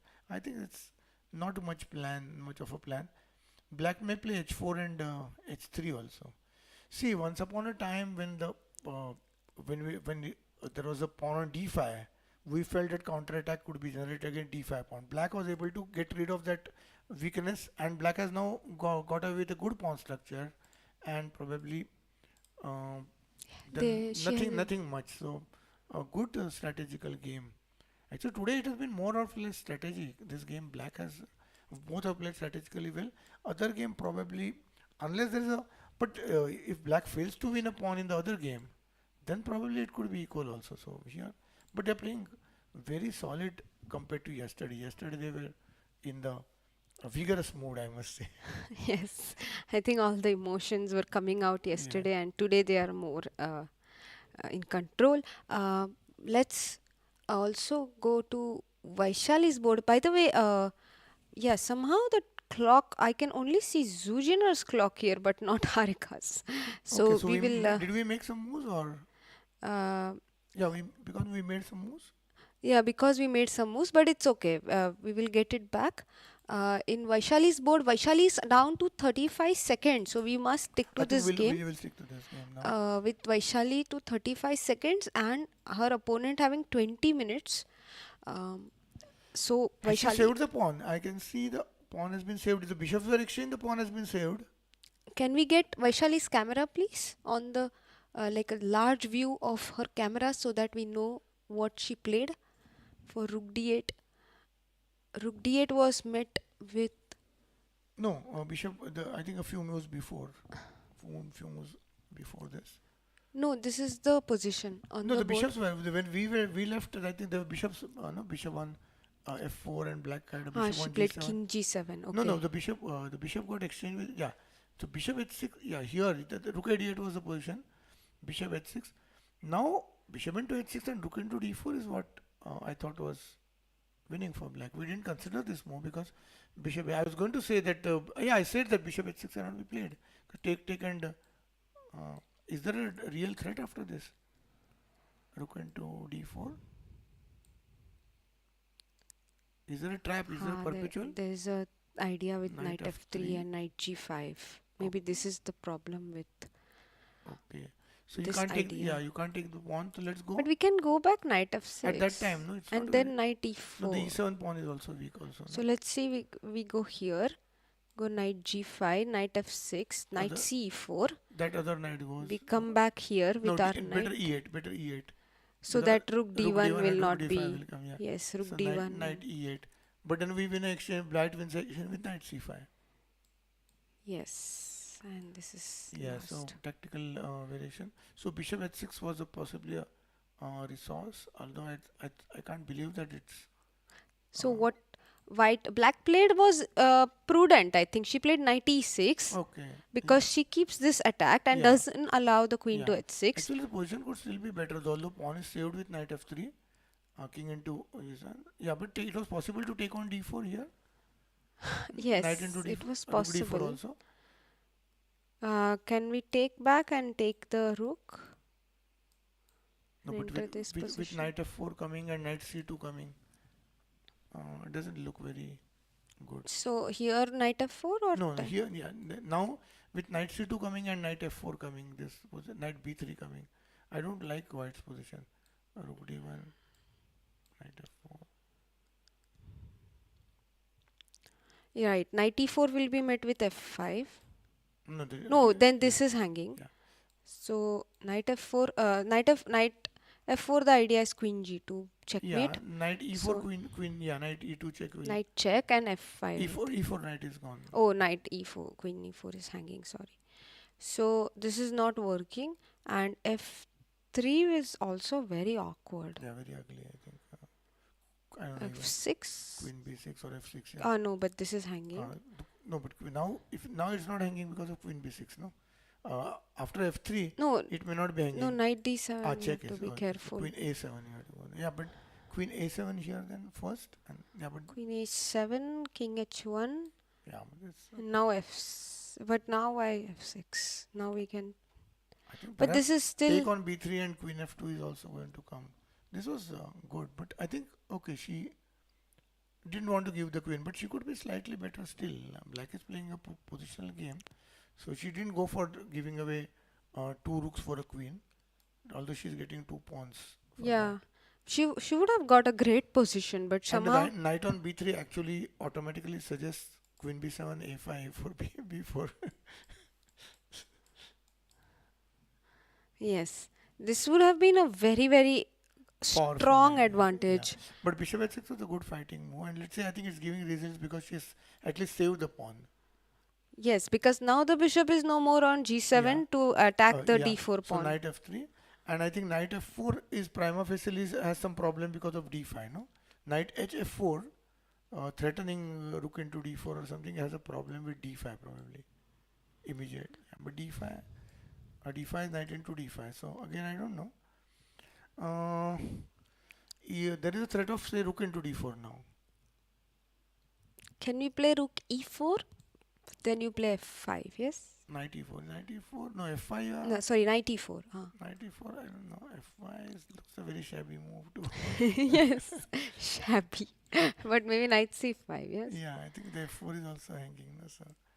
Oh, No, but knight b3. yeah, but now let knight d3 Oh, also. knight Yeah. d3. But let's not play knight c5. I think some knight g5 and such moves are Knight possible. g5 is even better, yes. Now, queen f4. Yeah.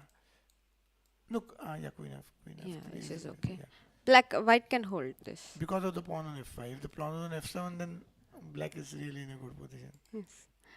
So, basically, white has managed to save this. Pawn at least. The Yes. pawn position. She could have, here black Yeah. missed a huge opportunity, that means, Yes, to but get again, queen versus two rooks is a committal decision. I think it's a very nice move white played, because black has to show the courage to play to rook d4. give two rooks for the queen. No?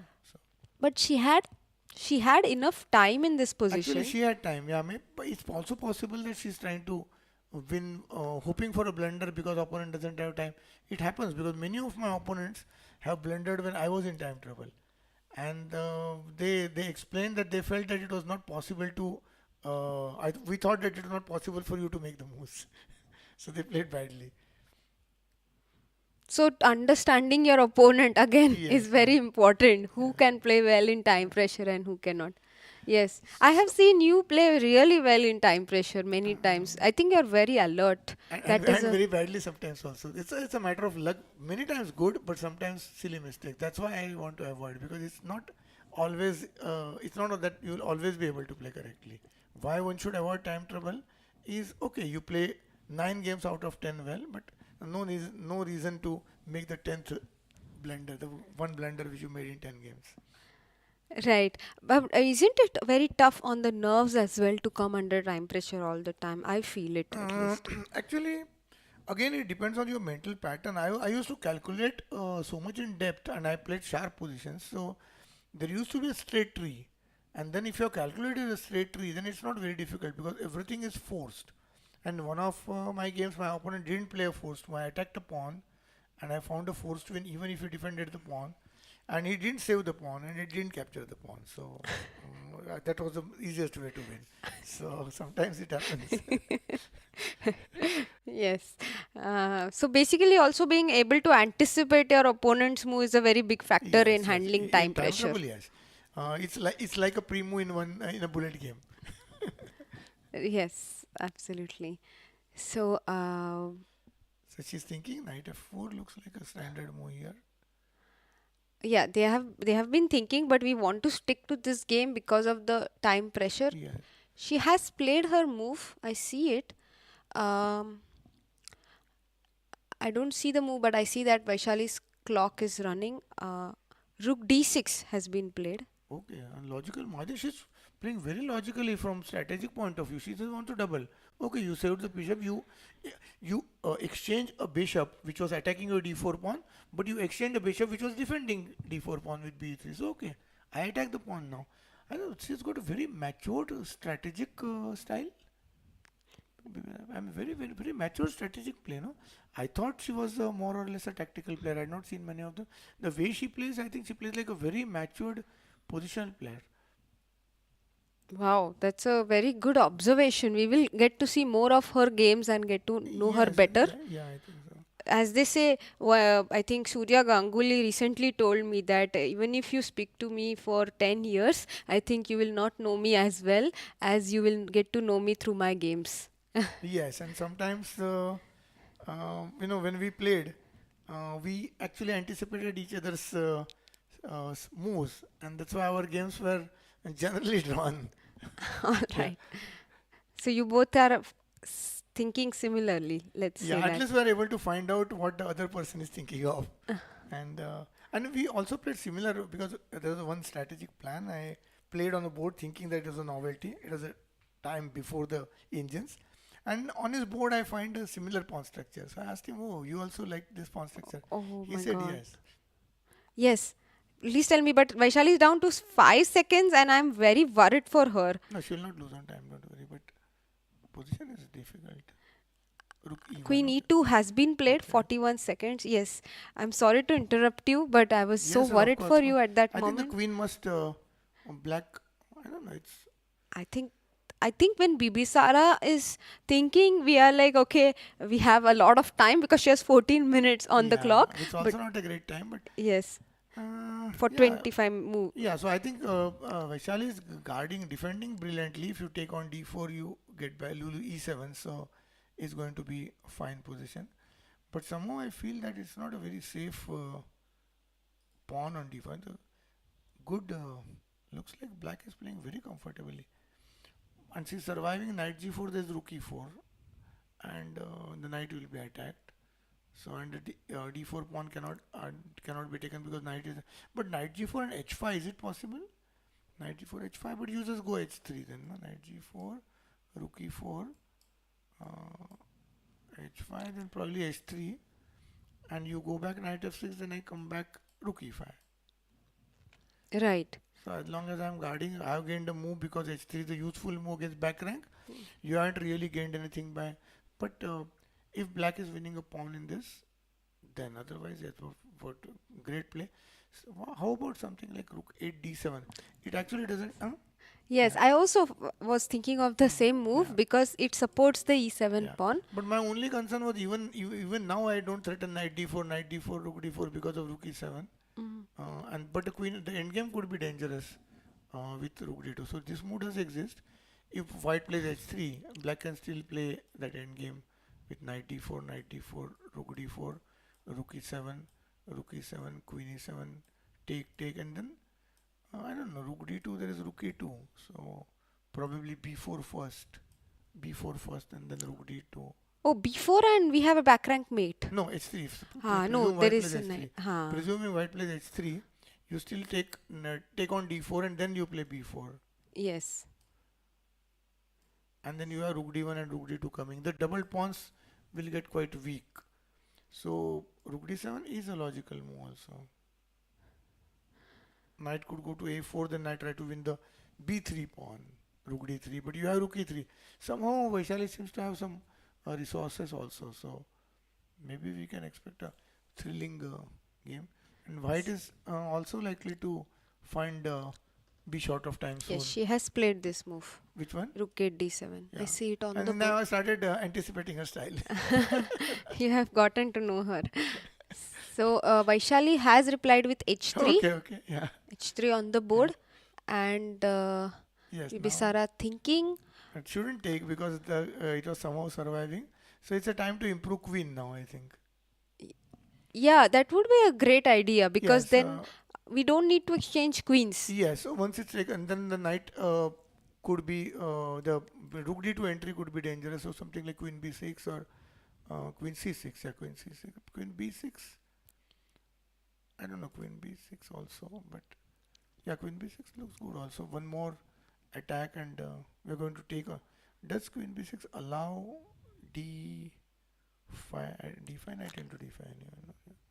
So queen b6 also can be considered. Queen c6 also threatens to take on d4. Both the moves are possible. We just need to see after knight d4 what is the best Yes, position after for knight the d4 queen. and white is going to take on e7. What is the most accurate position?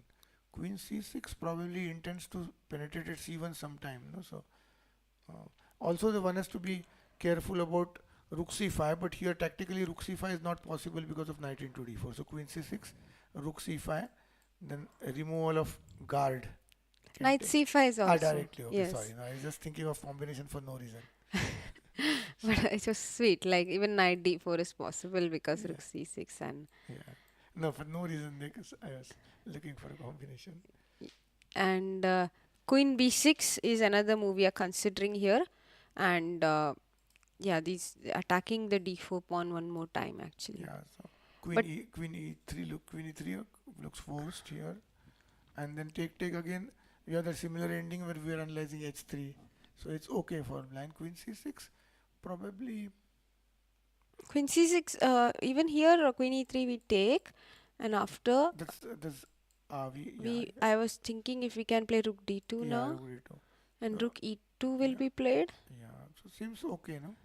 Okay, sorry. Let's go back before the knight a4 with tempo. So queen b6 is not very useful. Maybe queen c6 would help with queen c2 at this position. So when we play queen b6, now we could go but in queen c6, how about white supporting the pawn? No way of doing it because only one. Oh, no, Praveen ji. The position has changed. She has taken on d4. They have reached this end game Okay. with rook takes,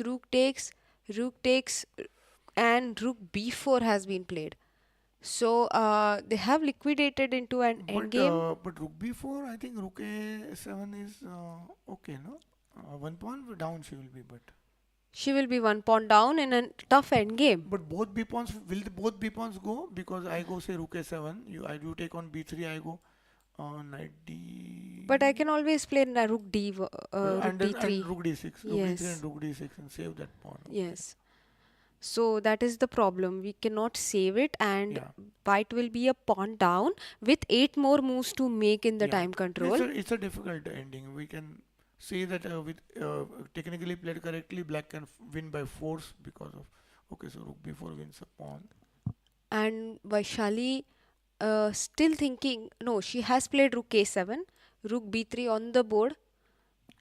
She has to take rook a6, I think. So rook a6, rook b2 will be rook played. b6 also probably. Rook b2, rook b6. Yes, rook b2 has been played. It's very nice to have these player cameras where we can see the players' actions, and The moves, yeah. it's so wonderful. I mean, just look at how calm Vaishali is, even though she's in Yes. time pressure. Like her whole body, like she's so focused, and I think the fact that there are no queens on the board also helps. Yes. At least there's no chance of danger. But here there's no chance of direct blunder. But yes, and white knight is also very awkwardly placed. No, that's another serious problem. Yes, rook Rook b6 is b6 on the necessary. board, b4 forced. Yeah, forced. Because other moves were not working. So we are on the live game at the moment. Let me just have a quick look at Harika's There's game. only one move, no, possible, knight a4, because other moves lose the knight. I think Harika's game is also heading towards a draw, but we will go back to that later because this game. As a time control. But I think Harika's game, this is outside pass pawn for the opponent, so it's easier for black to play, and probably black's losing is out of question, and white's losing can't be ruled out. Oh, that's So- a very good way to put it.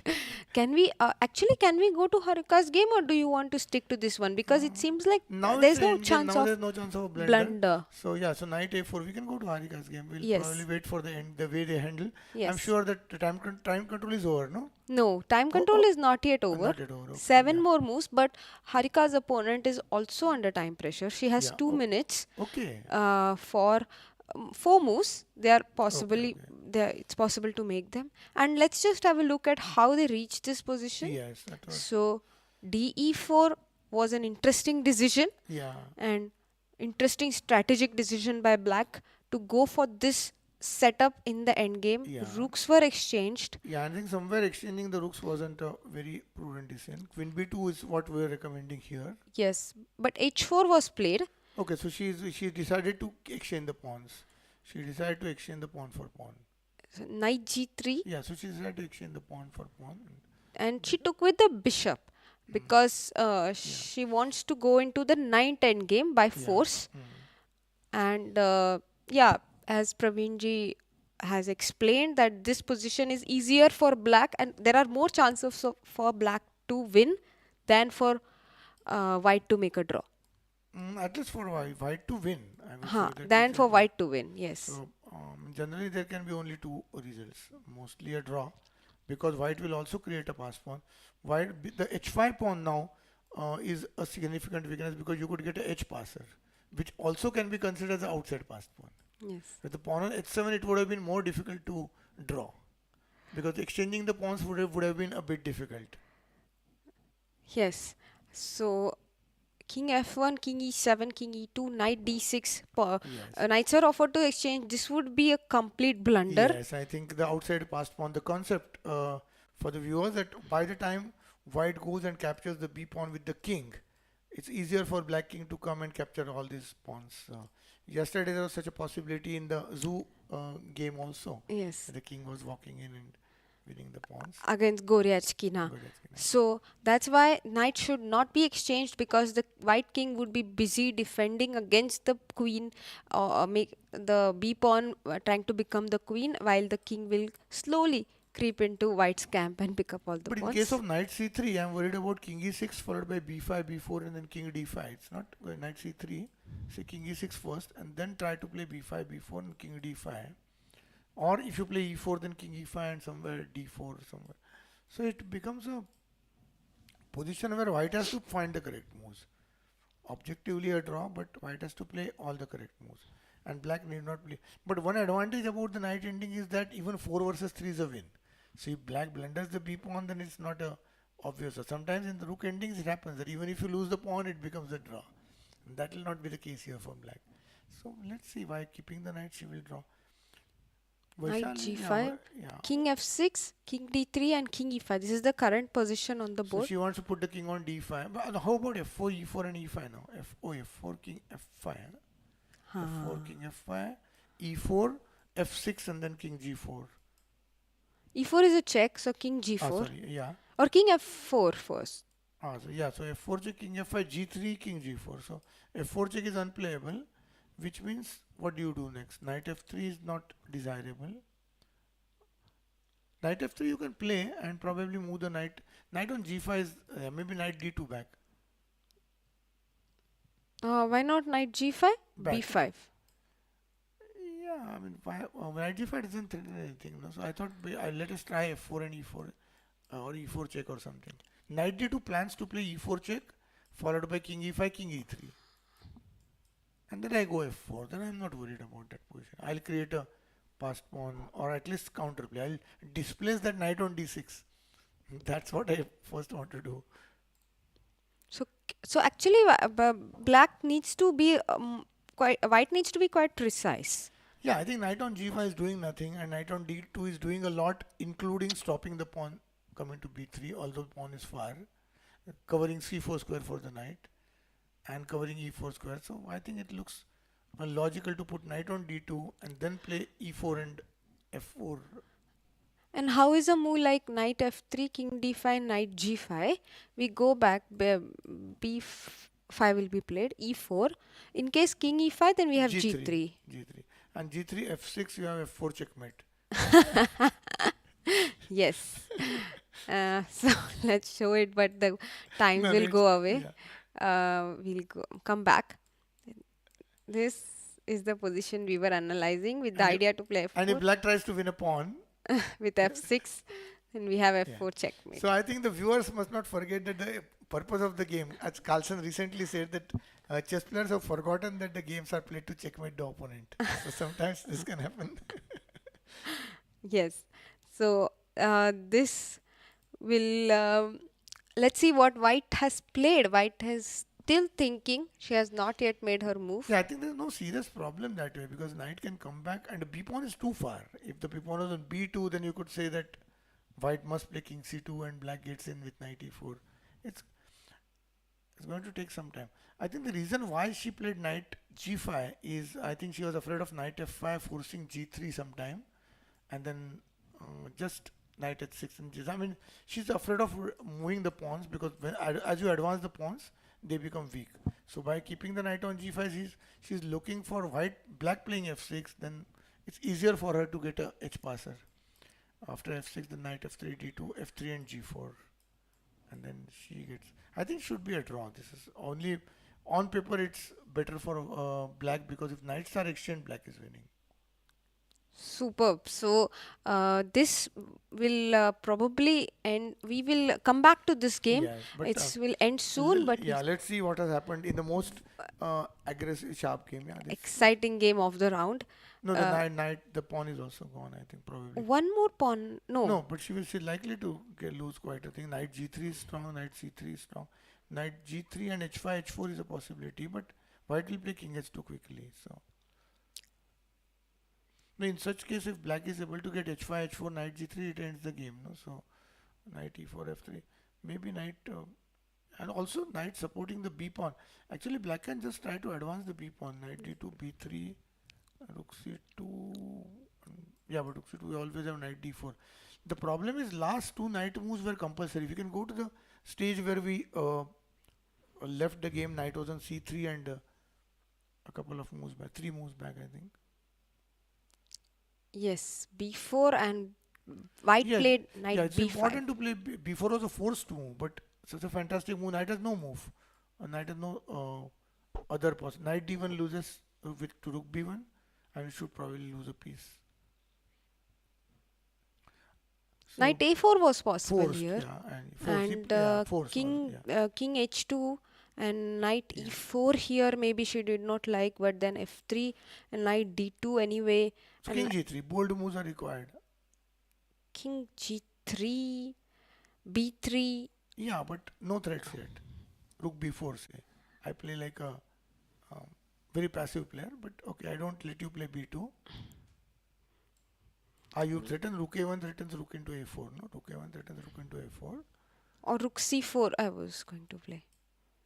Mhm. Rook c1 and rook c4. Yeah, Okay, so I'll rook play knight a1 is b2. I'll also play knight nice. b2 or something. You attack my knight, I'll improve my knight. But the knight, but the knight b5 looks worse, much worse. Somehow the rook and knight in the same file. I think this looks very dangerous. Sorry, so here you were saying knight b2, yes? Yeah, but should be losing, I think, because the g2 pawn is going now, no? Here, rook b2, knight a4, and yeah, and the knight f1 check was also dangerous. No, but it's still the game is not ending. Maybe a move like h5. I don't. Yeah, it's but I think It's something. not easy. Yeah, It's but not knight, easy. but knight b5 makes it easier in my opinion. Knight c5. Wasn't knight d2 better? Because One moment. We will go back to knight b5 position. Why black played knight e4, it's actually good, I think. Knight f3 was forced, and knight yeah, f3 was forced, and then knight actually it wasn't forced. She could have also played knight move the knight. d6. Yeah, knight d6, and you take on f2 And I play rook b7. and take the f pawns. Yeah, I mean, pawns are exchanged, so but still the b pawn could win a piece. So this was possible, but f3 was played. Knight was played back to c5, not d2, so that maybe she wants to keep it active and have this idea of knight d3, knight f4. Yes, also win a lot of pawns. So knight d and prevents rook b7, so your knight d6 doesn't make sense. So yeah, there's a big advantage. Knight c5. She is a very sort of calm and composed player, I must say. Just plays very simple moves. See, knight c5 can be defended with rook c2 and pawn on b3, which in turn supports the rook. So everything well guarded. She is good at keeping pieces well guarded. Yeah, quite impressive play by Bibisara so far. Knight d6 has been played. B3, knight c4 on the board. Rook c2 can be expected. Knight Yeah. a3 or rook c2, knight a3 Yeah, but knight a3 again. or knight e3. Knight e3. I get tempo in either case. So after that, I don't know if b3 push was very correct. Knight e6. Knight d3 might have been a bit. But then rook b7 was coming. Okay, so here. Yeah, but it's winning for sure. Rook c2, knight e3, rook e2. Knight c4 back.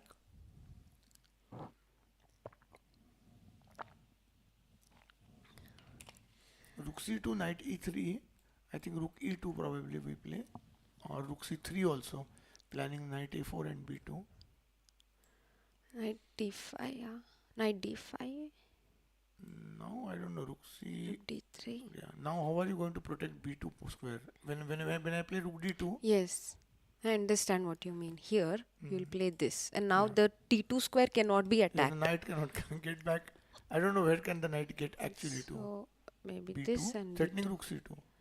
Yes, and rook c2. Knight e2, knight d3 check or whatever it is. Knight e2, knight d3. Or rook c1. Yeah, that's fine. Yeah. So this is all good, and Yeah, risky for sure. so rook c2, and she has played knight e3. Knight e3 on the board, and Bibisara is thinking.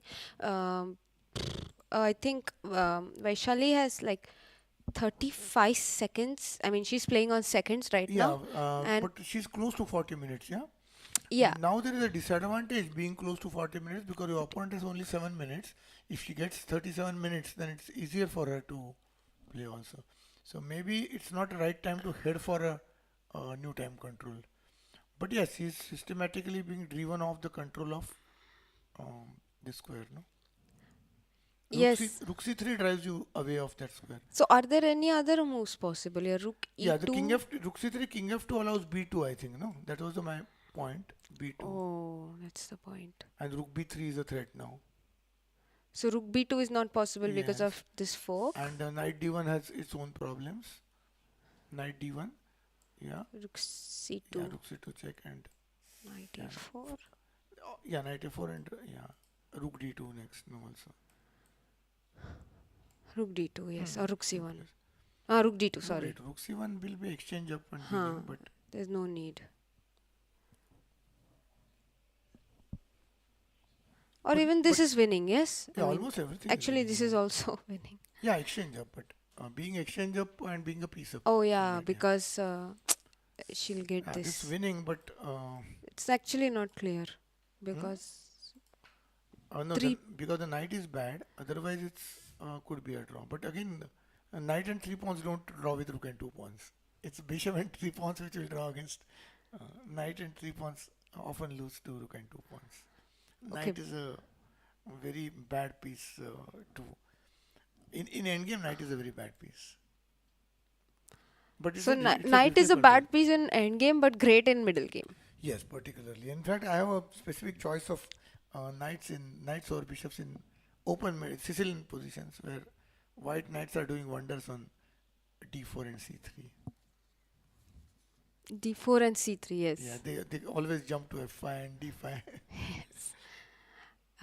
So, rook c3 on the board. Vaishali is thinking down to 6 seconds. King f2 played on the board. But is b2 the only move to win? I can't say only move to win, but b2 is the most common. Actually, even knight a4 and b2 is possible. No need to play the flashy. Almost any move is winning, no? Knight a4 is also winning. And Wow. knight d3 check and b2 will also win, but direct b2 is, I think, probably most accurate on. I don't know. Everything is accurate here. Yes, here many moves are possible. Knight d3 is also possible. We are waiting. What will Asubaya choose? I will quickly have a look on the side at Harika's game. Harika's game, lots of changes. Activity, okay. Lots of changes, but they have passed this time control. They have already crossed move 40, so we can get back to that once this game But is even over. black seems to be very active, but we'll wait. That game is not going to end so soon, and it's probably going to end in a draw. Oh, we are not sure. We cannot be 100% sure. Yes, because black is trying to create a H passer as well as a B passer. So if black has 2 passed pawns, then it's not easy. But for pawn into pawn, f4 check eliminates everything. No, f4 check, king f5. It looks like a draw. King f5, but g3 I will take. Sorry. So f4, yeah. So f4 check, king f5. It's the audience cannot see the yes, board, we'll so see, there is we'll no see. point in. Yes, Yes, yes. we can see it later. King f2 was met by. She's still thinking. Bibisara is still thinking. And she's down to So- 5 minutes, which is not very less. I mean, but the way she has played so far, I think that she's quite comfortable in end games or in technical positions. Yes, I think Bibisara has shown incredible control in this game so far. She has really found very good moves. Yeah, there's another way of winning a piece. Na, is knight a4, rook b4, b2. And if you play knight d1, then I play, say, rook c1. And you must play knight b2 and rook c2 check. No, sorry. Rook c2 check and knight into b2 again. Rook c2 and knight Check d2. it because the king is on f2. Because the So king you is just on. have rook knight and 3 pawns versus rook and 3 pawns. So there's in that position is We have a lot of options here as black and white. Vaishali looks super calm, but she no, obviously she realizes- might have seen, yes, yes. obviously she knows that she has been losing for last 10 moves. She's a great player. Knight But I d1 think- on the board. No, knight d1, then black must have played a move. Rook C. Knight is on C5. King F2 was the last move, no? So B2 was played. okay, B2. Knight D1 and Rook C2 on the board. Okay. And King E1, probably King E1 is even worse, I think. Because Knight D3 check is coming. So this is time control they have reached after Rook C2. King E3 was played. And we can expect Knight A4 now. Yes. Knight A4. With the idea of, Knight A4. Even Rook G2, yes. Knight A4. Well, actually, Rook moves to B4, but Rook C1. Now she has prevented the Rook C1 move. No, Rook C1 now she can play Knight into B2. Yes. Yeah. But Rook G2 is now 2 pawns up.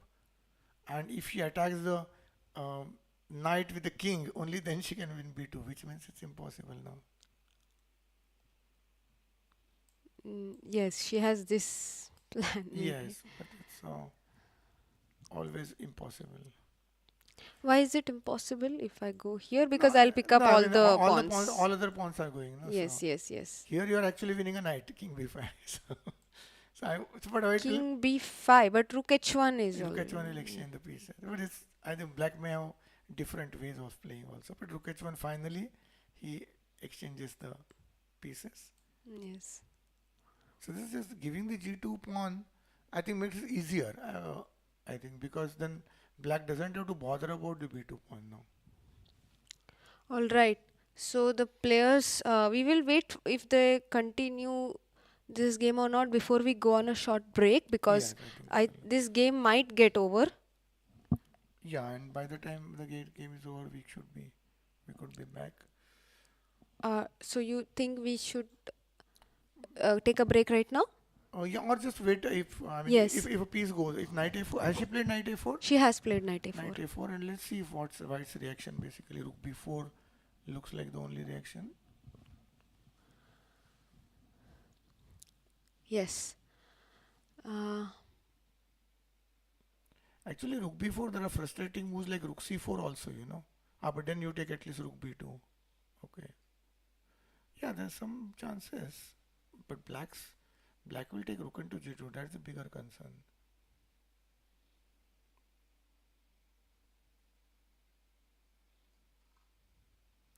Yes, I saw that earlier there was a complaint about the clock not being shown. Yes, there was a glitch, but it's because sometimes when we make the moves ourselves, the clock goes away. Oh, yeah. That's the reason. So we are trying not to make the moves, but it's also, interesting to show the moves. But exchange down is also bad. I was just looking at a variation Rook B4, Rook C4.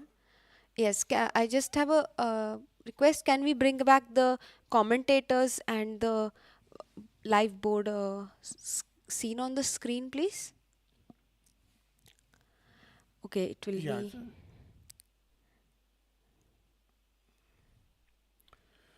So, yes, we need the game, but now the time control is over and no, it's not yet over, yeah? It is over. It is 41st move, Knight A4. So the clocks are not right, okay. Yes. So 41st move, and we would like to have the board as well on the. Yes, thank you. So and so yes, the game has gone very smoothly for black, no? So that's at this age I didn't expect such accurate is it unusual for younger players to play so strategically? Yes, I think I find it unusual because I've played many strong youngsters also who often show not so good play or not so good understanding of improving a position in a strategic way. They improve in a tactical way very fast and they find brilliant combinations, but not always they are able to systematically outplay their opponents in this. And from the opening, I mean, at no stage you Vaishali had advantage. That's with white, whatever minimal advantage you get. Yes, I think in the opening itself, like if we go back a little bit, I mean a lot actually, if we Yeah. go back here, CD4 itself might not be the most accurate Yeah, way to play for yeah. her Actually, I advantage. can't. I mean, I don't understand the idea of the knight a3, knight b5.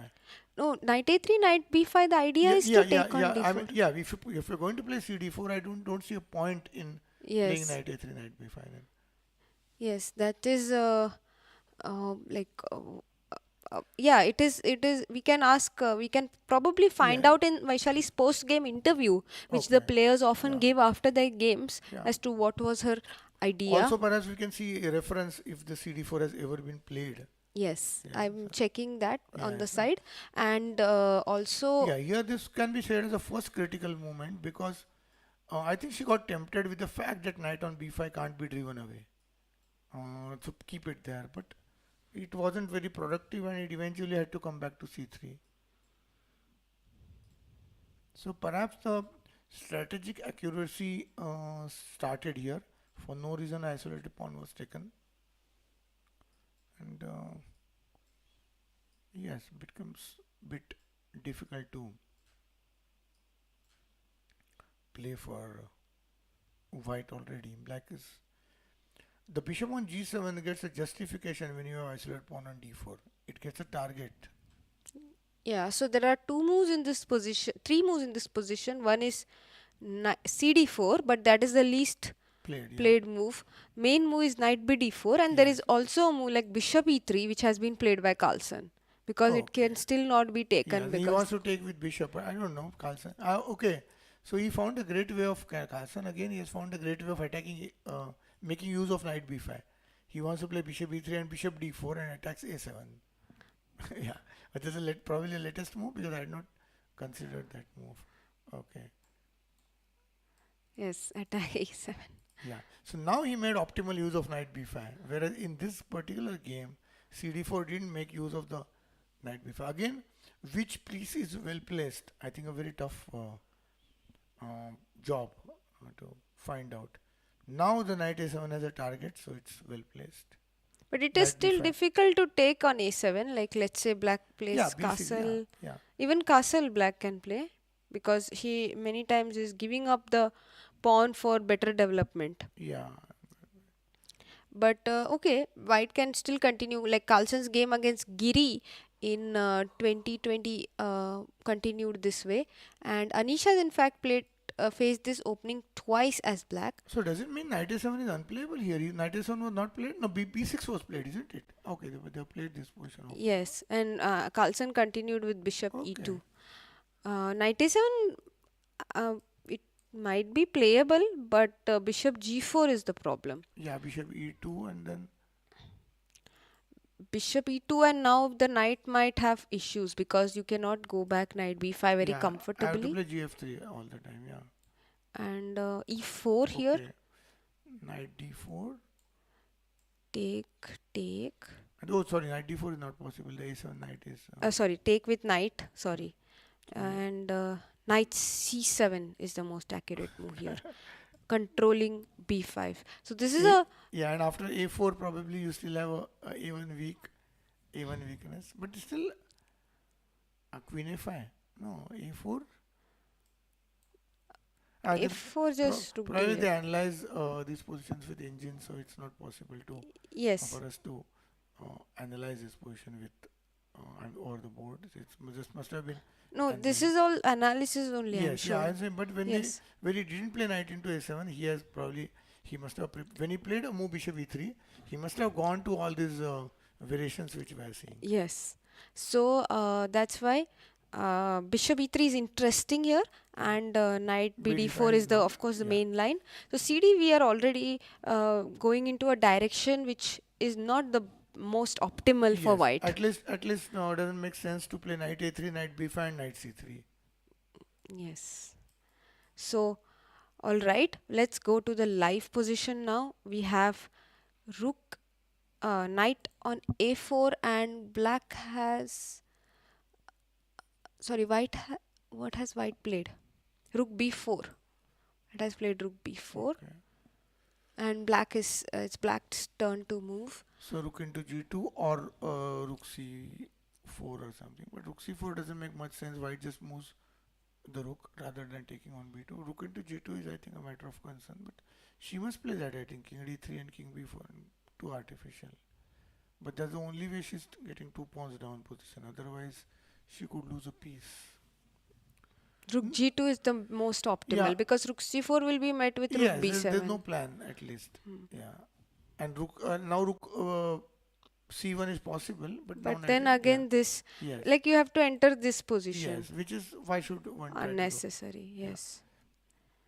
So we don't want to get into all Yeah, this. but after rook into g2, the problem is actually king d3, king c4 doesn't work because rook d2 comes at that stage.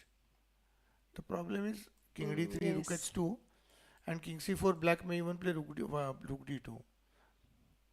Okay, yes. So yeah, but you have knight e3, and now Maybe knight b2. Because rook b2 will Yeah. be met with this, but we again go back. So yeah, but it's fine. knight b2, you as a King pawn c3. ending, you want to play the pawn ending or rook ending, 3 pawns down, rook f2, Oh yeah, that's true. Pawn 3 ending. pawn, 3 or rook f2, no, 3 pawns down. Oh yeah. So that's all lost, and yeah, rook b4 we are waiting for. Actually, it's not. She has taken on g2. Okay, that means that the result is now inevitable because even if she blunders the b2 pawn, she will never draw this game. Right. She looks super confident. No, Asubayeva, look at her Yeah. body We language. know, of course, it's quite a but even earlier, I think I saw her in the entering the hall, and I mean she's quite comfortable generally. I saw Yeah. that about Zhu also. I mean they're very composed compared to their age. No, they're very confident. Their walk is very confident, and They treat themselves as strong players. So yes, that they don't treat themselves as lesser than yes. anyone playing here. Rather they know that they are strong players. Yeah, exactly. Yeah, they yeah. are completely aware Yes, of it. yeah. So they No, don't I have remember any. that when 30 or 40 years back when we made a draw against a strong player, a well-known player, we sometimes didn't believe ourselves. Like when I beat Tony Miles or John Nunn, no, I couldn't believe myself. So that's not the case with today's players. I think they know themselves, their strengths very well. Yes. And that's a wonderful quality to have for a Yes, sports yes. person. Yeah. I think confidence makes a huge difference in sport.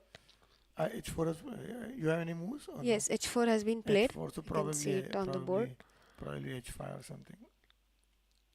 So, yes, we are sticking to this game because we want to make sure that we are there at the final moment. Yeah.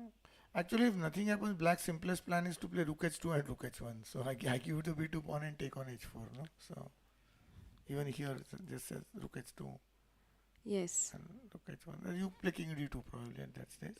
Yeah, White can play passively and wait for. But king d2 again, rook d1, king d1 and b1. Pawn ending. But meanwhile, Black can play king f6 and such moves. Yes. Or even need not. In fact, even with king on g7, what is it? Yes. No, this position probably. And king h6 is also Yeah. possible. One of the most sort of inspiring positions, I would say. Least inspiring, non-inspiring, disappointing type of For positions white, you mean? for White. Yeah. Yes, it is very tough, and Because Vaishali. whatever you do, you can't see a draw. I mean, whatever mistakes your opponent make, you still don't make a draw. That's quite a frustrating experience, because you try to find the best move, you give opportunity to your opponent to make a mistake, and even after the mistake, you are not in a position to benefit from that. No, that's probably Yeah, this it has been a tough game for Vaishali, and we Yes, hope that she will be able to bounce back. There are so many rounds left, actually. yeah, of course, one game Yes. doesn't really matter, but Yes. yes, it's the quality of game was quite good, and if she understands that, then Yes. she will not feel so bad as she might otherwise feel. It's important that your opponent played really very well. Yes. Then perhaps it's time to be okay. My opponent played a good day today, so nothing great. Sometimes if you compare that, because I lost to some players who were not expected to beat me, Mm-hmm. and at that first time I felt that I must have played very badly, and then when I realized that opponent actually played well, and then half of my gloom and grief had disappeared because the opponent played well on a particular day. What could I do?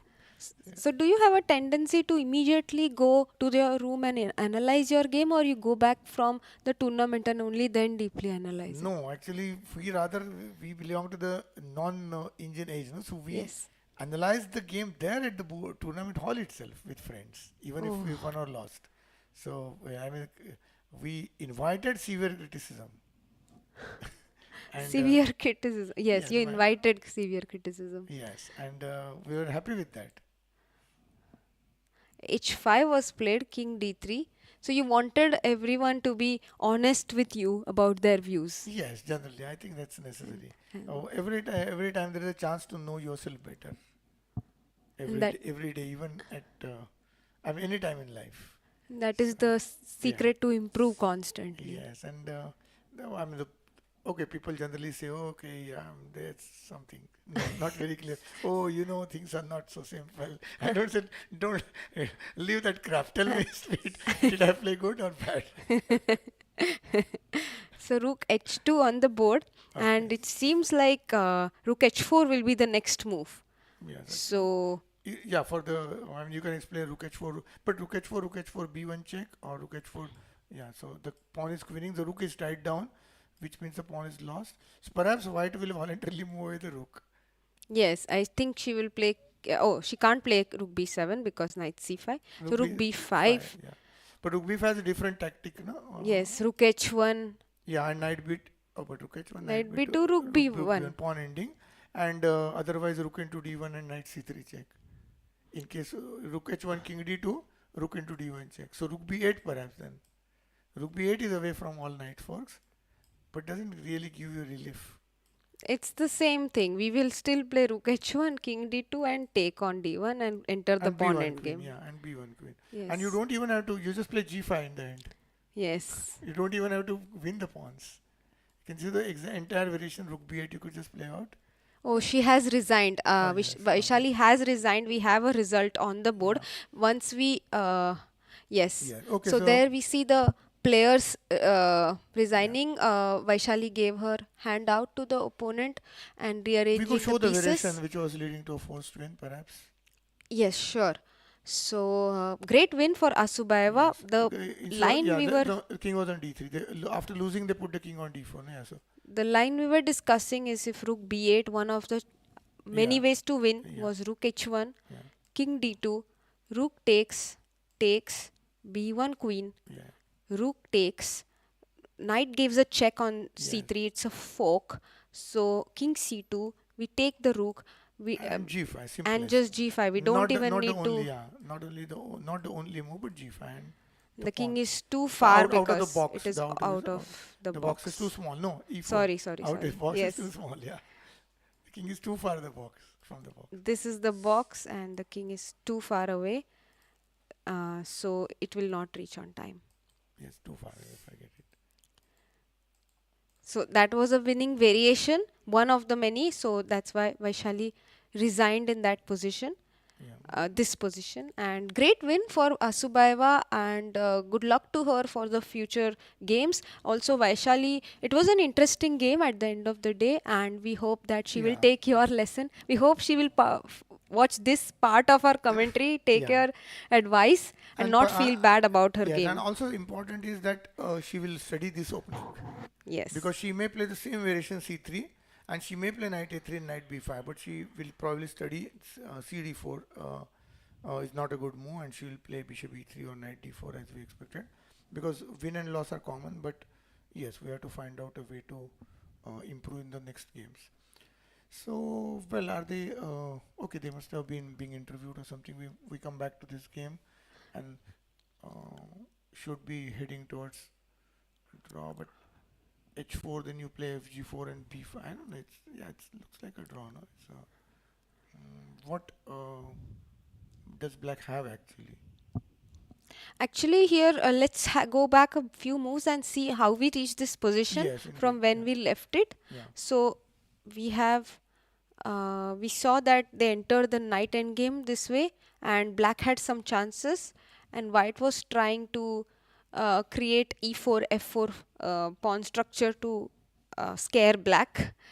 And after f6 over here, white played g3, not knight f3 as we were discussing. Yeah, knight f3 was simpler, I think. But okay, what she played White seems played that. g3, which seems more solid, keeping h4 Yeah, protected. I'm more comfortable with a good knight, a well-placed knight rather than yeah, but it's a matter of choice. That's a good piece of advice, but that to activate our pieces in the end game. Yeah, because knight on h3, it looks very um, awkward to play. Yes, knight It, is too. it may be good enough to draw, but I was worried about say king f5 here, for example. I think king f5, she just wants to play knight f4 and ensures that you can neither play king g4 nor g5. Yes, she wants to keep g6 and h5 And attacked. knows that black knight can't control f4 easily. Knight on d6 will take 3 moves to control f4 square. Yes. So she's going to have knight on f4, which means that black has to move the pawn. Yeah. So black played knight e4, Yes. attacking f2 first, not allowing. Yeah, I mean guarded is basically guarded, not allowing the knight to move. And now she saw that after knight f4, king f5, there is no improvement. It's a sort of status quo over there. So then she decided to take this measure. So a good plan by Harika also. So now it's going to exchange a few pawns, f3, and yeah, f3 was a good decision, better than f4 check. Yeah, f4 check was fine. F4 check is yeah. So yeah, let's come to the screen. I think Just we need to 1 minute. yeah. Yes. Sorry. Okay. So let's see what happens here and.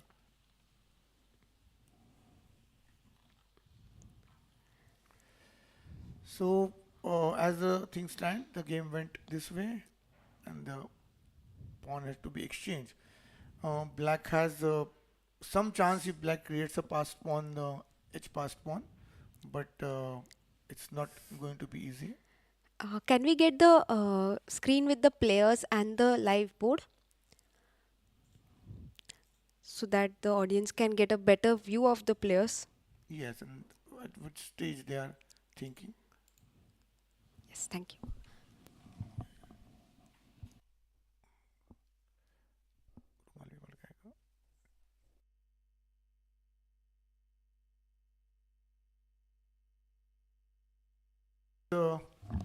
Going to take the pawn on g3. Harika has given the pawn, but she knows that she's going to get back one of the pawns. So knight must capture the pawn or pawn into pawn check. So after pawn into f3, king into f3, there's no real chance. So black took knight into yeah, this is the position. Okay, so king on f. Yeah, and let's go back to the position. Was this the position?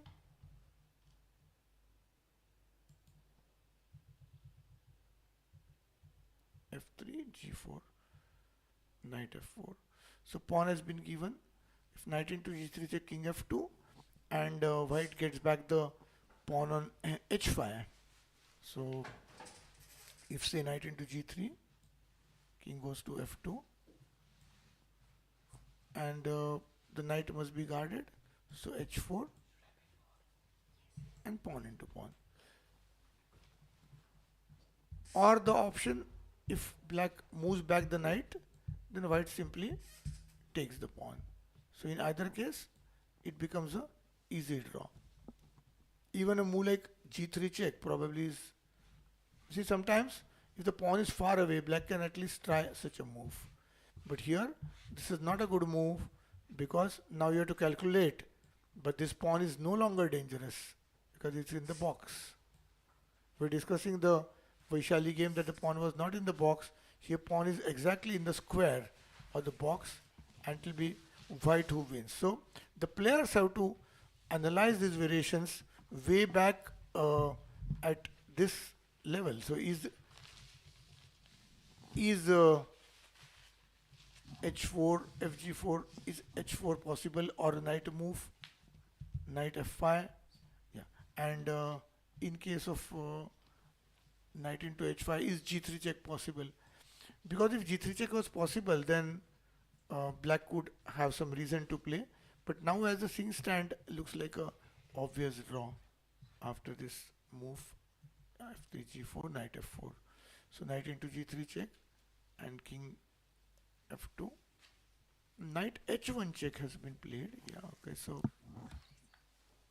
yeah, knight h1 check. And is she thinking of a piece sacrifice? Because knight has gone to h1 from where oh, so she wants, what does she want? Why knight h1? And she wants to, She wants to play no, this. yeah, king No, g1, then sorry, pawn into king pawn is, g1, yeah, but king king g2, g2, yeah, then pawn into she'll pawn check, take king into pawn h4. king e4.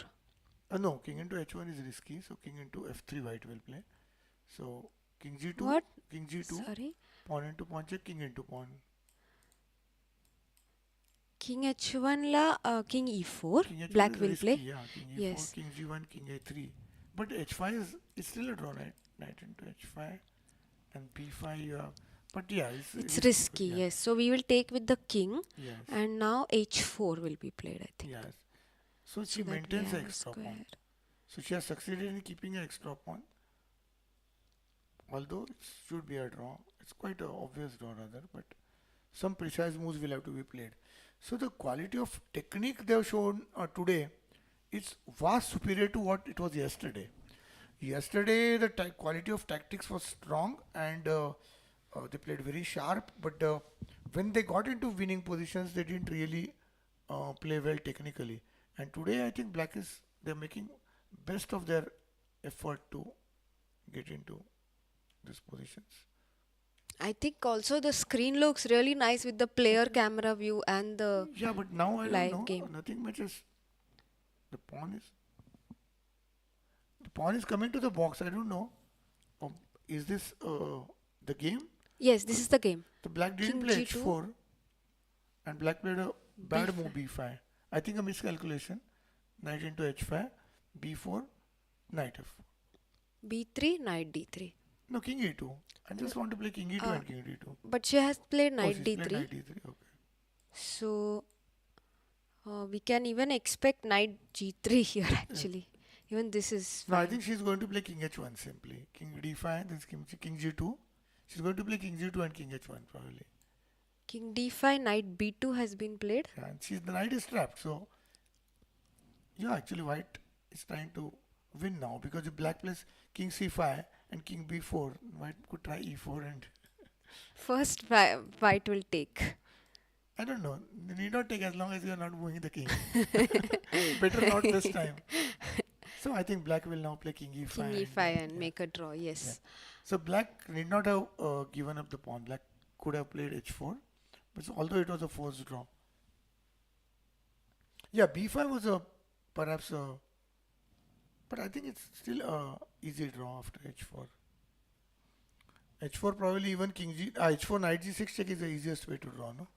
So h4 knight g6 check would have been a draw anyway.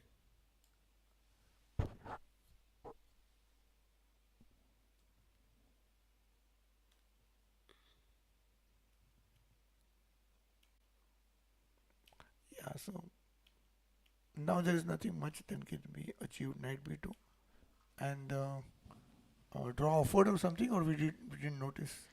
No, I think they're still playing, but it will be definitely the game is going to end very soon because only one pawn left, and it's quite easy for both the players to stop the And no respective chance to make a pawns. blunder. There is just there are no blunders waiting to happen on this Yes, board yes. at least. Yeah, I think even king c5 is possible, though uncalled for, but it's still possible.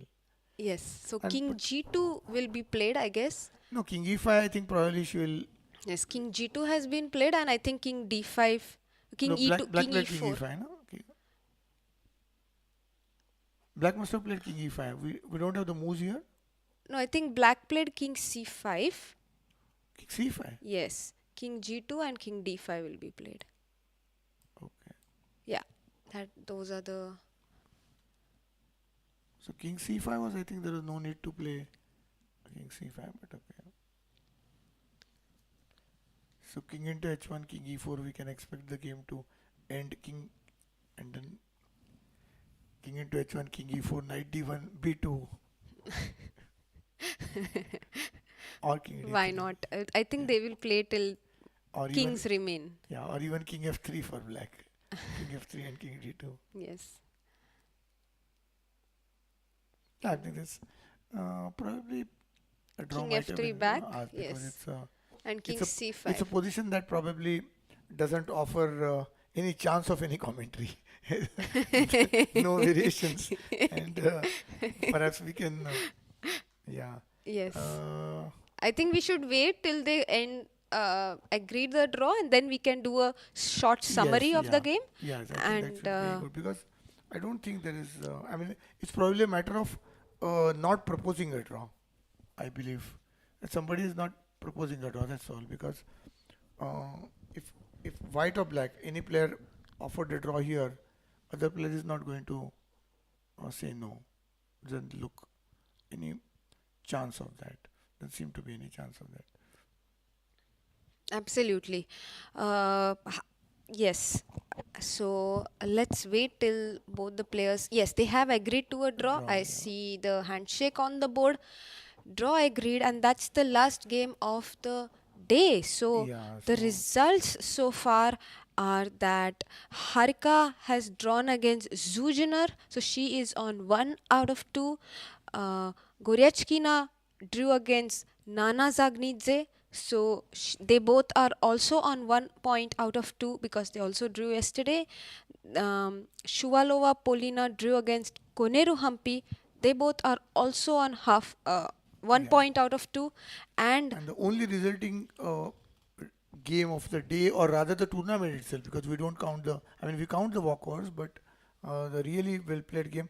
But Bibisara's game was, I think, a very good quality game and probably a wonderful game.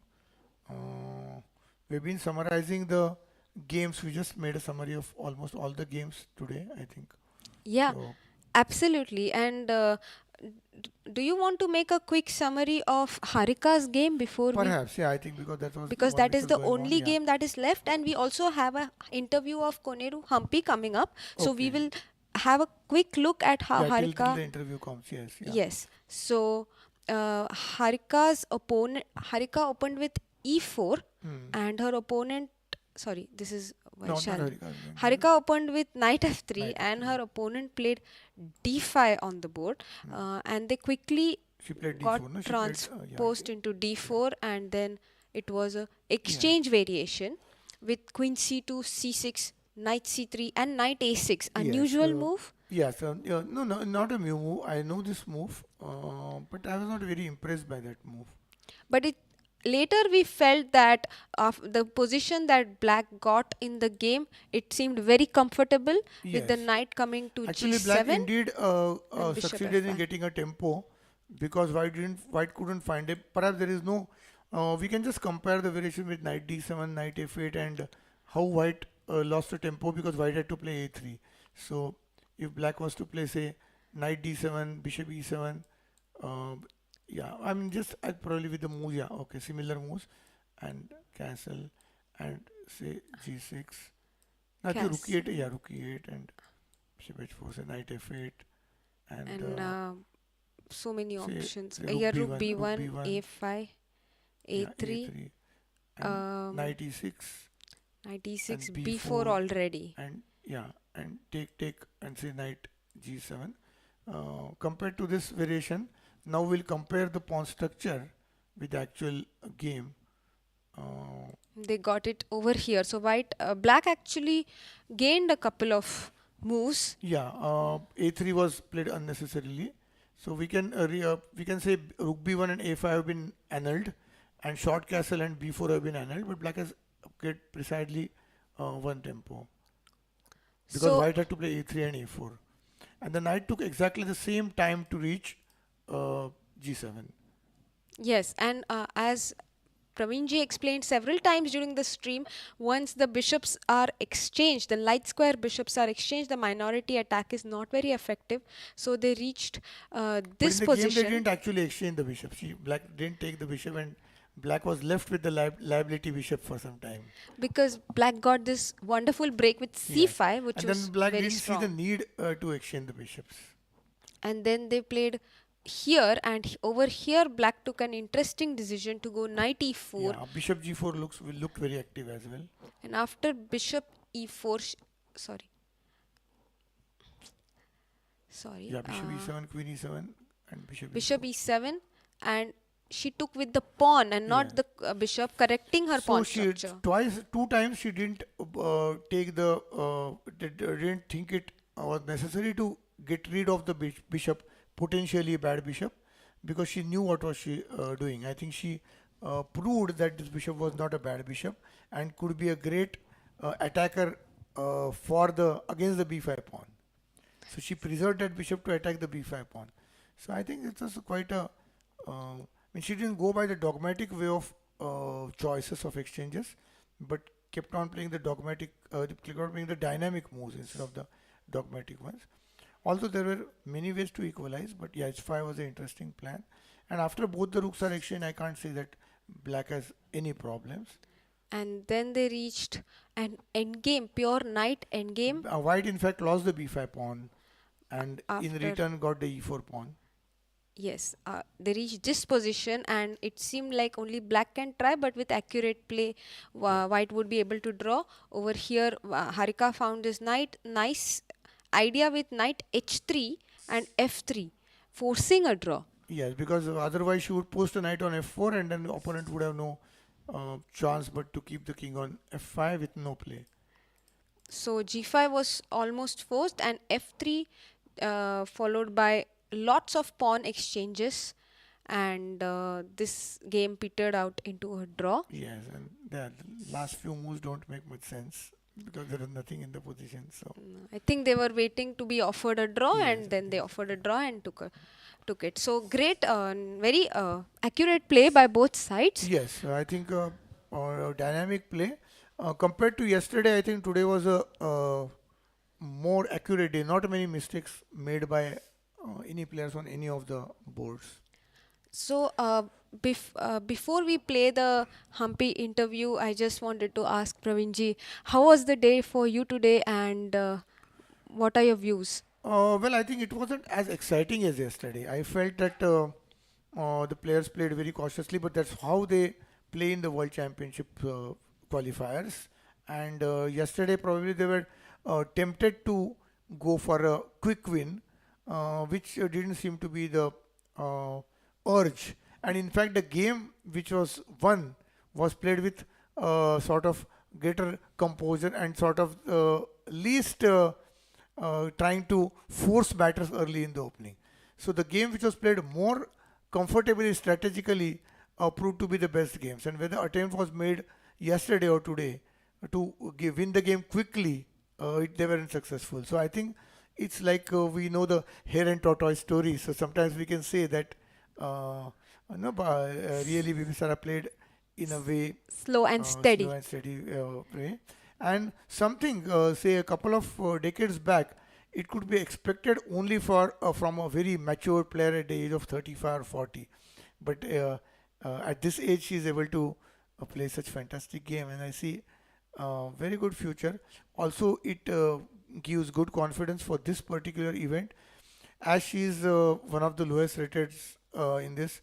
If she has to qualify to the World Championship, the Grand Prix is more important for her because of some top players, even if they don't qualify from Grand Prix, they still have a chance of qualifying by way of the ratings. Yes. So for her, it's more important to do well here, and I think she's justifying that. And Vaishali has the power to get back. With great comeback she has done, and let's see. Others are still gearing up. I think, making draws and safe play. Tomorrow onwards, the will feel the heat as the things go down. Wow, wonderful roundup, sir. So, thank you so much for your valuable comments today, and it was super learning experience for me as well. Some of the gems that you shared with us today, and thank you everyone for watching.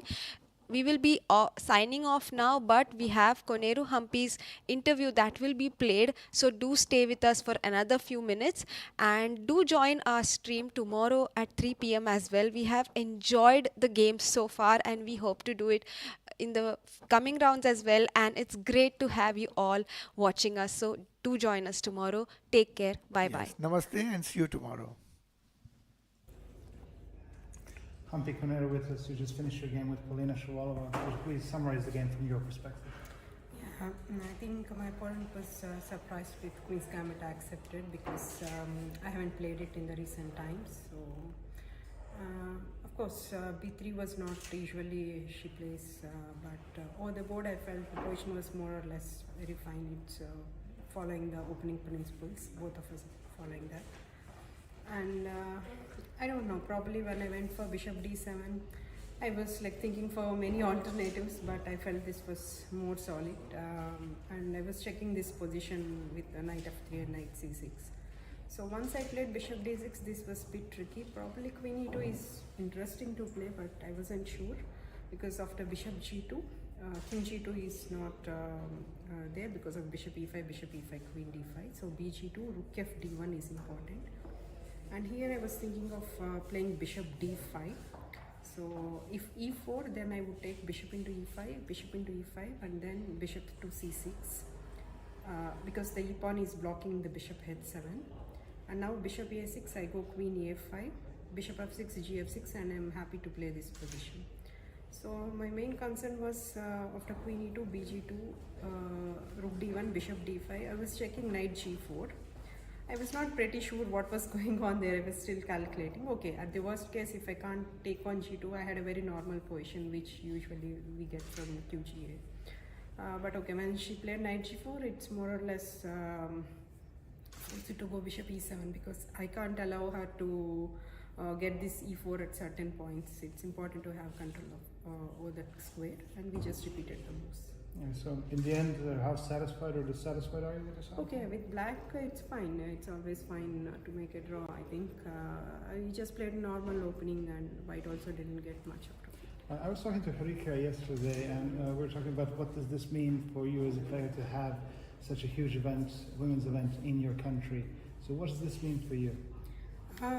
Actually, personally for me it doesn't make any difference because I have been playing Grand Prix series since it started from the year 2009.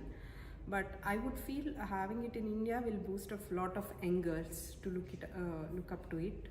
And definitely here we had a chance to place Vaishali and I do hope that young girls will get motivated by seeing all these girls. And do you feel more pressure or more advantage that you're playing on your home turf? Both, of course. We had an advantage of having a home food and also the climatic conditions, and at the same time there will be more attention towards us. So I think it's normal for any player. Perfect. Well, thank you very much and good luck with the rest.